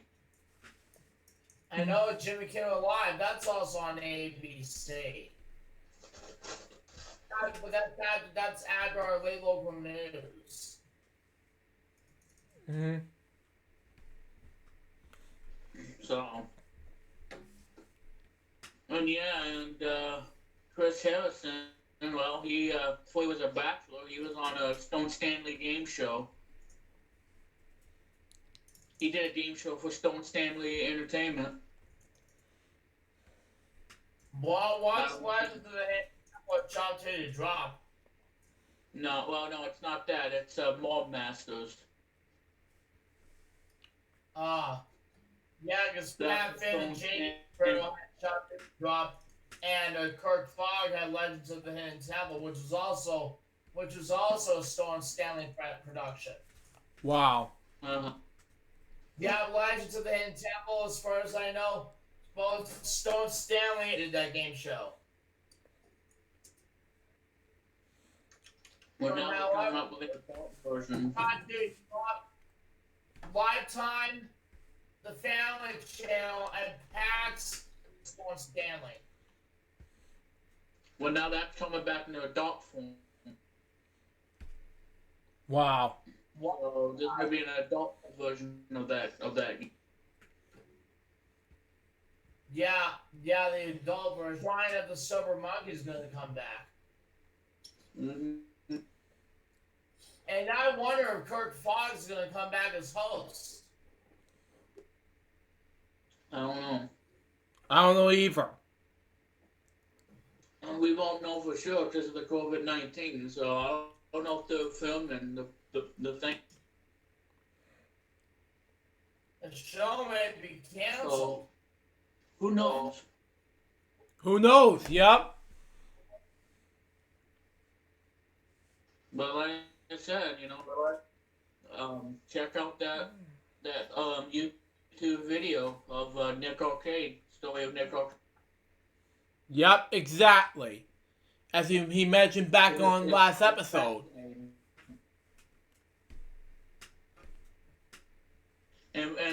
And why somebody wants to be the host of the rebooted Nick Arcade when it comes.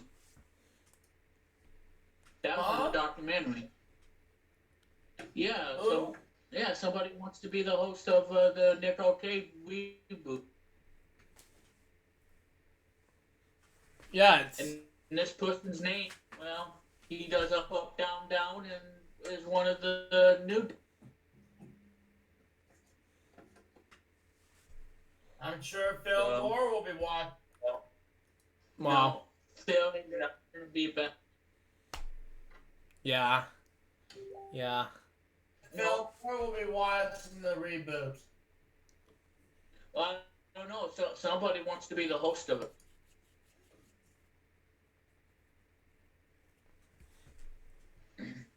And again, he has an up, down, down.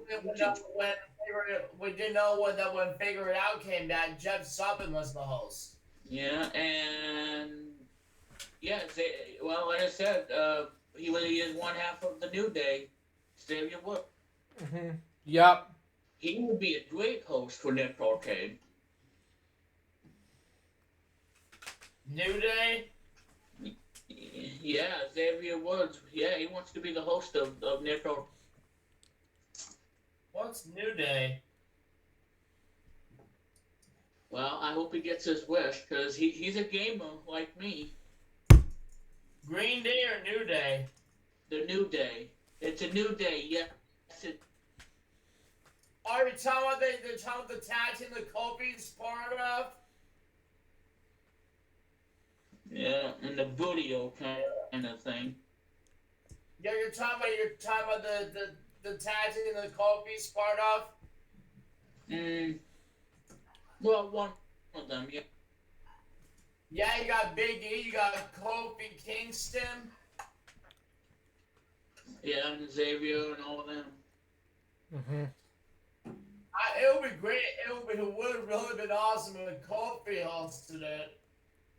Wow. Now they have a podcast show together. Oh yeah.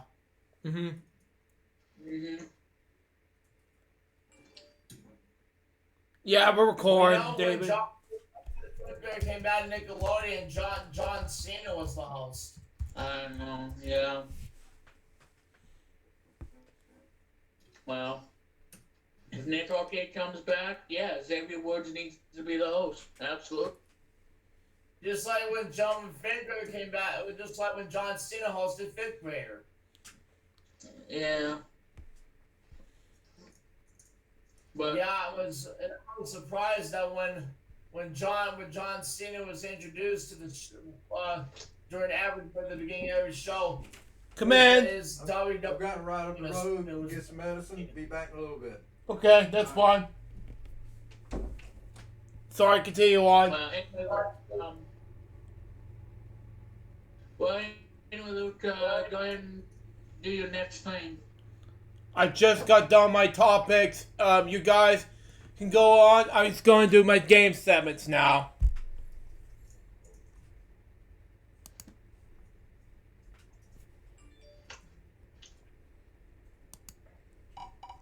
Sure.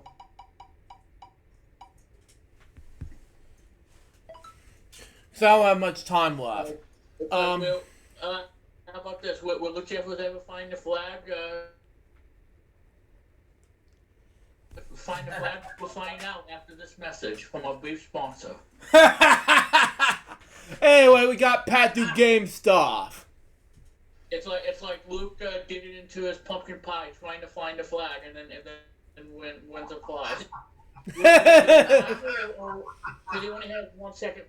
He only has 2 seconds left. Will he find it? Stay tuned after this message. I was like, man. Okay. We got Pat do game stuff first. Or an apple pie.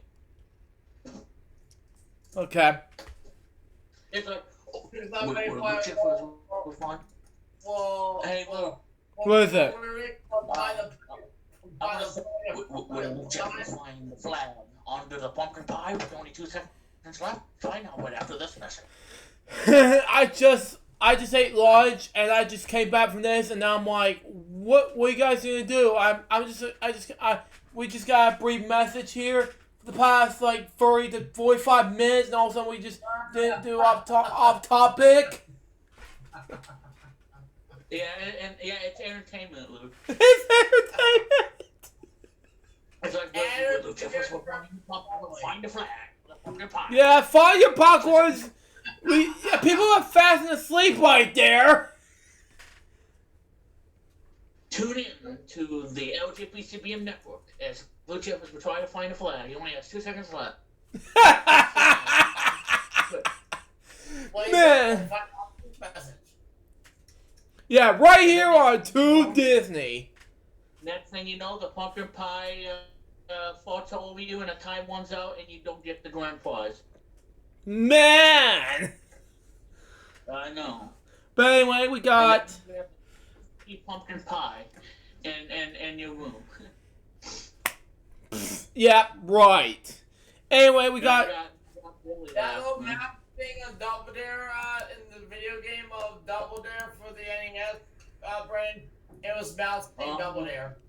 Well, speaking of Double Dare, it turns 30 this year. Wow. 35? No, 30. It came out in 1990. Yeah, it came out in 1990 on the NES. Yeah, from where? You okay? I do plan on playing. Yeah, I do plan on playing that. Wow. I plan on playing that on my Twitch channel. play Double Dare to honor the 30th anniversary. Wow. Because it's my favorite, one of my favorite games ever. I Yeah. love the music. I love everything about it. Mhm. And yes, I'll even attempt to do the putty drop live, Yeah. which is my least favorite physical challenge and always will be. Always will be for you. I What love is Double it? Dare video game. Putty golf. Again, it has a childhood memory for me, childhood moment for me. Solid moment for you. Yep. So is I. Since- Although the obstacle course is kind of, yeah, I don't care for the obstacle course because the buttons you have to press left and right and break your thumb. Although I did cheat on that obstacle course, where I got all 8 prizes. Yeah. You know, you wanna know what my secret was, Luke, to beating the obstacle course? What is it? Have a game controller that has a turbo functionality, Mhm. Yep. and then all you gotta do is press the turbo button and select the button you want to automatically do the turbo button. Well, I chose up, and the guy went up so fast, I wouldn't even have to button mash the up button. Still. To this And day, I that's know. how I got all 8 prizes. So if you don't have a controller that has a turbo functionality, then you're not gonna be able to beat it. Still. So the only way you get all 8 prizes is if you have a game controller that has the turbo functionality. Like the one I have in this room, the Holy Pad. Yeah. But yeah, I mean, I never got 8 prizes before, but I did. And we lost David. I know he's coming right back. Well, Luke, the reason why he left because he's trying to beat the Turbo Tunnel in Battletoads. Well, David, try to beat the Turbo Tunnel. Good luck. You don't mind doing that little pocket flag impression you did earlier? What? Or where we has to find the fire on the pocket fire in 2 seconds left? Mm-hmm. Let's continue on with we left off. Well, I think the reason why David left is he wanted to try to beat the Turbo. What? Anyway, let's try Yeah. to drop the bomb. Cause I was spun the wheel and say, pad the games and like what we do. I haven't done that anyway.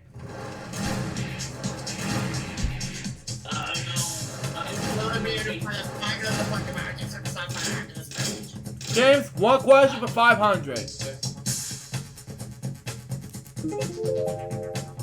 The soldier? I don't know. Well, and I do want to let you guys know there won't be no Finger Pit Live Easter egg hunt special this year. Wow. Because I was actually, because my plan was I was going to do it on Twitch, on my Twitch channel, and I was going to invite you, Luke, Billy, if you want to join, and Chris Kennedy, the co-host.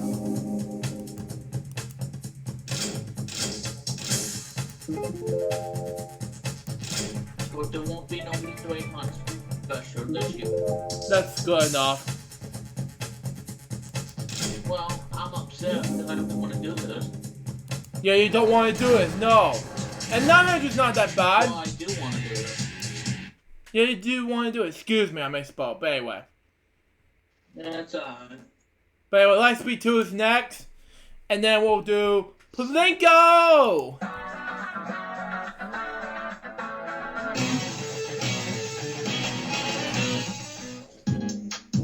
Blanco's on. Oh yeah, I remember that. You played Lightspeed? Yeah.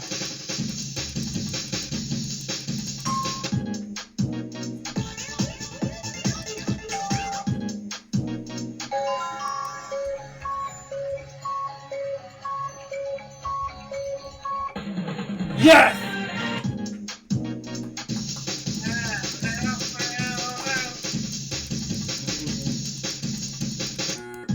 Dang it!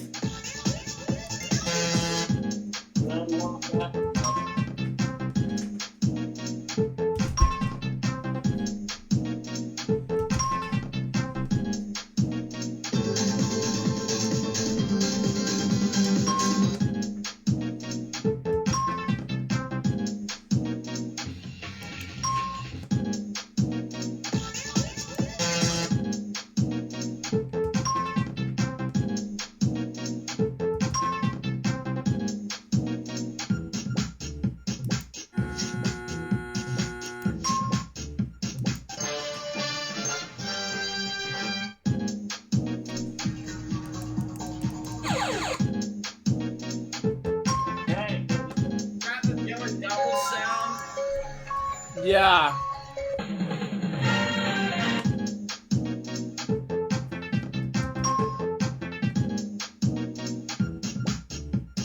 Yeah, like Speedway. Oh, wait, that's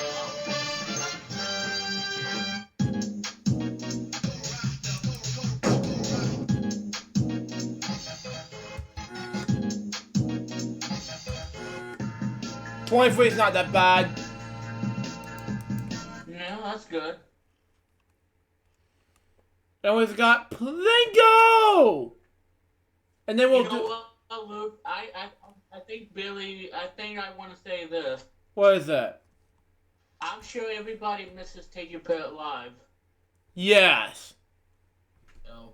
Yeah, especially Luke, myself, Chris Kennedy, Billy, who was the original co-host of the show.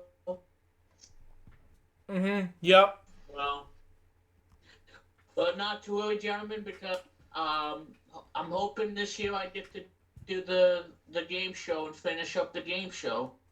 Yep.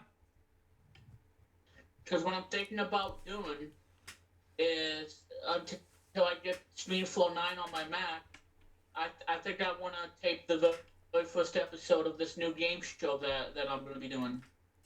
That's good enough. And yes, Luke, I'm going to tell you that Billy is going to be at the testing on my new game show. Wow. Billy, if you listen, yeah. Okay. And yes, Luke, David St. Danis is going to be on there too as a contestant. Wow. So who's going to be on this new game show? Well, Billy, David, and you, Luke. Whoa! Yeah, why not? Why not? Yeah. But anyway. And where is Billy? Did Mr. Bucket kidnap him? Oh, there he is. Everyone gotta eat something for a little while, but it's gonna take back. And for the behind the scenes, we'll be filming Pressure Walk, and we'll be doing it for the last Game 7 in case or when I get back, and we'll be doing it in the current segment. Just a heads up. That's it. Okay, that's fine. That's it. And don't forget we start on B-Game. Well, it was either Mr. Bucket or Paul. Oh my. I know we haven't heard of Pony in like forever. Wow. Oh well. Cause I remember one time Pony stripping over Billy. You're gonna play Plinko for the chance to win up to $50,000. Wow.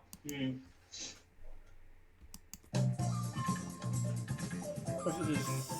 7?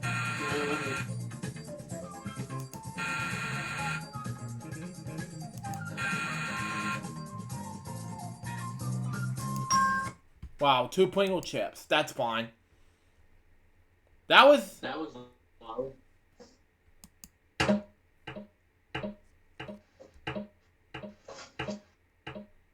That wasn't bad, $1,000. Hey, Billy, I think do a message too. Okay, not bad, $1,000.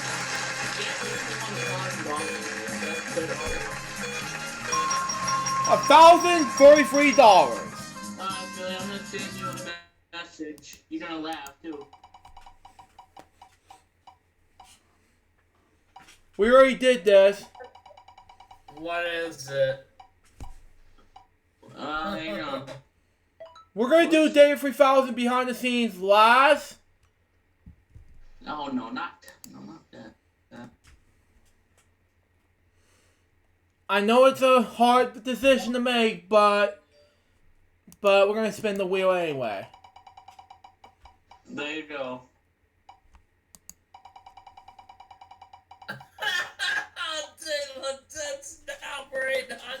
Oh my! L4GS TV flash control stuff. Yeah, let tips now for 800. Oh my! We got Haven't done that in a while, Bill. So, Brandon, how are you doing with the coronavirus? Well, we're doing okay. We're inside. We haven't gone now, so we're fine at the moment. it's a 6. Ooh, change the card to a 7. Ooh. Hope everybody, $45,000. like I said, do us a favor, wash your hands. Lower. Always wash your hands. Always do it. Higher. Not bad. Yeah. Lower. It's not bad. Not bad, there's Help one. control the Discord population. Have you playing space? Boss! And please remember, wash your hands so you don't. It's a queen. Oh well. I thought it was 10,000, but oh well. 15. The tips now for 800. 14, okay. 11. Sucky 7. It's a gold! 12. 2. 14. 10. 9. 8. Yeah, I'll take a tips now for 800. It's not bad, $25,000.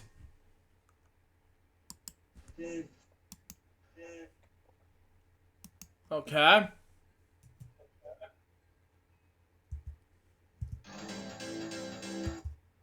Yellow. I'm gonna use green for the danger color. Yellow, excuse me. Misspoke. Blue! Red, okay. Alright, Billy, you're gonna love this one too. Red. Green. We Yellow. are the layer service. Clinton. Yeah. Green.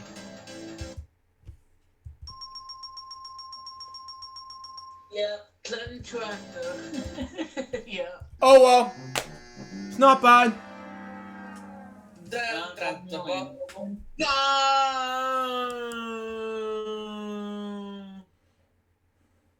Home stretch time, and we'll be doing another game segment. Okay, $100,000 it is. 12. It's a red. Yeah. Yep. There you go. Blue. Sucky 7. It's a yellow. That's great. Neck to neck to neck to neck. Okay. 8. Okay. 10. It's a Yeah. O'Reilly Auto Parts. Ow! Yeah. one more and I'll win $25,000. 2. Okay. Guess where I am, Brandon? Well, Neck to neck with these 2. 9. Sucky 9. Wow! Okay. 6. Oh well. One more number. Ouch, the back Bongo, Brandon. 4. Yeah! $100,000, baby! $1 million? $100,000 for the home stretch. I have an ouch to back Bongo. Yeah, I know. I don't want to crush this cat. Oh, I'm sorry. Okay, coolmathgames.com stuff.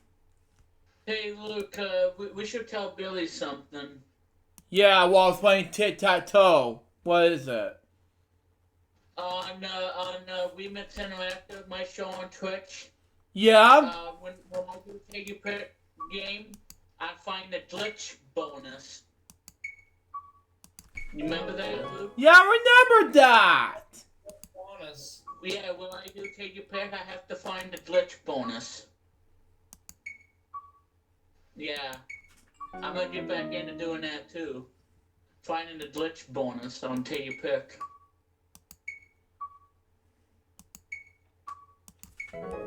Okay, that will be it for that one. Spin the wheel. I got...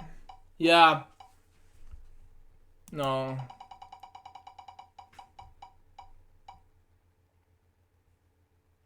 Billy's game's turn! Alright, then it's time to go! Time to hit the road! The very first time, when I did it, this 286, so 286, prior to LukeJ62895, we actually did very well in any of the games that we played. Mm-hmm. Right now you're seeing an episode Catch 21 right now. Wow. And now let me find my remote here. And we will start out with Wheel of Fortune.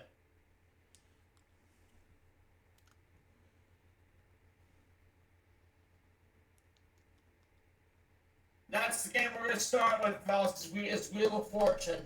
Wow. And you know what I should do, Luke, from We Met Interactive? What is it? Play Double Dare on DOS. Wow. But that's your least favorite version, Brandon. I know you like I actually like the DOS version. I like it now. NES, do you like both? Yeah, I still like the NES version. I like the NES version a lot, but the DOS version's actually good. Yeah. Good game. The obstacle course is a lot better on the DOS version because it's easier. Mm-hmm. Easier to play. Yeah. Well, the NES version, the toss-up challenges are easy to play. Scissor challenges are fun to play.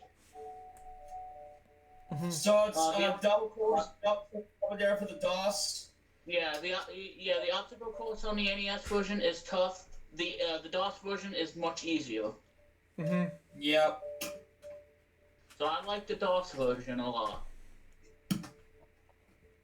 I highly recommend doing Double Dare for the DOS because the obstacle course thing. Yeah, obstacle course is a lot easier than the NES one.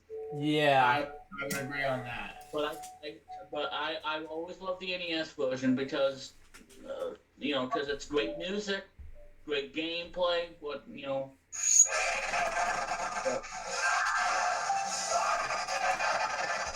And I will always hate party golf. Yes, we're gonna play Wheel of Fortune, guys. This is the start of Wii games. We're doing Wheel of Fortune for the Nintendo Wii. And I will always hate party golf. Hopefully, $1 million in this game. Oh boy. And like I said, I push you party golf.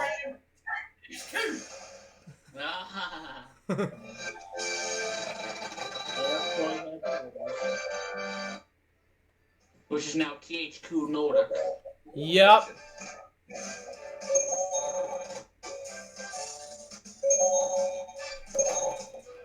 Well, Luke, what I'm going to say on the message. What is it? The classic stage today. Whoopsie. Classic stage. Pick up a curfew. All right. used to have that game too, the Wheel of Fortune game. I have the copy. Ladies and gentlemen, Thank you, Charlie O'Connell. how you doing? Thank you very much. See you at the end of the show. Welcome everybody to Wheel of Fortune. We're having a good time here, and the contestants are ready to try to win $1,000 in our first toss-up. The category is Your business! None of your business!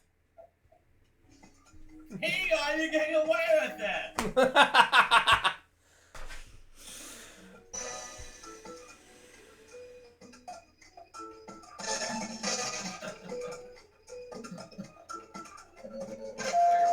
Passing notes in class.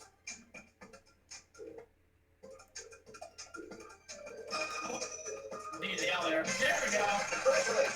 You're off to a good start. Hooray! Get ready, everybody. We're going to do one more toss-up here. This is worth $2,000. In the kitchen is the category. That was we'll get awesome. started right now.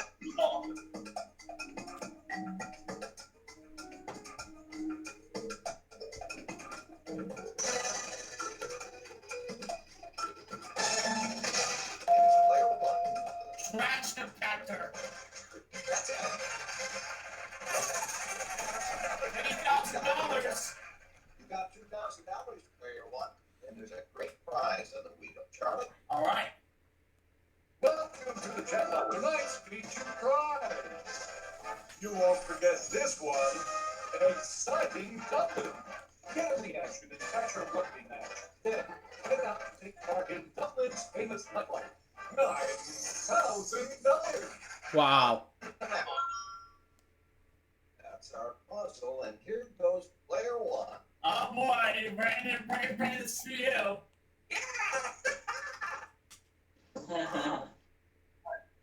To spin the wheel, press it. Man, I know how to I know how it goes! 900. 900. T. Alright, we'll go one by one to determine which line you want to start with. I just started the T, so Brandon, it'll be your turn to pick after I take a spin. Sorry.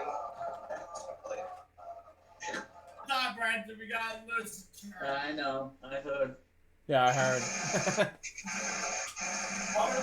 Just version of Wheel and Whirlpool. Oh, it's trouble for us. No last, wait.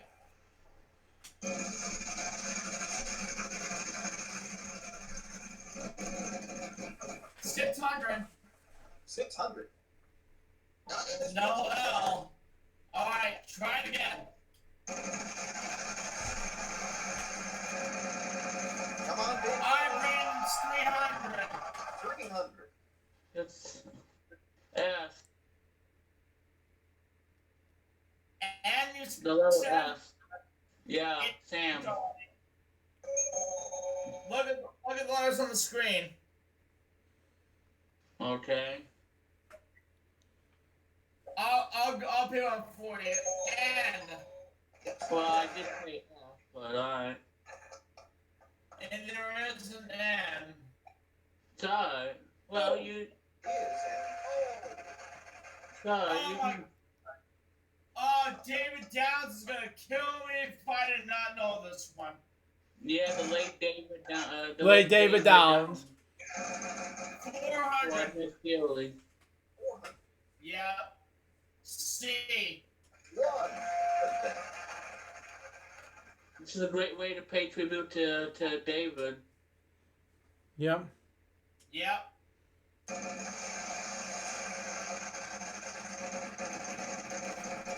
600. Good thing there's no S up there, so. Thank God! Yeah. I would have screwed David over. Well, there wouldn't be a sub there anyway. Yes! Well, I would regret it. 900. 900. H, please. Yes, there is an And I've been killing flies too. Yeah, that's how I feel for killing the flies.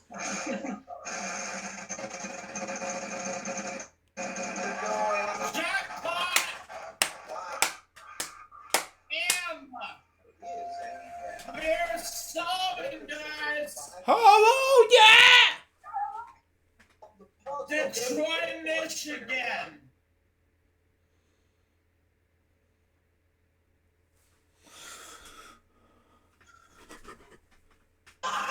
Yeah! You won a nice chunk of change with that solve.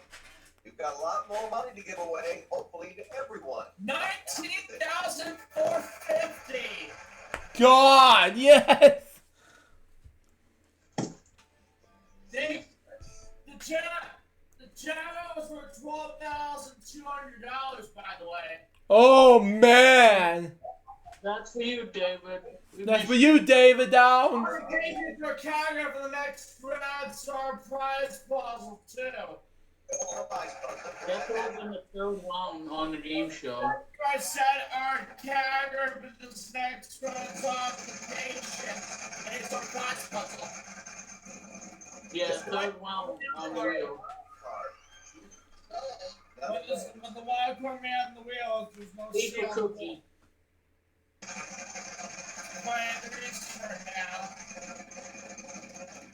500. 500. No way.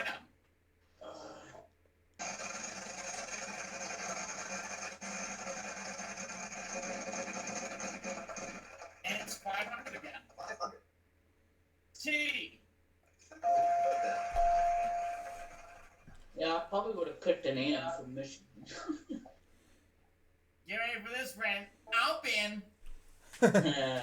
Spoon? 300. 300.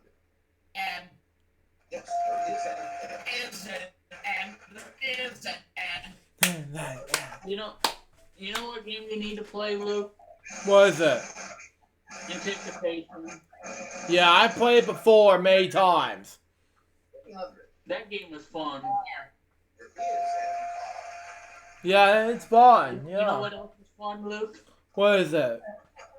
Pictionary. Yeah. I haven't played in years, but that wasn't fun for me. Pictionary there is a steep learning curve, though. But it's a good game. It's hard.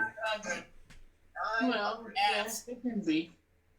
But the music is, oh my god, the music is awesome. Yeah, it was awesome. Yeah. Yeah, the music's the best part about it.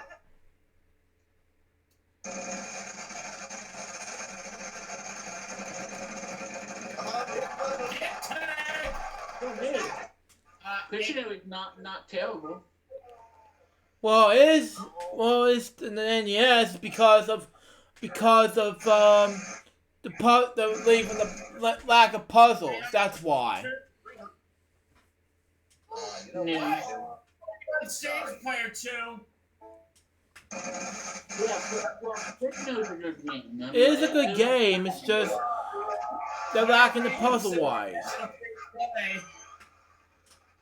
No, but he does get out expenses on the free play. Oh, it was a play. 450. 450. Why do you pick a Y into it? Yeah, right. 3,500. L. Wow.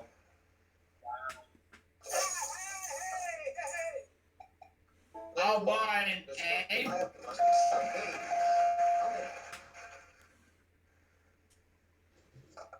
I'll buy. Oh. All right. Oh, yes, there is an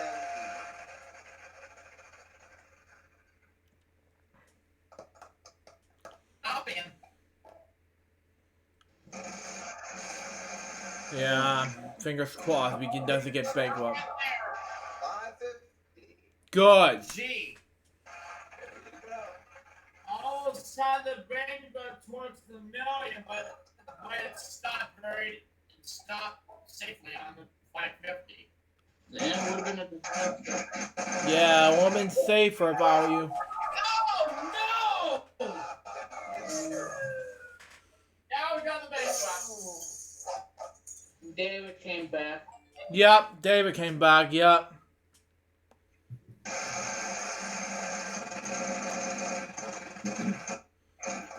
$900. That Mega Man cost us, guys. Yeah, I know. Oh well. Let's have you got it. Why buy a valve? Just solve the darn puzzle. Come on! Player 2. Let's go to yes. There goes. Stupid. Why would you want to waste $500? What an idiot. Player 2 is going to stop. Let's not forget. Congratulations. You won. Well, I had the prize. Cash as well. We'll take a break and come At least there wasn't a $0 prize puzzle win. Well, we have a mystery round. That's all I'm going to say that. Well, at least there's no $0 prize puzzle win. round. Yeah, thank God. I'm tired of that too.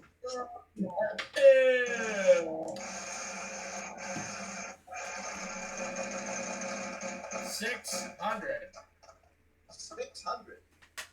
Star. Yeah.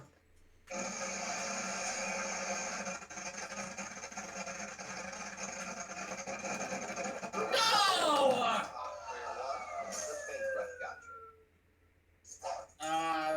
So I feel.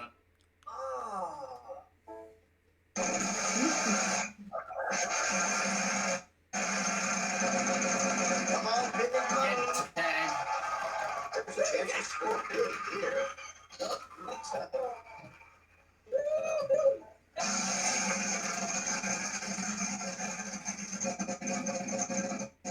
Oh, mystery wedge. Mystery wedge. Oh, sorry. No deed.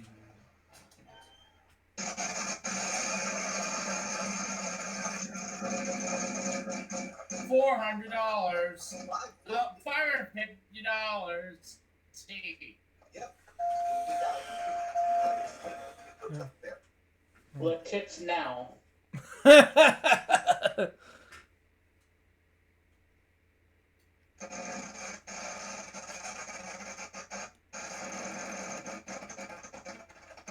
Mystery wedge.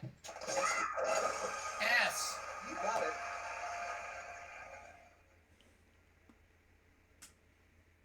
Go for it. This would be a bit of a gamble, but there could be 10,000. What is it? Bankrupt. Oh, it's the bankrupt.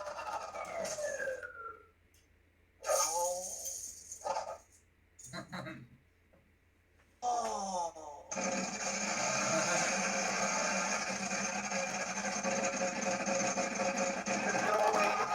Get tagged. Good opportunity here. Don't beat on stage player 2.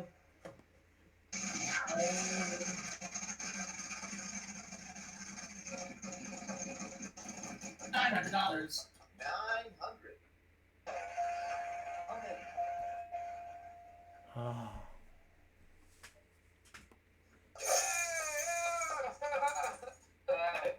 All right, the vowel. I'm sorry. No. Oh.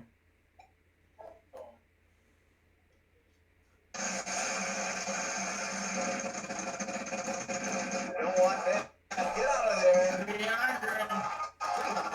And Well, no loser turn in this game.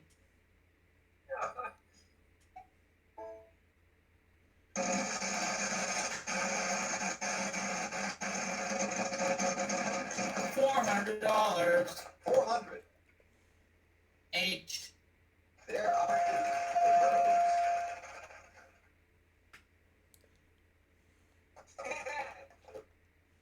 Friday. your vowel. There is.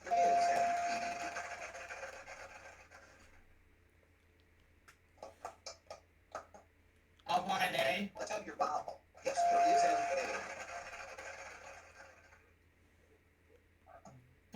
9.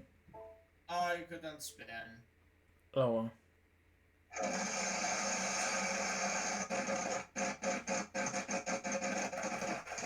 550. 550. Yeah.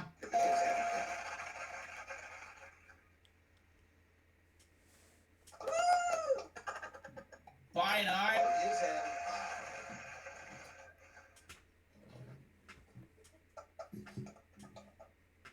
Buy you. Player 1. All the balls are gone.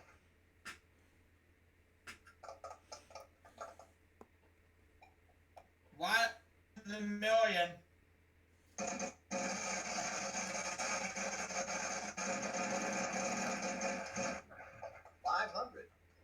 K. There is a K.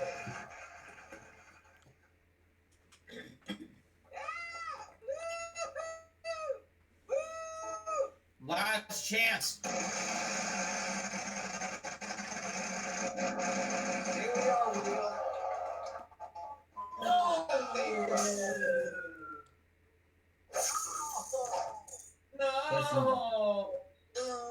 Okay, player 2. That's it. You didn't reach the house minimum, so we'll raise your score to $1,000. We'll be back with more Wheel of Fortune right after this. Oh no. All right, it's toss-up time. $3,000.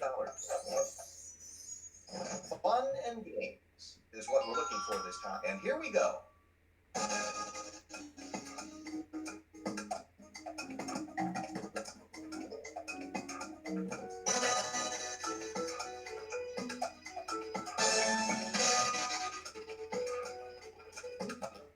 Let's have it, player 1. Squash and badminton. Yeah, that's it. The winner of that toss-up was player 1. They're going to give that wheel a spin. 22,450, y'all. Wow. It's person this time. Player 1 is all poised and ready to spin. Pee the wheel. Man. 600. 600 and. Something. No.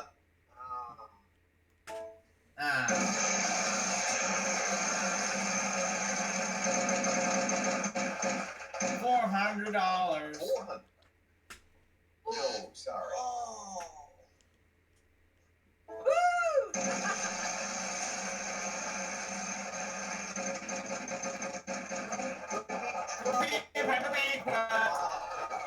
You got the bankrupt.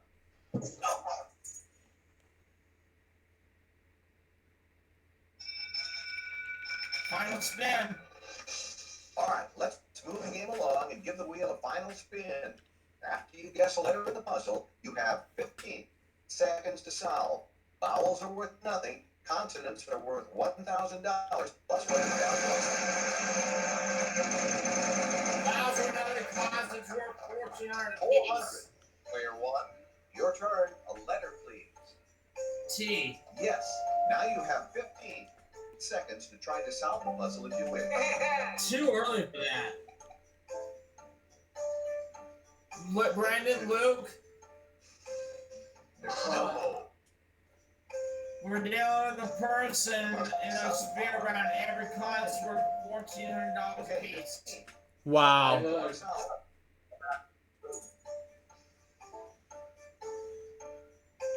S. S. There is an S in 15. Yeah.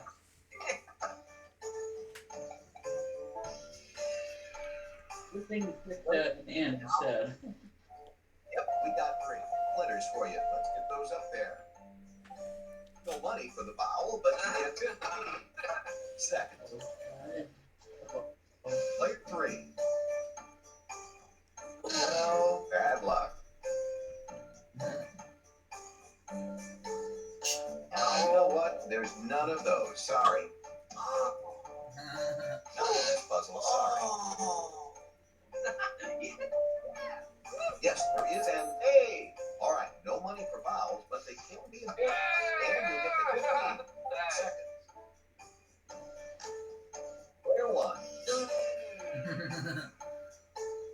C. 1. But then, there you go. 15 seconds if you want to take a crack at that. We're trying to solve the puzzle.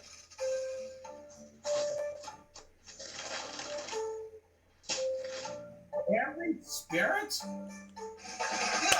Yeah. Catholic Spirit. Hooray! Congratulations, player 1. You're the big winner. 26,650. You ended up in second place, but with a very nice total there. You ended up in third place, but you'll have better luck next time.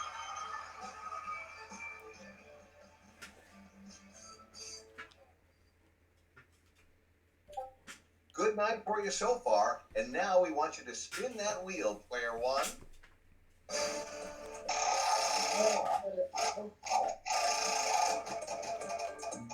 The end of that. All right, now that we have our prize envelope, let's move on to the puzzle. Quotation is the category this time. R-S-T-L-N-E. Vanna, letter, please. Quotation.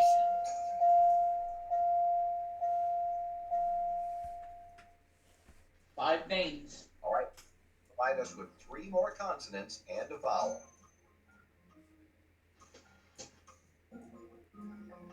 Let's see what we've got here.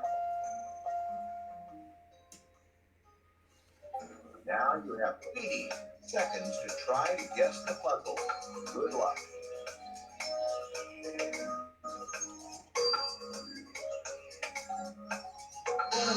Maybe next time.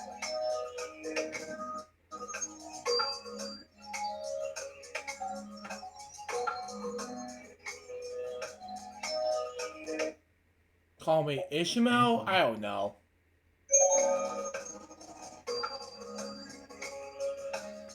No, you got it.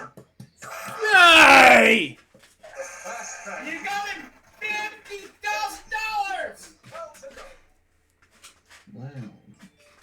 Luke, don't you know you just got me $50,000?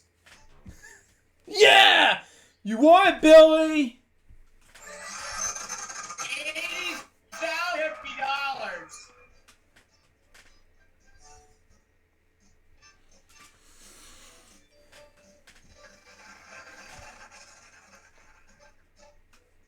Bye. Thanks for playing. Here are the stats from the game.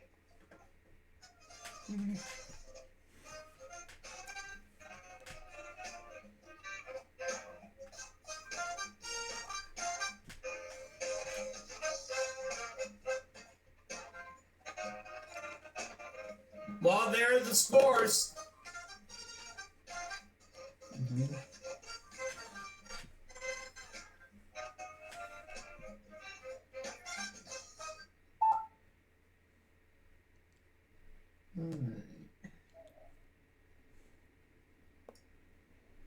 Alright. I had the Mario Super Sluggers.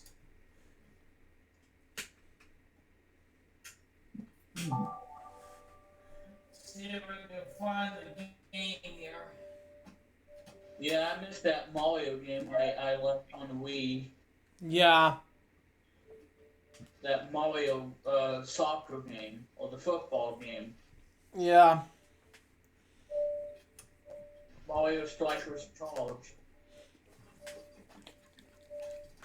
That game was a lot of fun. It was a lot of fun, yeah. I will spill out my chair.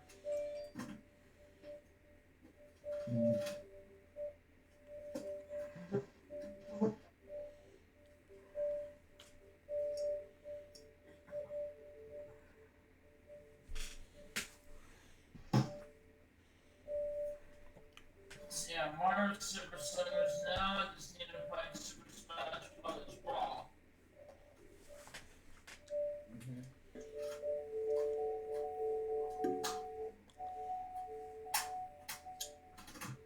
I see there's Netflix on the menu.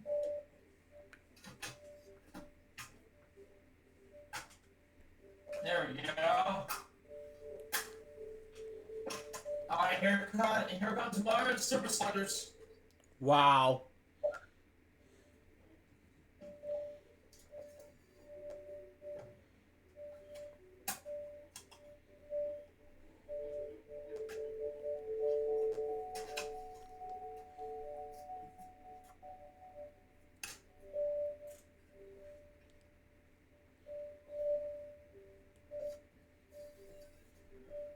we'll be right back. I'm gonna go to the bathroom and we'll continue on. That's Spawn. Stay tuned for the most exciting episode of FWL. Good off. Yeah, it's like, what will happen to Billy this time? Will he get out of the bathroom alive, or will Mr. Bucket lock him up? Stay tuned for more FWL right after this message. Man. I know. I know. Just imagine if Bonnie is sitting at his apartment right now saying hello, you know. Just imagine that. Mm-hmm. Yep. Because I miss doing the whole Bonnie thing. Still. We're gonna do more Super Circus, guys. We're gonna do we're gonna do a fighting game. So we're gonna draw. I know we still have to get to your pets. I know we still have to get to your pets. Secret games too, Luke. Yeah, and then David has to do his behind the scenes afterwards at the Pat thing. Yeah. Well, after my Wii games, I have to go, guys. So I gotta get ready for dinner.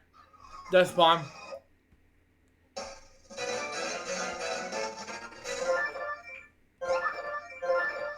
Yeah, side option.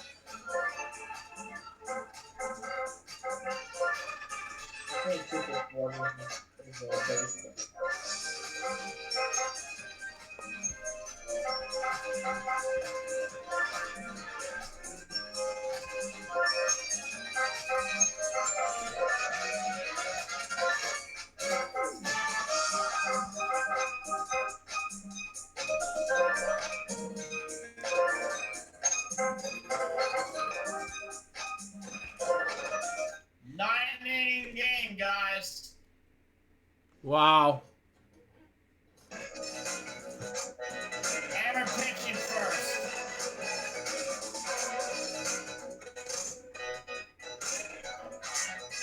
That's like.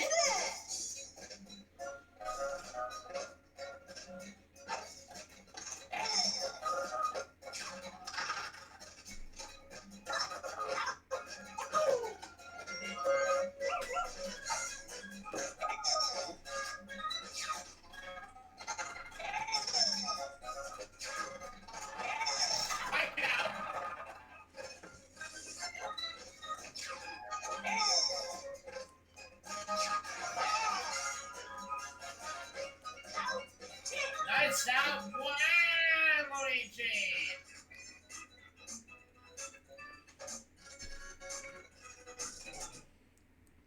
Here we go. Here we go. Yep.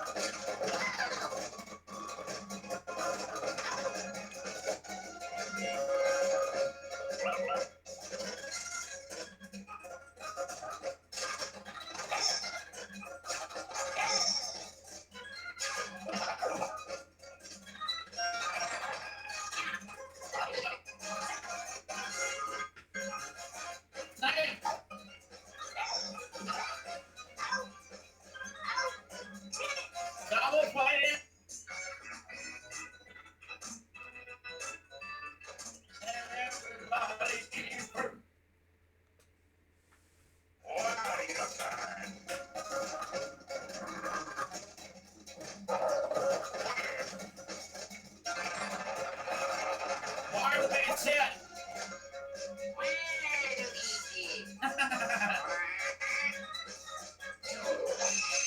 Waluigi, Jacob Sutter, and the scoreboard gone!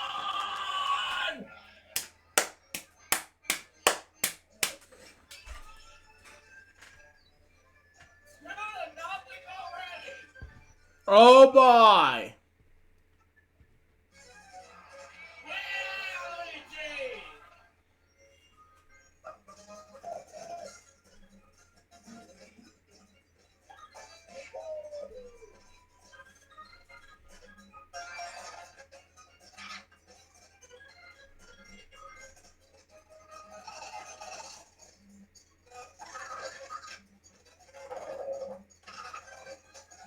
Another double play! Done it! Oh well. Oh, sludge again.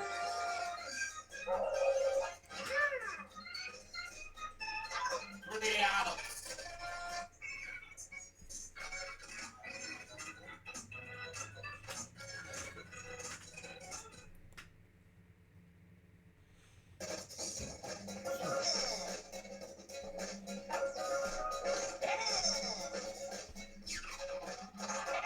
Wow, what a strikeout!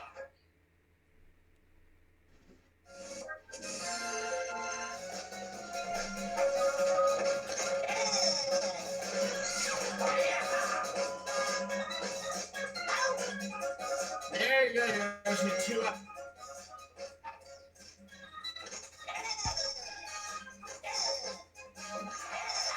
Another strikeout!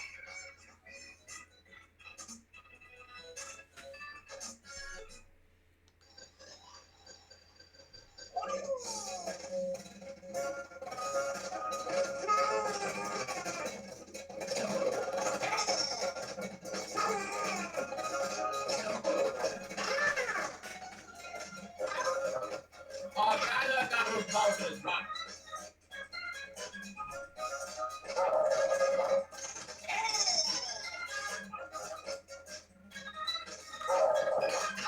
Get out! Gone!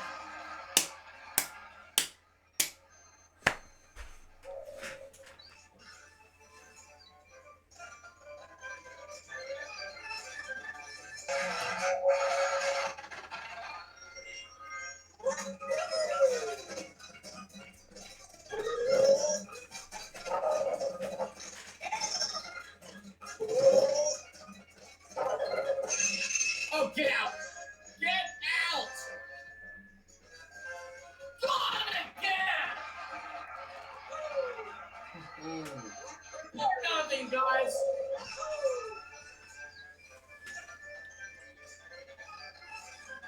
That ball was still out 4-0.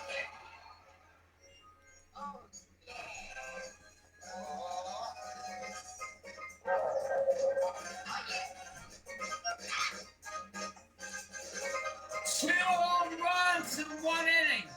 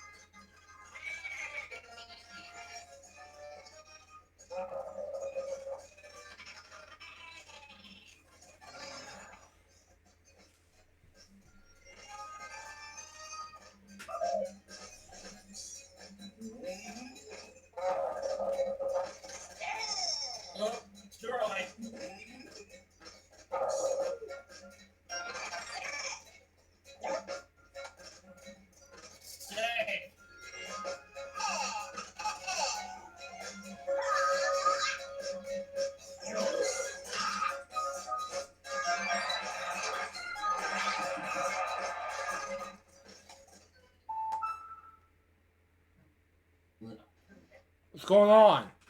Alright. We're gonna get back to Akron though.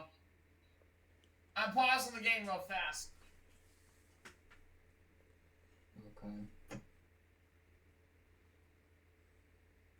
Because it's still but right now, I'm just to know that I forgot to talk about this earlier. There will be a new archive video coming tomorrow, so stay tuned for that. And also, right now I'm just going through my phones here of trolls as we saw in my B-roll touchdown.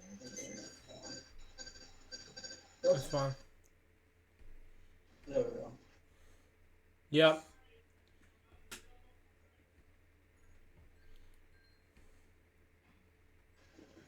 So what's happening, Luke? I was just telling you, I don't know what's going on with these, with Billy at the moment. Remix. Oh. Where's Billy? I don't know. Oh. Well, if you hear any coming from oh yeah. Yeah, Billy.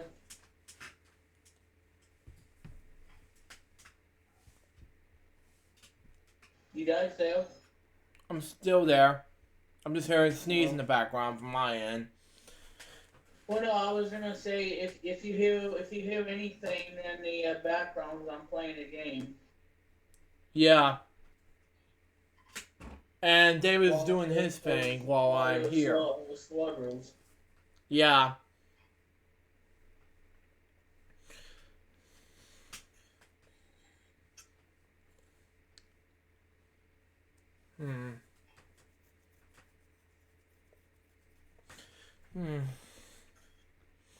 Yeah, and I'm still waiting for one more of my game segments in David's. Yeah. I know. Yeah.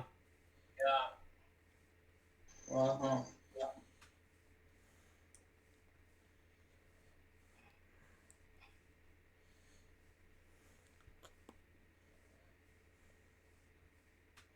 So I've got other things to do tonight.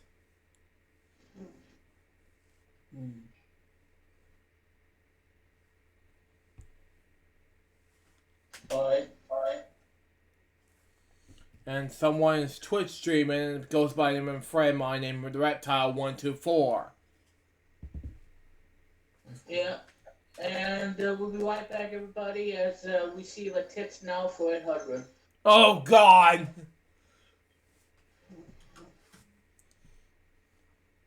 And I wonder if Mr. Buck is knocking on Billy's door.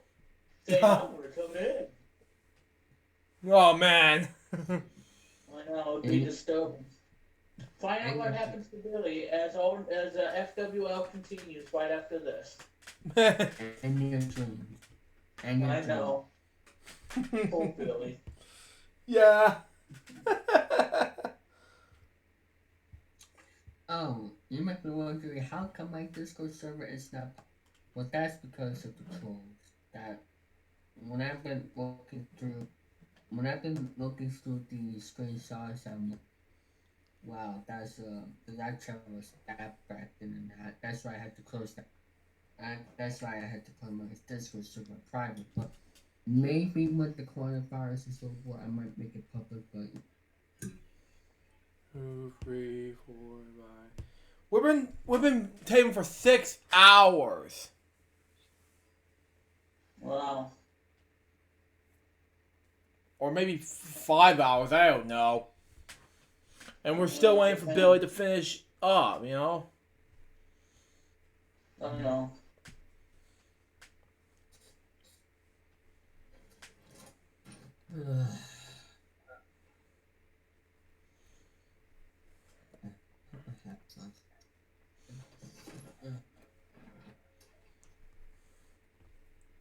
Now, with the tools that I went through back then, I'm not gonna make a run video for every single one of the tools because that thing. And if I did a run video for each tool, that'd be overwhelming. So I'm just gonna So. Exactly. But it's a fun show today. It is a fun show today. Yeah. Well, I know that once you get done with this episode, I know you're going to be busy today.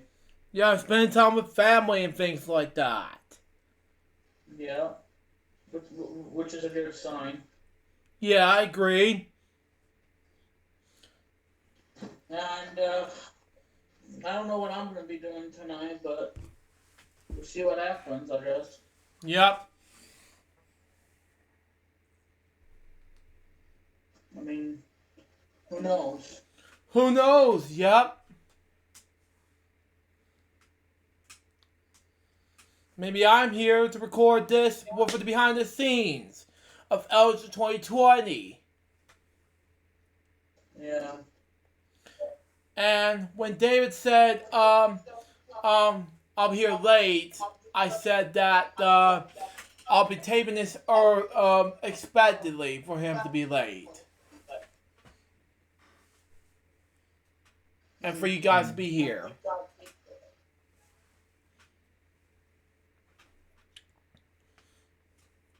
So there you go on that.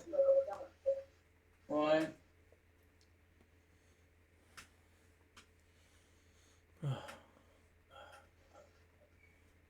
I wonder, I can't edit this out, but I wonder how many gigabytes I got right now. Yeah. Oh, that was a good news. 759.02 gigabytes. Wow.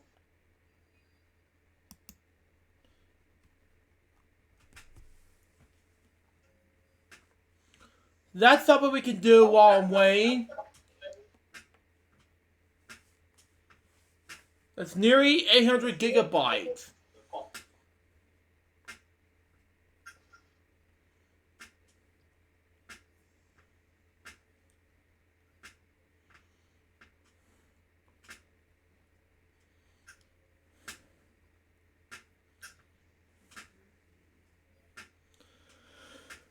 Man. Well, we don't know where Billy is, but only time will tell about Mr. Bucket. Yes.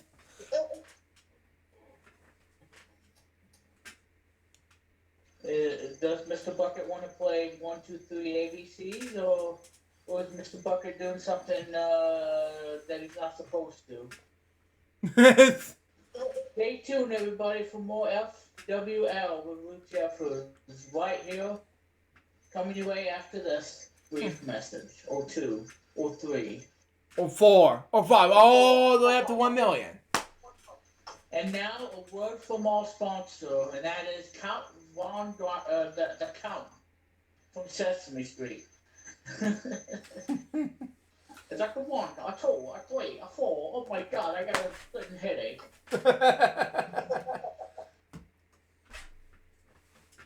Today's lectures of FWL are as follows: an F, a T, and a W. What does that spell? For the win. Ha, ha, ha, ha.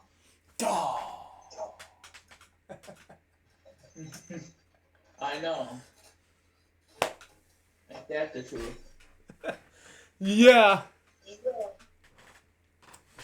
Yeah, because that one you sent me of that one with Bert or Ebony, that was funny.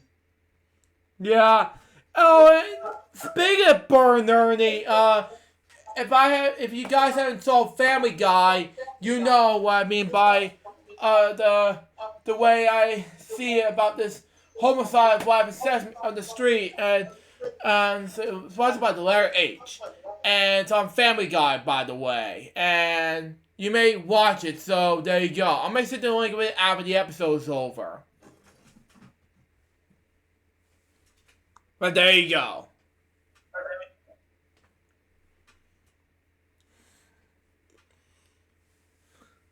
Yeah, it's because you see, I'm a huge Family Guy fan. I'm also a Sesame Street fan. Just probably let you know. But anyway, we're still waiting for Billy. I know. Poor Billy. Maybe he has a Christmas present he needs to open. Are we still going on? We're still going on. Yeah. I'm still waiting on you.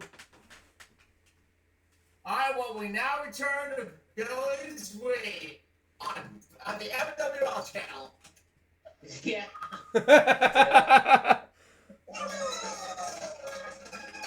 Alright, we just came back, everyone. We're up 6-0 in the bottom of the third inning.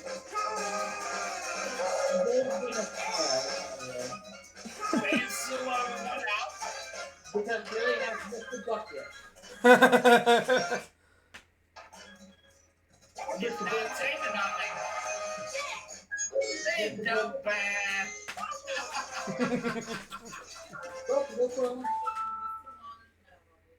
Okay. Alright. Stop there, and then we finish Oh. Oh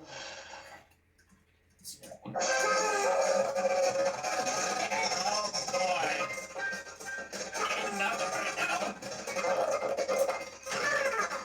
Oh, get out! I didn't go out, but it's fair. It's there.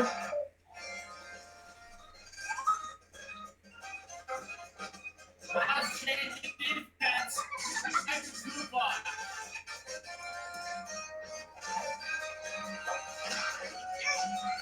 Ball. 10.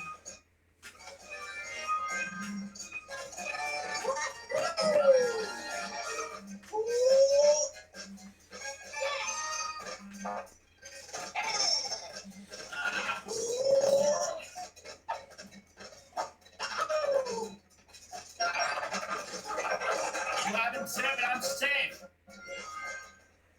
Oh, yeah.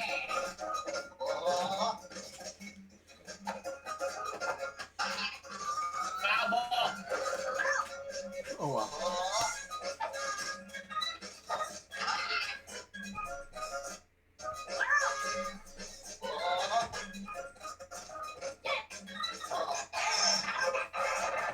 And the music starts out.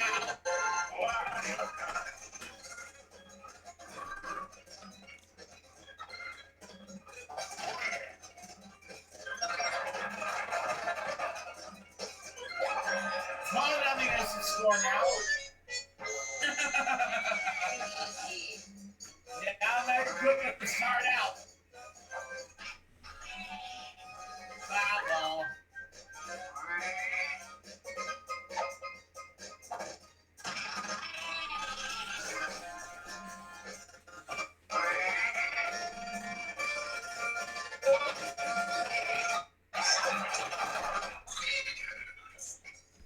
Wow, 10 runs in the third. Wow!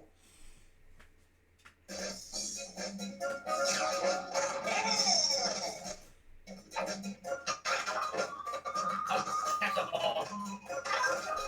Oh, you catch it, and he's jumping for joy.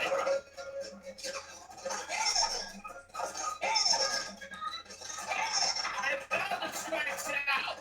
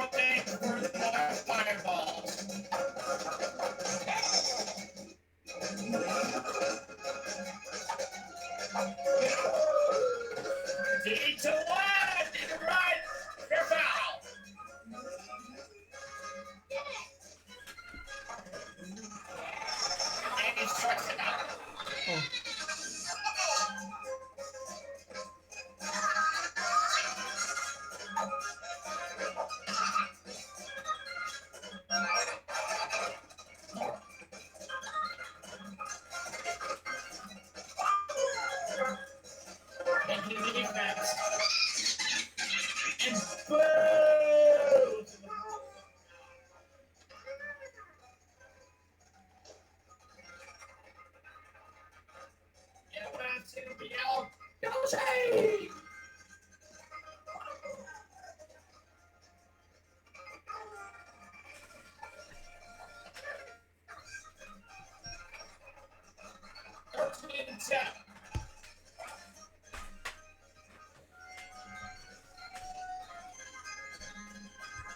Now I got the plate.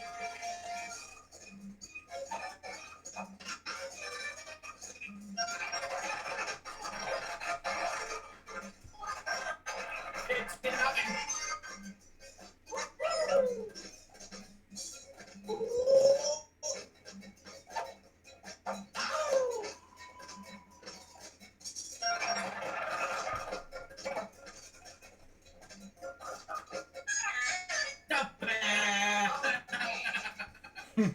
Oops.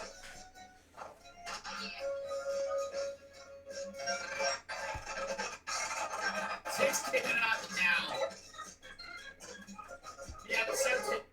Smile say.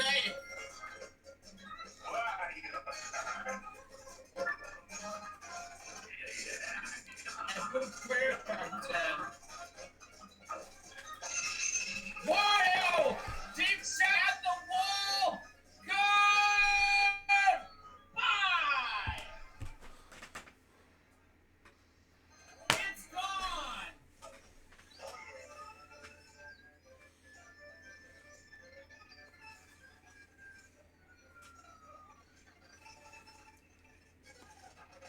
Nice deep set!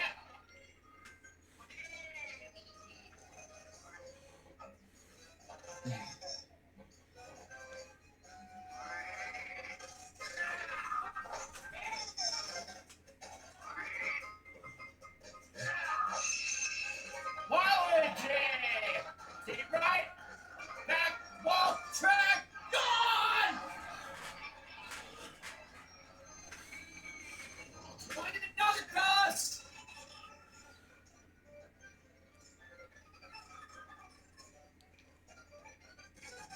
Waluigi!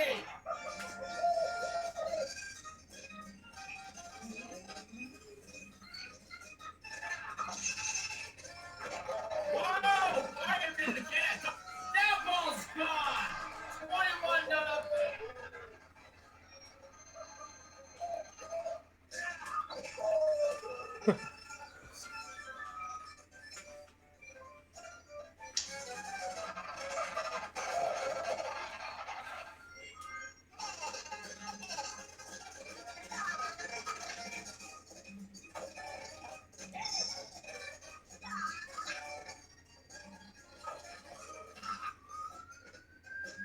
Fair foul!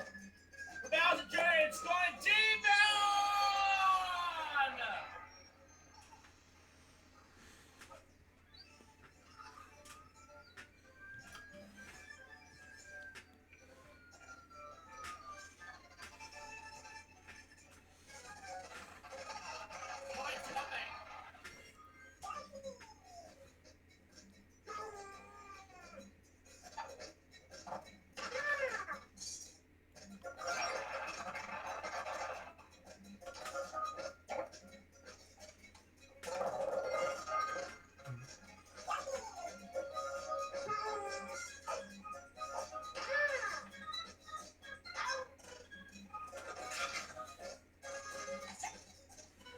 Yellow, don't you say it.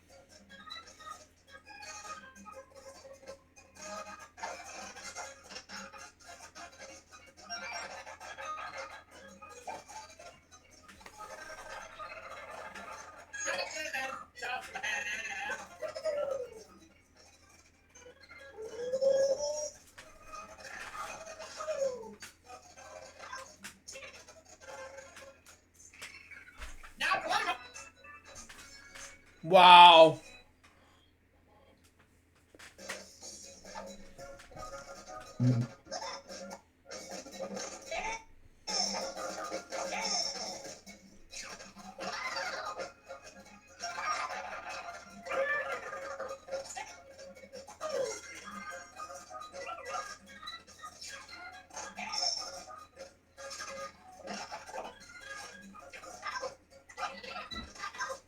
Double play.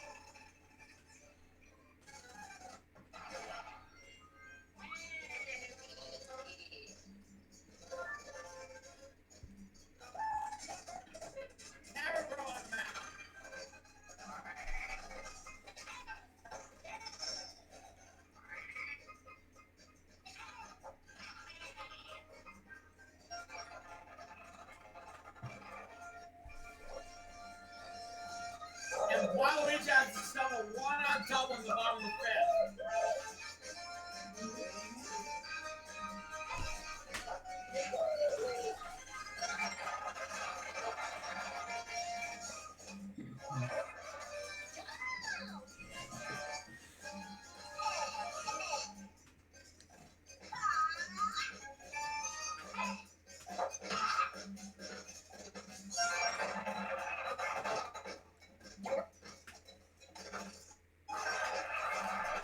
It's nothing.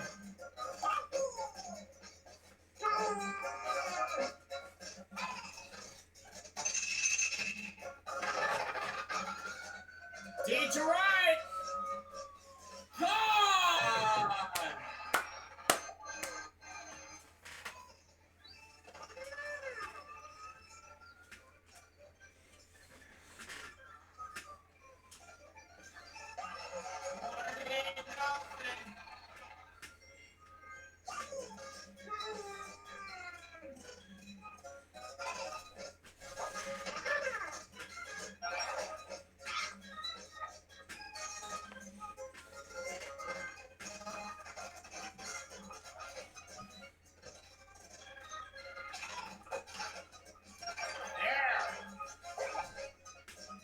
Everybody's safe. Wow.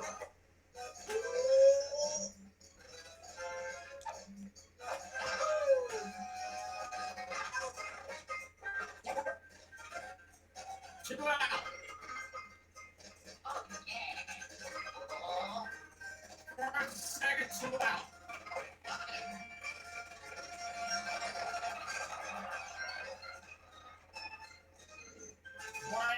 Hard out. So first, third, bottom, fifth, 2 out.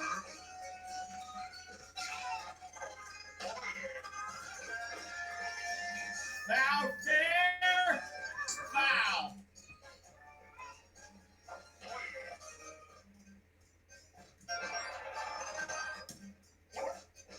37.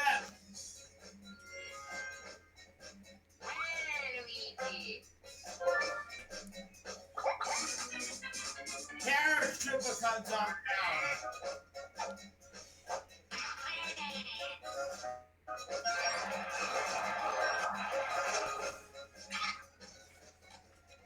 Second.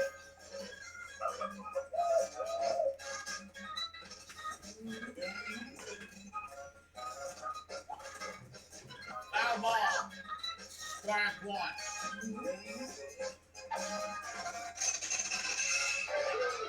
D to left. Goodbye.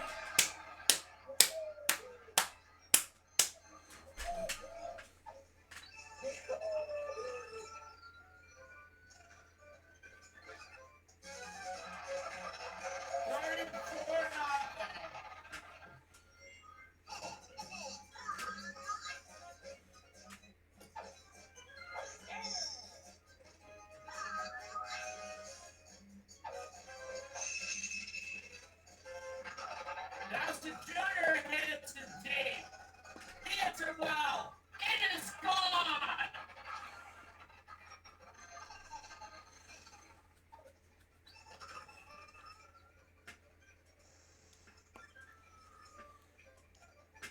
Wow.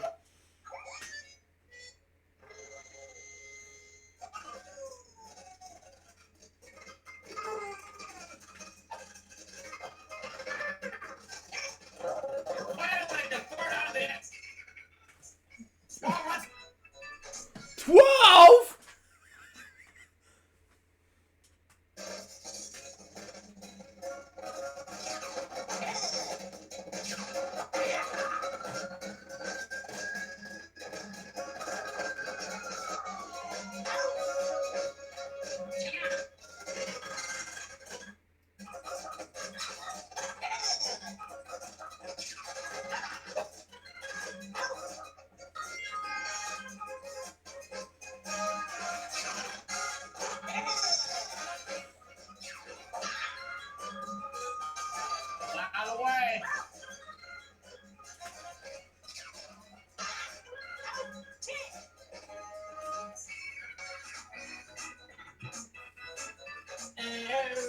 everybody is for pay.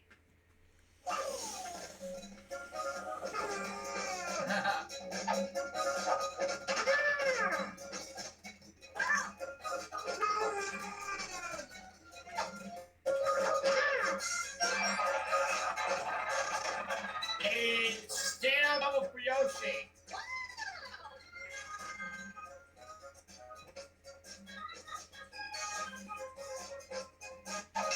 Oh yeah! I just hit myself a home run! 2-run shot!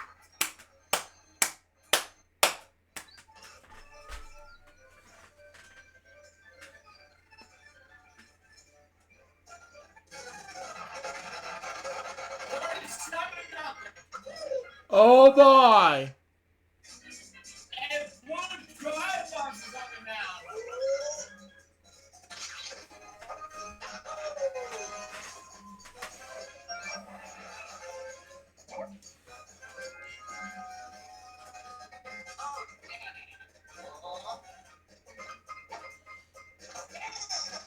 Oh, come on, Luigi.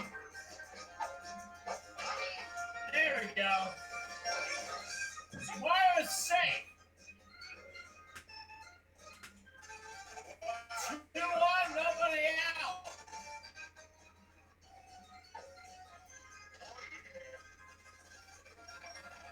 Now it's a horse 3-0.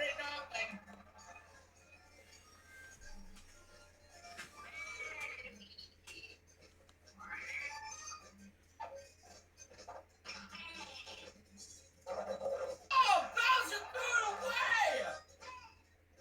3-0. Bowser took it! Oh! 3-1 shot! Man! Cannot believe this. Mayonnaise scored 42-0. Blue Drivers is turned out. He can shake the defense. Red Cooper comes in.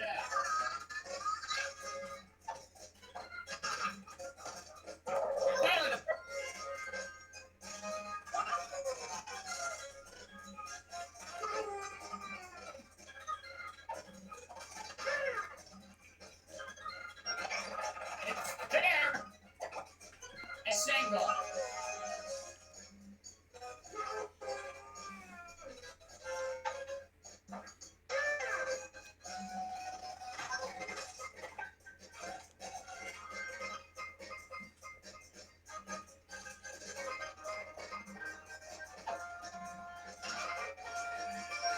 A 2-out single for me. Yoshi's safe.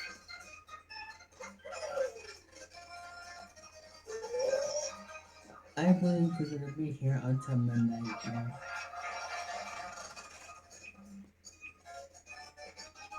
Blue Drivers got the ball. 4-3, yep.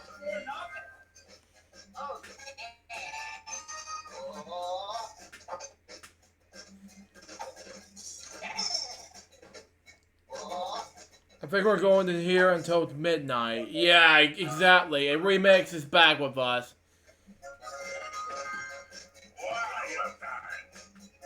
2-1, 2 on the bottom of 6.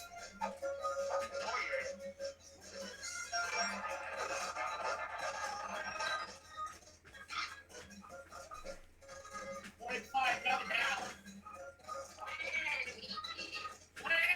Luigi.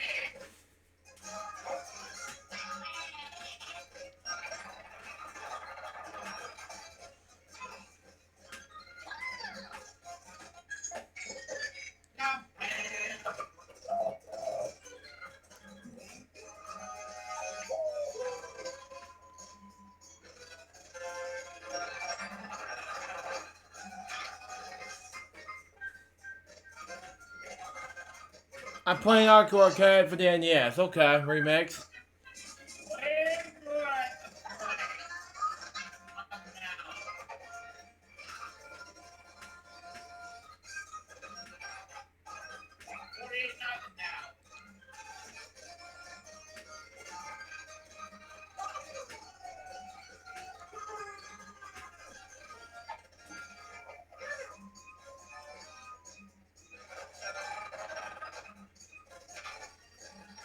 Wow. Say.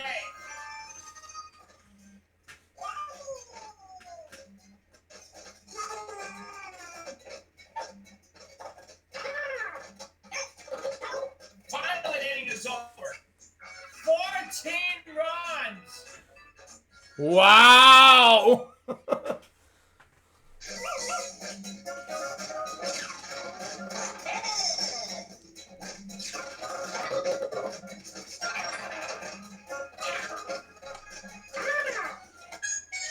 Not bad.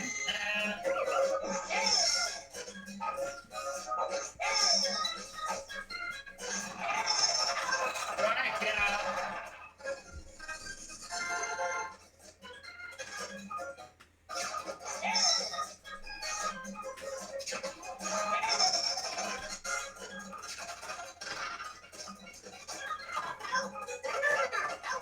Double play in the inning.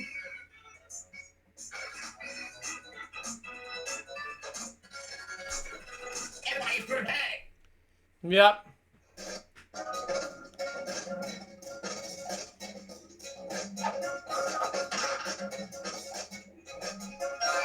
All right, Leo, single for me.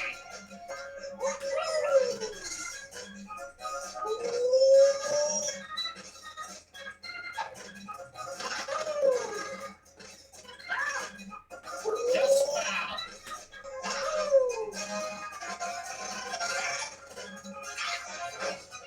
I'm safe. Lee is not in today.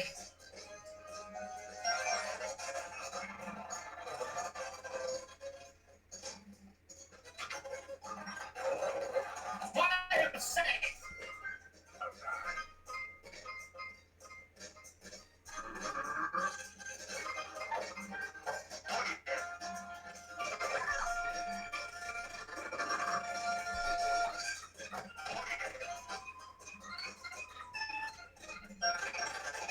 Yes.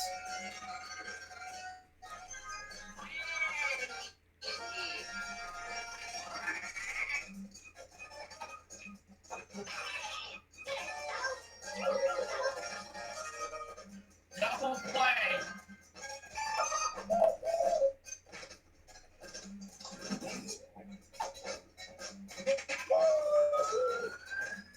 Oh yeah!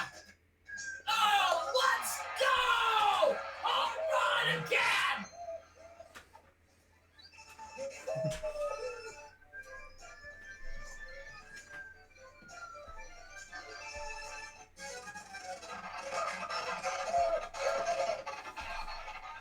Oh boy.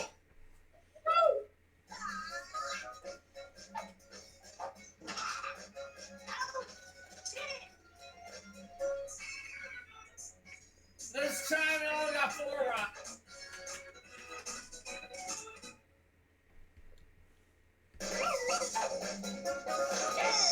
Tommy.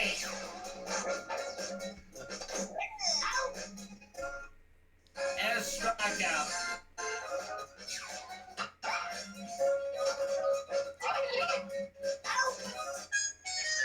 Not bad.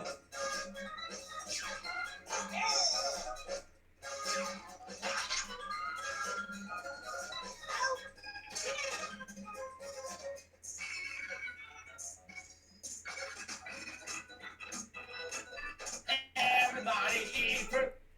This may be my last at bat, guys.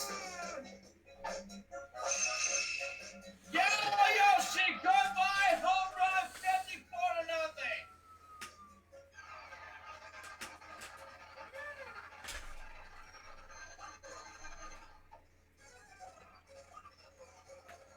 54-0. Hooray.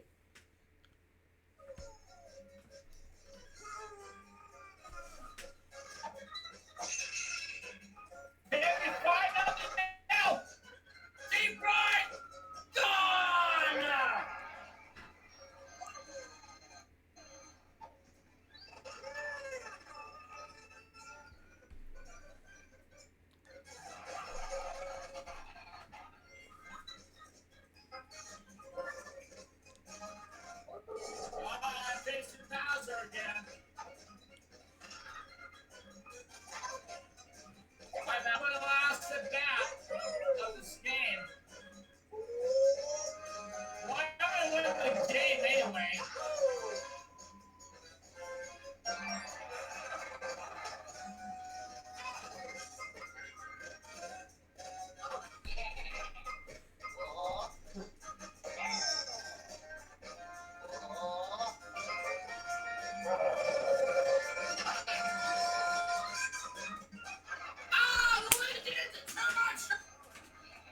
Man!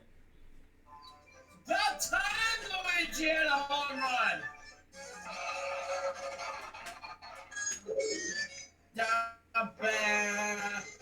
Bowser's crashing defense.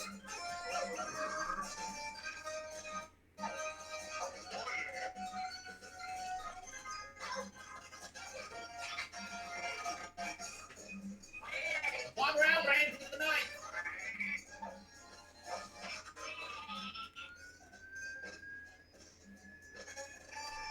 Final out of the inning.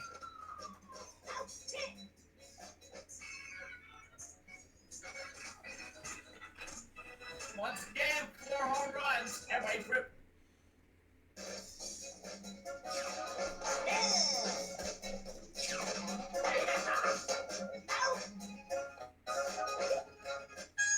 And the bam.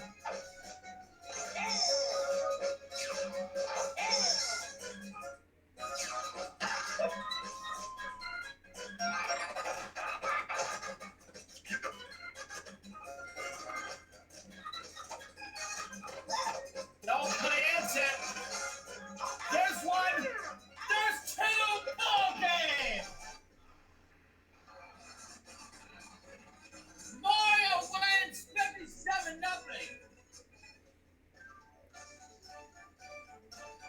Electricity.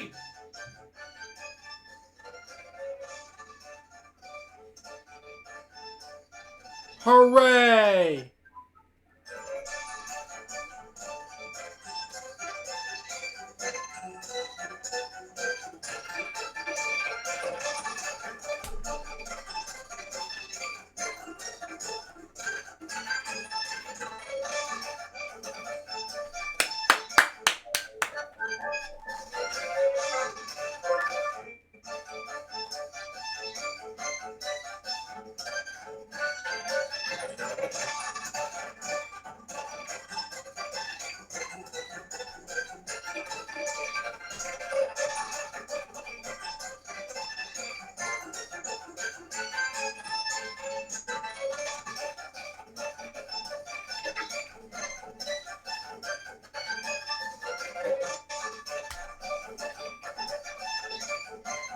There you go, guys.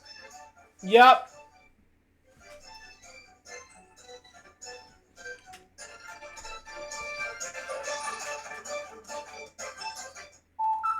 Now we're going to move on to our final game, Super Smash Brothers Brawl.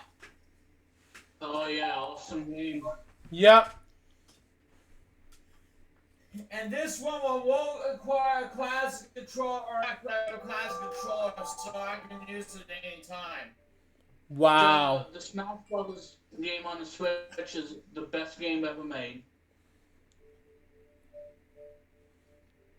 Super Smash Brothers is my personal favorite.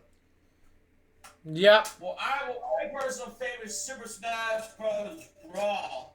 And then the Wii U version. Hey, to wrap up the day. The Wii U version is my number 2, and Smash Ultimate's number 1. Yep. You know what, Luke? The past 2 games is last, so we do not need to wait for that one. Yep.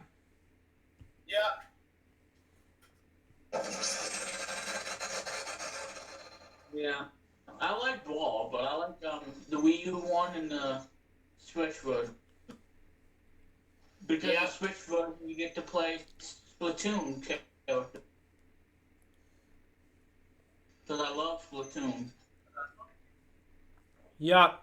Time in the history of Fridays, LukeJ62895, ladies and gentlemen. You're gonna see my gameplay of Super Smash Brothers Brawl. Wow.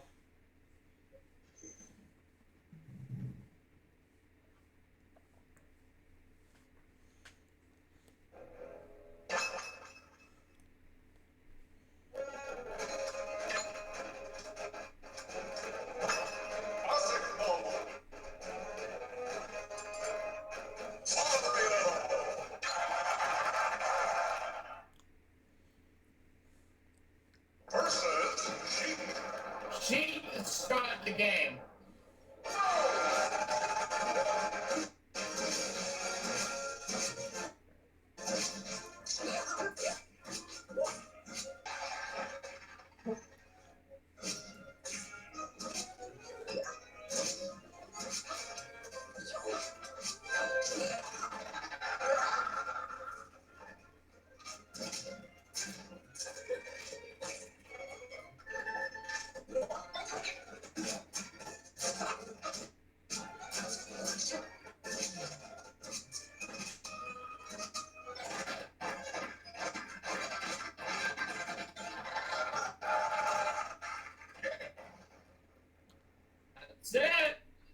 Hooray! 38,000 points. Versus Diddy Kong and Donkey Kong. Oh, and Yoshi is my ally. Ready, go!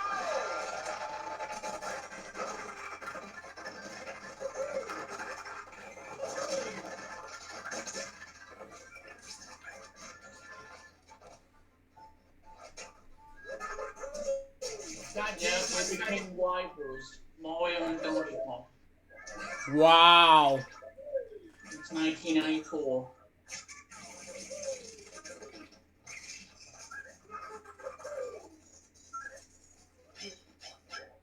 The original Donkey Kong back in '94 on the Game Boy. Yep. One of my personal favorite games ever made. Yep.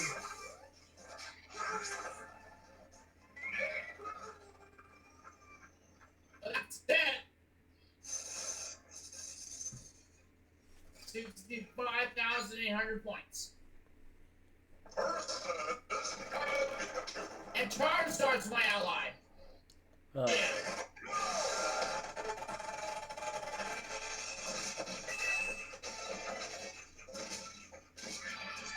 Hey, you have HBO, right? I have HBO, yes. Well, you'll be able to watch HBO stuff for free. Mm-hmm. And I won. I got the giant Pikachu. 97. Well, I'll tell you guys about it in a minute.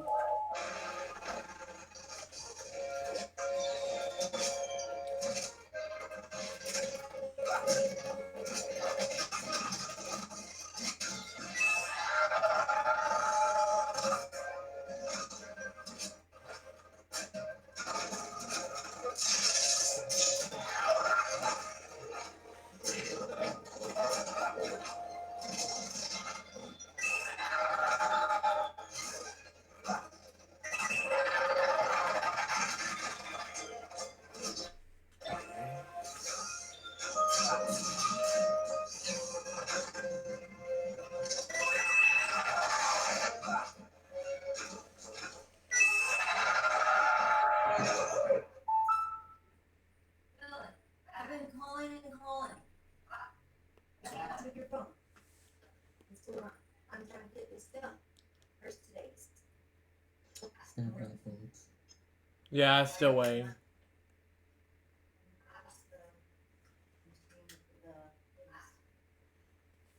What did they do this time? I don't know. Still here, but I have the game paused. I'm on this here. Oh, right. Alright. Well, I guess That's right. we'll get him. Oh, god damn it. I died.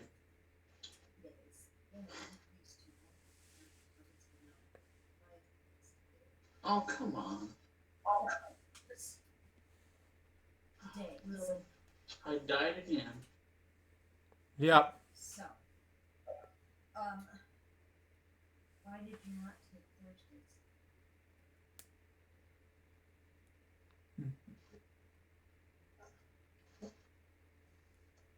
Okay, so this is gonna be different, right? What I'm gonna do is I'm gonna fill it up for a week. And then I've got another one here. Oh, So listen, I don't know how I'm gonna get past this level.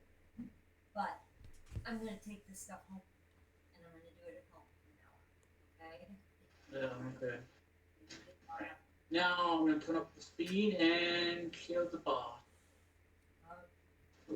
Alright. Alright, number 49. Alright. Do it. We're gonna pause this game real fast, guys. Oh, I died. Alright. Oh, now I'm screwed. Okay.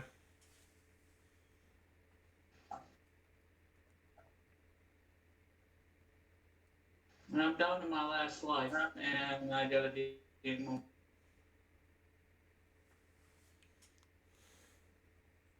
Oh well. Yeah.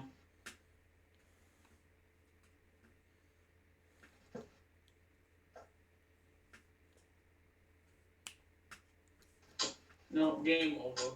Oh well. Yeah. Yeah, I got a game over at the last level, 36. I died. Yeah, That stinks. that stinks. Yep. That's too bad. Mm-hmm.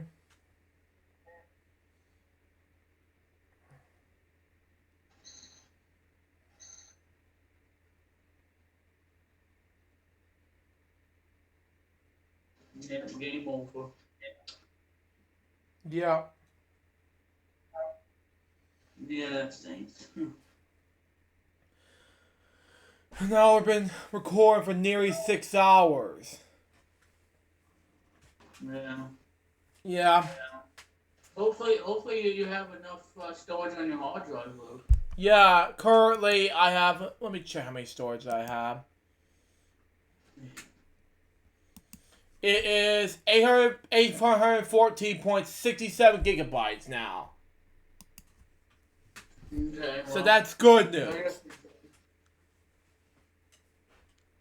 But the bad news, I don't have to edit Elgin 2020 day number 95 today.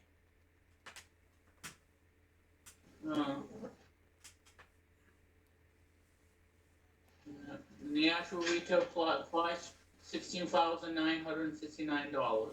Oh my. Yeah, you went over. Man. Yeah. Yeah. Yeah. Next time on FWL, will Luke eat the applesauce? Find out next time. Oh my god. I know. Yeah, me and my jokes, I know. Yeah, you know, you knew jokes. Yeah. Yeah, it's just one of those jokes, I guess. Still. I mean, it's milk and cookies. Yes! Yeah.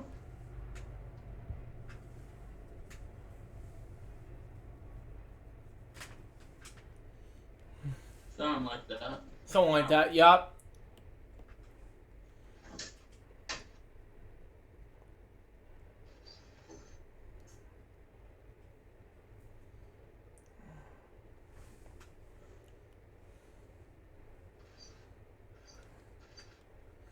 Yeah.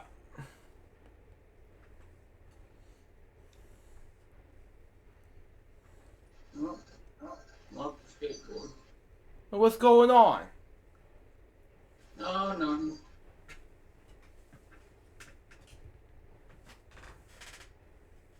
Oh.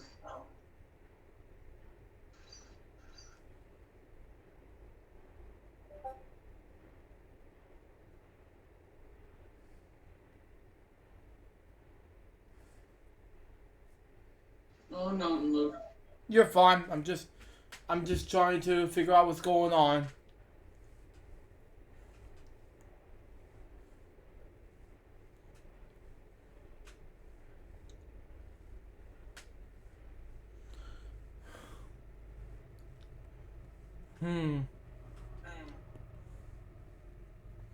I waiting all morning to eat my lunch, but and all of a sudden Billy just decided to make me starve, make me want to not do anything for the rest of the day. Everything.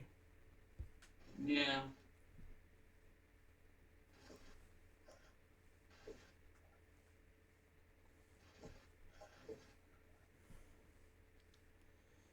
I mean, I'm stuck here I'm in the middle of nowhere, you know. I know.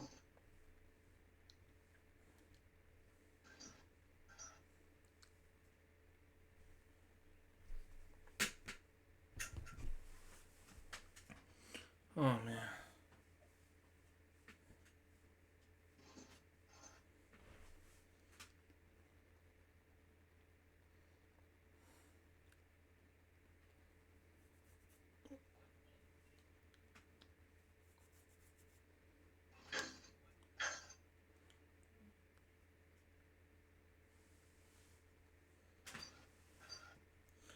I understand, Luke.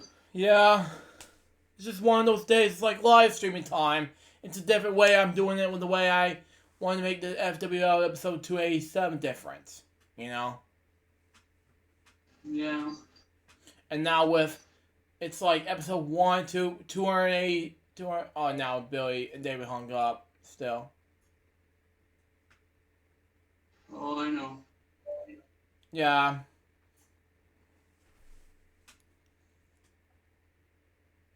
He's timing right now.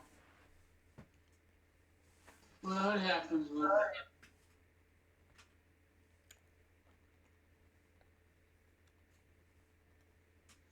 Guys, I'm heading out because I need to do some things that appear later.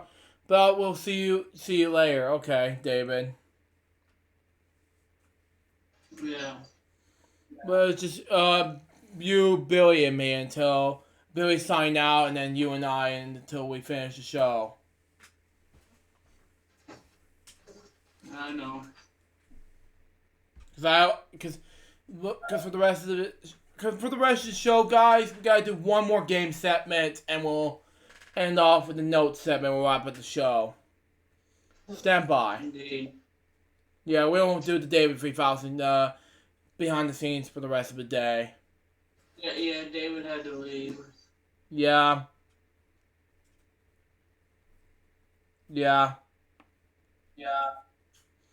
It's That's alright. It's alright, yep.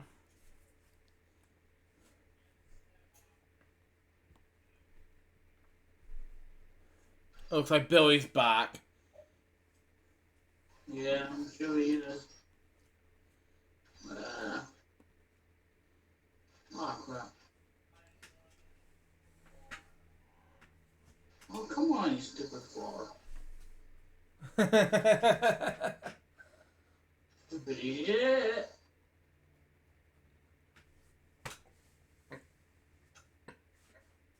Oh. Yeah, I'll regret it. Man.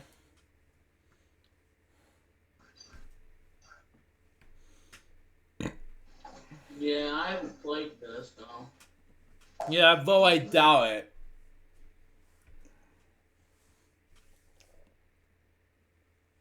Oh my god, stupid frog. Yeah, it won't let me go to the bathroom either.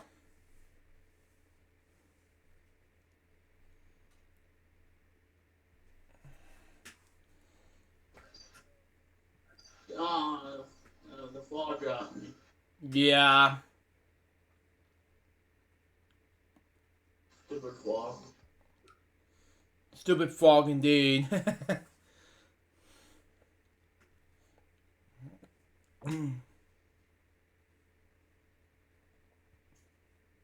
Yeah, it's that stupid frog.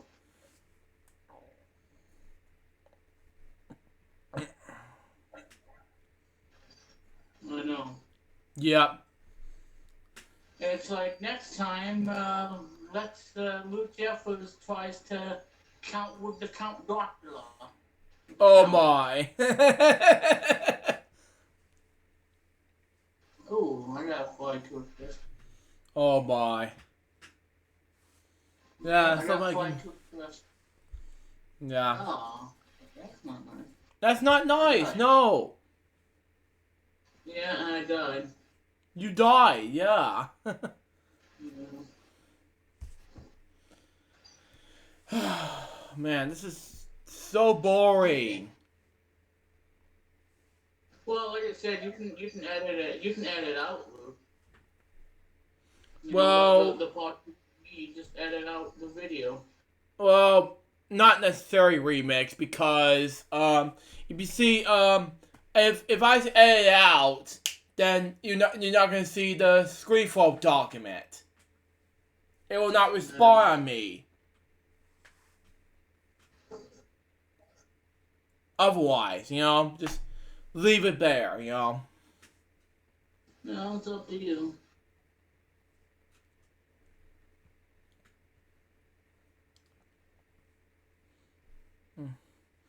So like I said, I don't want to get this edited out. Otherwise, it's just not going to respond and say, quit time, quit automatically. And I'm like, are you kidding me? So I have to, things like that. So that's the reason why I have to finish it all. So that's why I'm not going to be in the mood with this in the moment.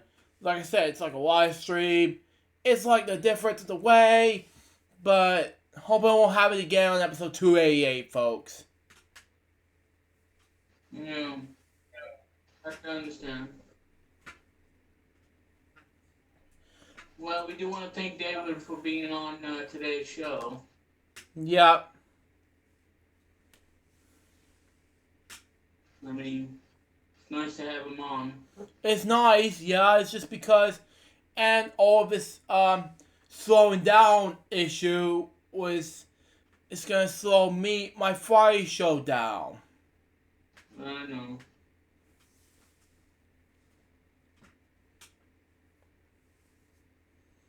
And it takes me like about over 6 hours recording, and pretty soon when he comes back, we'll have to finish this game, and right after this topic, and this game segment, I'll have to wrap up with one more news with this thing. I'll wrap up the show.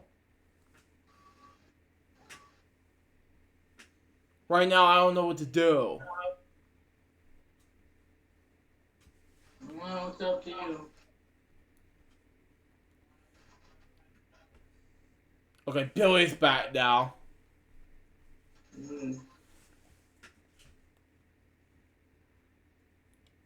Yeah, I just heard Billy in the background.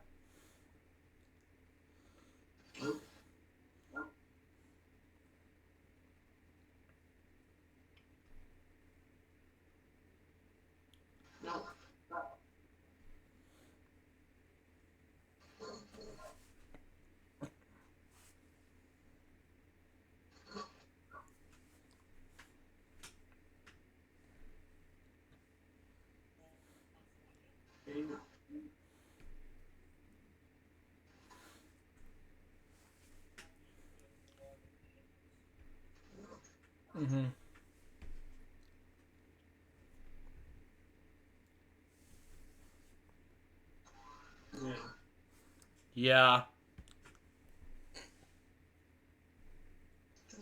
Oh, this game is weird. This game, yeah.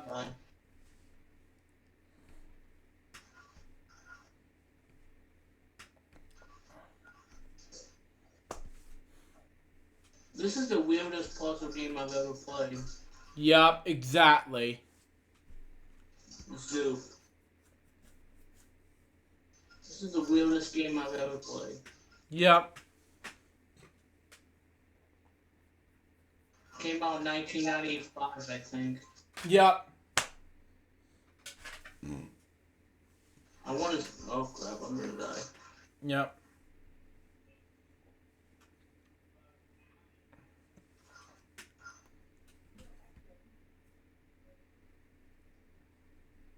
Oh, this game's not well. Well, at least David had fun today. Yep. That's all that matters. Okay, honey. Alright. Why do you have to I'm doing to death. Yep. I'm on steer now. Alright, start again. Alright. I'm not gonna do the entire game of Super Mario, but at least that I lost. I lost. Game over. Yep. Game over, guys. Yep. Please do good in Super and Mario Superstars though. Yep. Yep. All right, and now we are going to move on to your Patsy Jack games. Yeah, since David have to left it out. And then we'll do the notes and then we'll wrap up the show afterwards. All right. My roommate's dog's barking, by the way. Yeah, and I'm playing Zoop. And I died. You're playing Zoop? Zoop, yeah. Hi, I'm Pat Sajak. Welcome to Trivia Gems. Like a Genesis to the Super Nintendo. Smash. Welcome to today's Trivia Gems game. The categories for today's game are Movies, languages, music, history, business, and everything goes.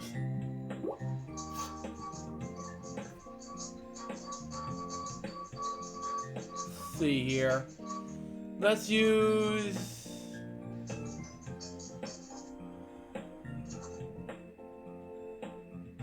movies. I don't know. Here's your first set of questions. Canada. I don't know. True. True. I don't know. Here are the answers. France. Dang it.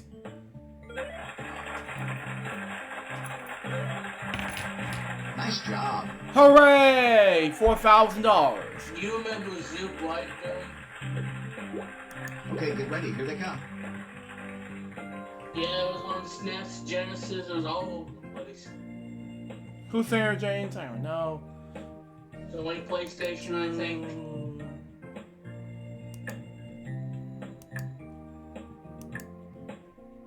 Okay, the moment of truth. Let's look at the answers. Yeah. Def Leppard! Dang it! False. I don't know. Ouch, you lost money. on those $0. trivia. Dang it. Oh well. Yeah. Well, the world might was pleasant. Here are the questions. Well, it's not even Christmas yet. True. I don't know. True. I don't know. I don't know. All right, let's take a look.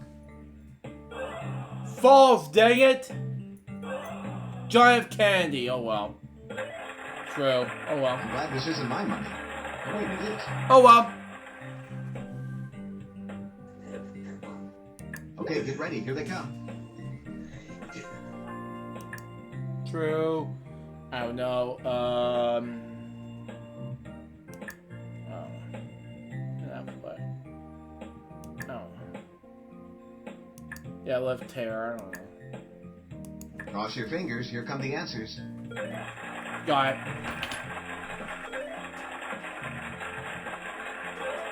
Matthew Perry. Dang Hey, it. you're not cheating, are you? Hooray!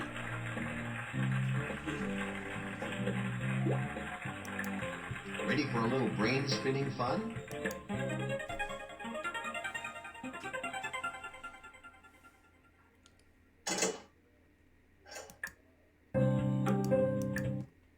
Too bad. Better luck on your next guess. Dang it!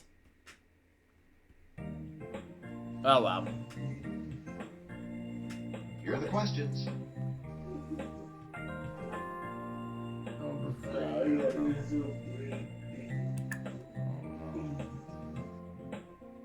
Crystal and make a league. I don't know. Okay, here's how you did. Part 2. Dang it.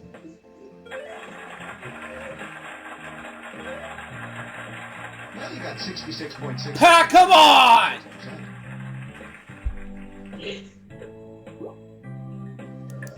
Here's a gem of a question. Now you have an opportunity to double your money. Congratulations, that gem is yours. Hooray!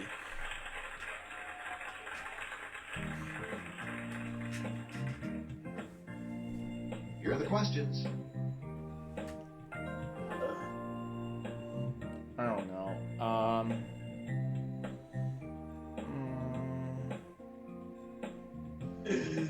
Tree, I don't know. I don't Now, know. let's see I'll the choose answers. A. I don't know.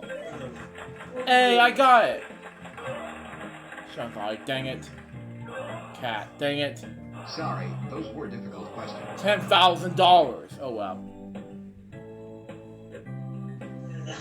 Okay, get ready. Here they come. Mr. Burns, I don't know.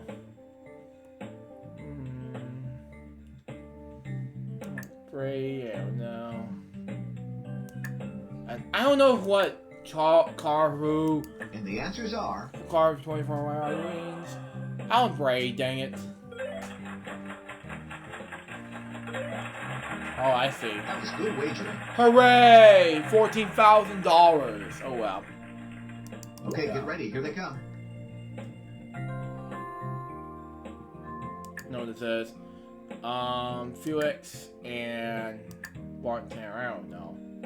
I don't know what Odd Couple is. Well, no turning back now. Let's see how you did.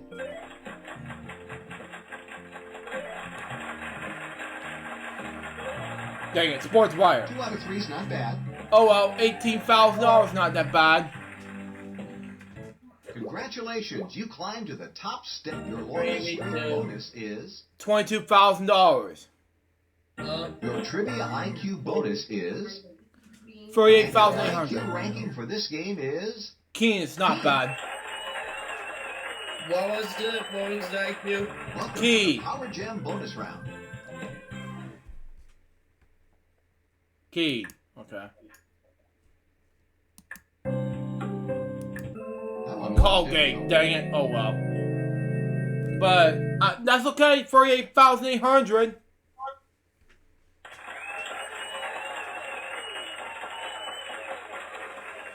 Great job. You're today's champion.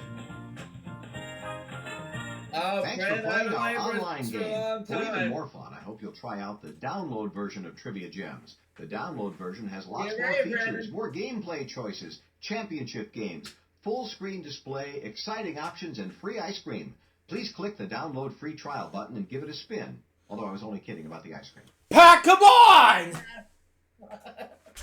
Yeah. And smarty pants. Yeah. And we got, Joe. yep, we got Lucky Letters, and we got the game segment over, and we got note segment. We'll wrap up the show with a huge Welcome bang. to Lucky Letters. Yeah, Licky Letters. Oh boy! Today's Lucky Letters game. Rhyme Trio is supposed to be for the day.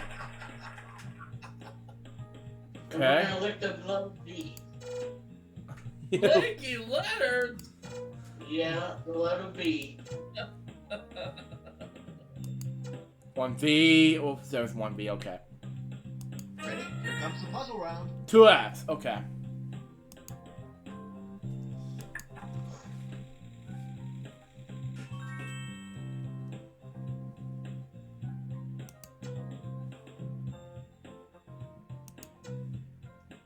Oops. What? That wasn't one of the correct letters. Somebody circle. Oh wow. I'm gonna get my dinner ring, take my shower. Oh Yeah. See y'all later. Nice try. Bad try. Nice try. I'll give it a nice try. A. R. Sorry, that letter isn't in the answer. Oh well.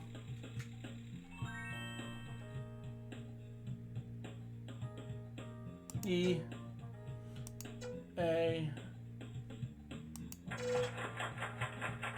got the answer. Got it!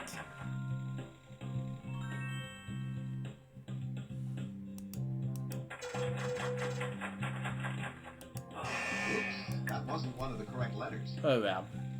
Here's a chance to double your money with a lucky chance. If you decide to wager, you'll have 30.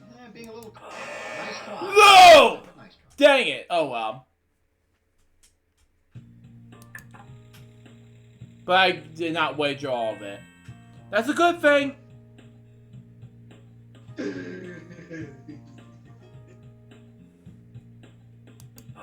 Sorry, that letter isn't in the answer.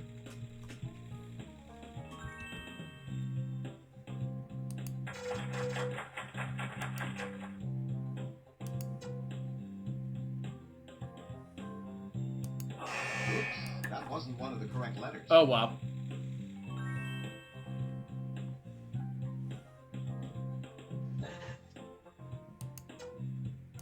Hey, you're good.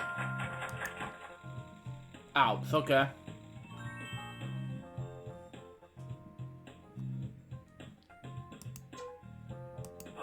Nice try. Bad try, but nice try. Give me a nice try.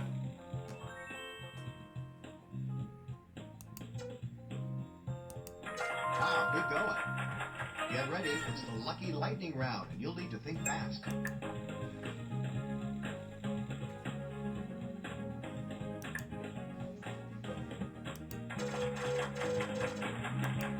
Sorry, that letter isn't in the answer. Oops, that wasn't one of the correct letters. Nice try. Bad try, but nice try. That's it. Nice job. Sorry, that letter isn't in the answer. Oops, that wasn't one of the correct letters. Way to go. Nice try. Bad try, but nice try. Sorry, that letter isn't in the answer. That's correct. You got the answer. Oops, that wasn't one of the correct letters. Hey, you're good. Nice try. Bad try, but nice try. Sorry, that letter isn't in the answer. Oops, that wasn't one of the correct letters. Wow, good going. Nice try. Bad try, but nice try.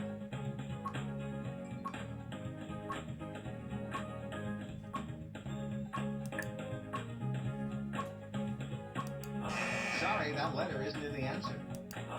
Oops, that wasn't one of the correct letters. That's it. Nice try. Bad try, but nice try. Sorry, that letter isn't in the answer. Oops, that wasn't one of the correct letters. Nice try. Bad try, but nice try. Sorry, that letter isn't in the answer. Oops, that wasn't one of the correct letters. Nice try. Bad try, but nice job.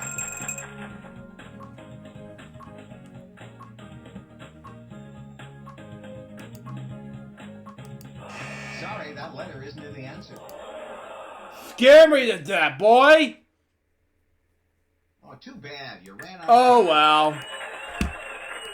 Second time's the charm. Welcome to today's Lucky Letters game. Robbing Troll again. We need to try that again.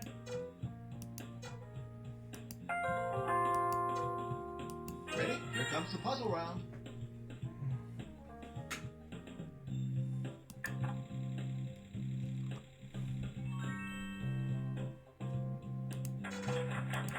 Way to go.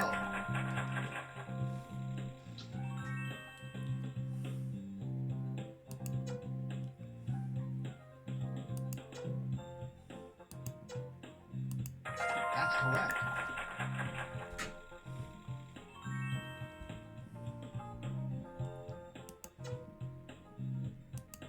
Oops, that wasn't one of the correct letters.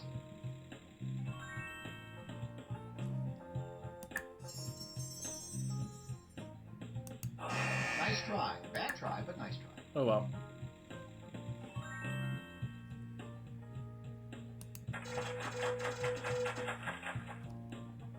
Oh well. Sorry, that letter isn't in the answer. Here's a chance to double your money with a lucky chance. If you decide to wager, you'll have 30 seconds to answer. Being a little cautious, huh? Well, good luck. Oh God! Dang it! Oh well.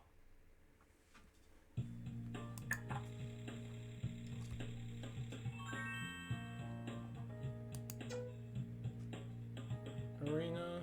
You got the answer.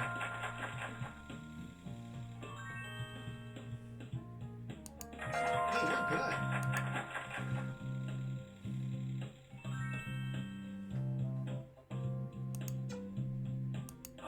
Nice try. Bad try, but nice try. Do a nice try.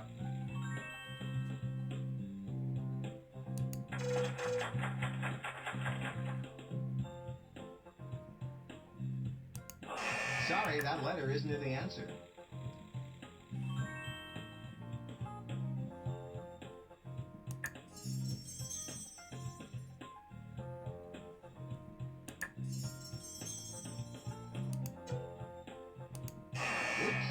Get ready, it's the lucky lightning round, and you'll need to think fast.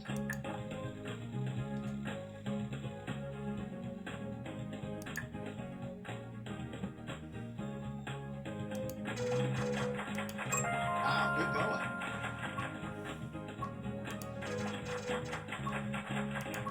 Nice try. Bad try, but nice try.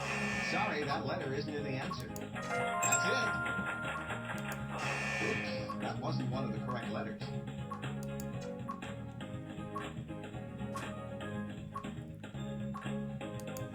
Nice try. Bad try, but nice try. Sorry, that letter isn't in the answer. Oops, that wasn't one of the correct letters. Nice try. Bad try, but nice try. Nice job. Sorry, that letter isn't in the answer. Way to go. That's correct. Oops, that wasn't one of the correct letters. Nice try. Bad try, but nice try. You got the answer. Sorry, that letter isn't in the answer. Hey, you're good. Oops, that wasn't one of the correct letters. Wow, good going. That's it. Nice try. Bad try, but nice job. Finally! Congratulations, you solved the puzzle. $32,743. Man, that was quick. Oh boy. Man, that was easy. 2 looks of charm is enough. We got one more segment here. We got Weekend Celebration episode 49, followed by LukeJ62895 Club Vlogs episode 28, and Reese's Jokes episode 35 and 36. While I'm at walk, but we're at the Family Dollar, excuse me. Then we got April 5th, we got my box video and Boring Jokes episode 11. Then on April 6th, LGBT special event on Spring Break special LGBT special event. Days 1 through 10. And April 7th, we don't know as of yet, nor is April 8th and April 9th. But we'll see what happens on Wednesday's episode 18 to 23, April 8th and April 9th. We'll see about episode 10 for 12 and April 9th. And we'll be back April the 10th for a brand new episode of Friday's LukeJ62895 episode 288. But until then, I want to say, I just want to say a huge special thanks to Billy Moody and David Dennis for joining on the 287th episode of the show. And it's been a long show. And I'm on Twitter at WeMitsPlum and Site123, WeMitsPlum.site123.me. Coming soon, WeMitsPlum.biz. So there you guys go on that. Alright, we'll go ahead and wrap it up. But anyways, guys, that wraps up today's episode of Friday's LukeJ62895 today, April the 3rd, 2020. Hope you enjoy it. Stay tuned for the next one, which is going to be Coronavirus Against Good Friday episode. Till next time, Sue Jefferson, goodbye, peace out, baby. We get more FWL episodes, you guys, very soon. Till then, Jefferson out. See ya. Thanks for watching. Remember, wash your hands.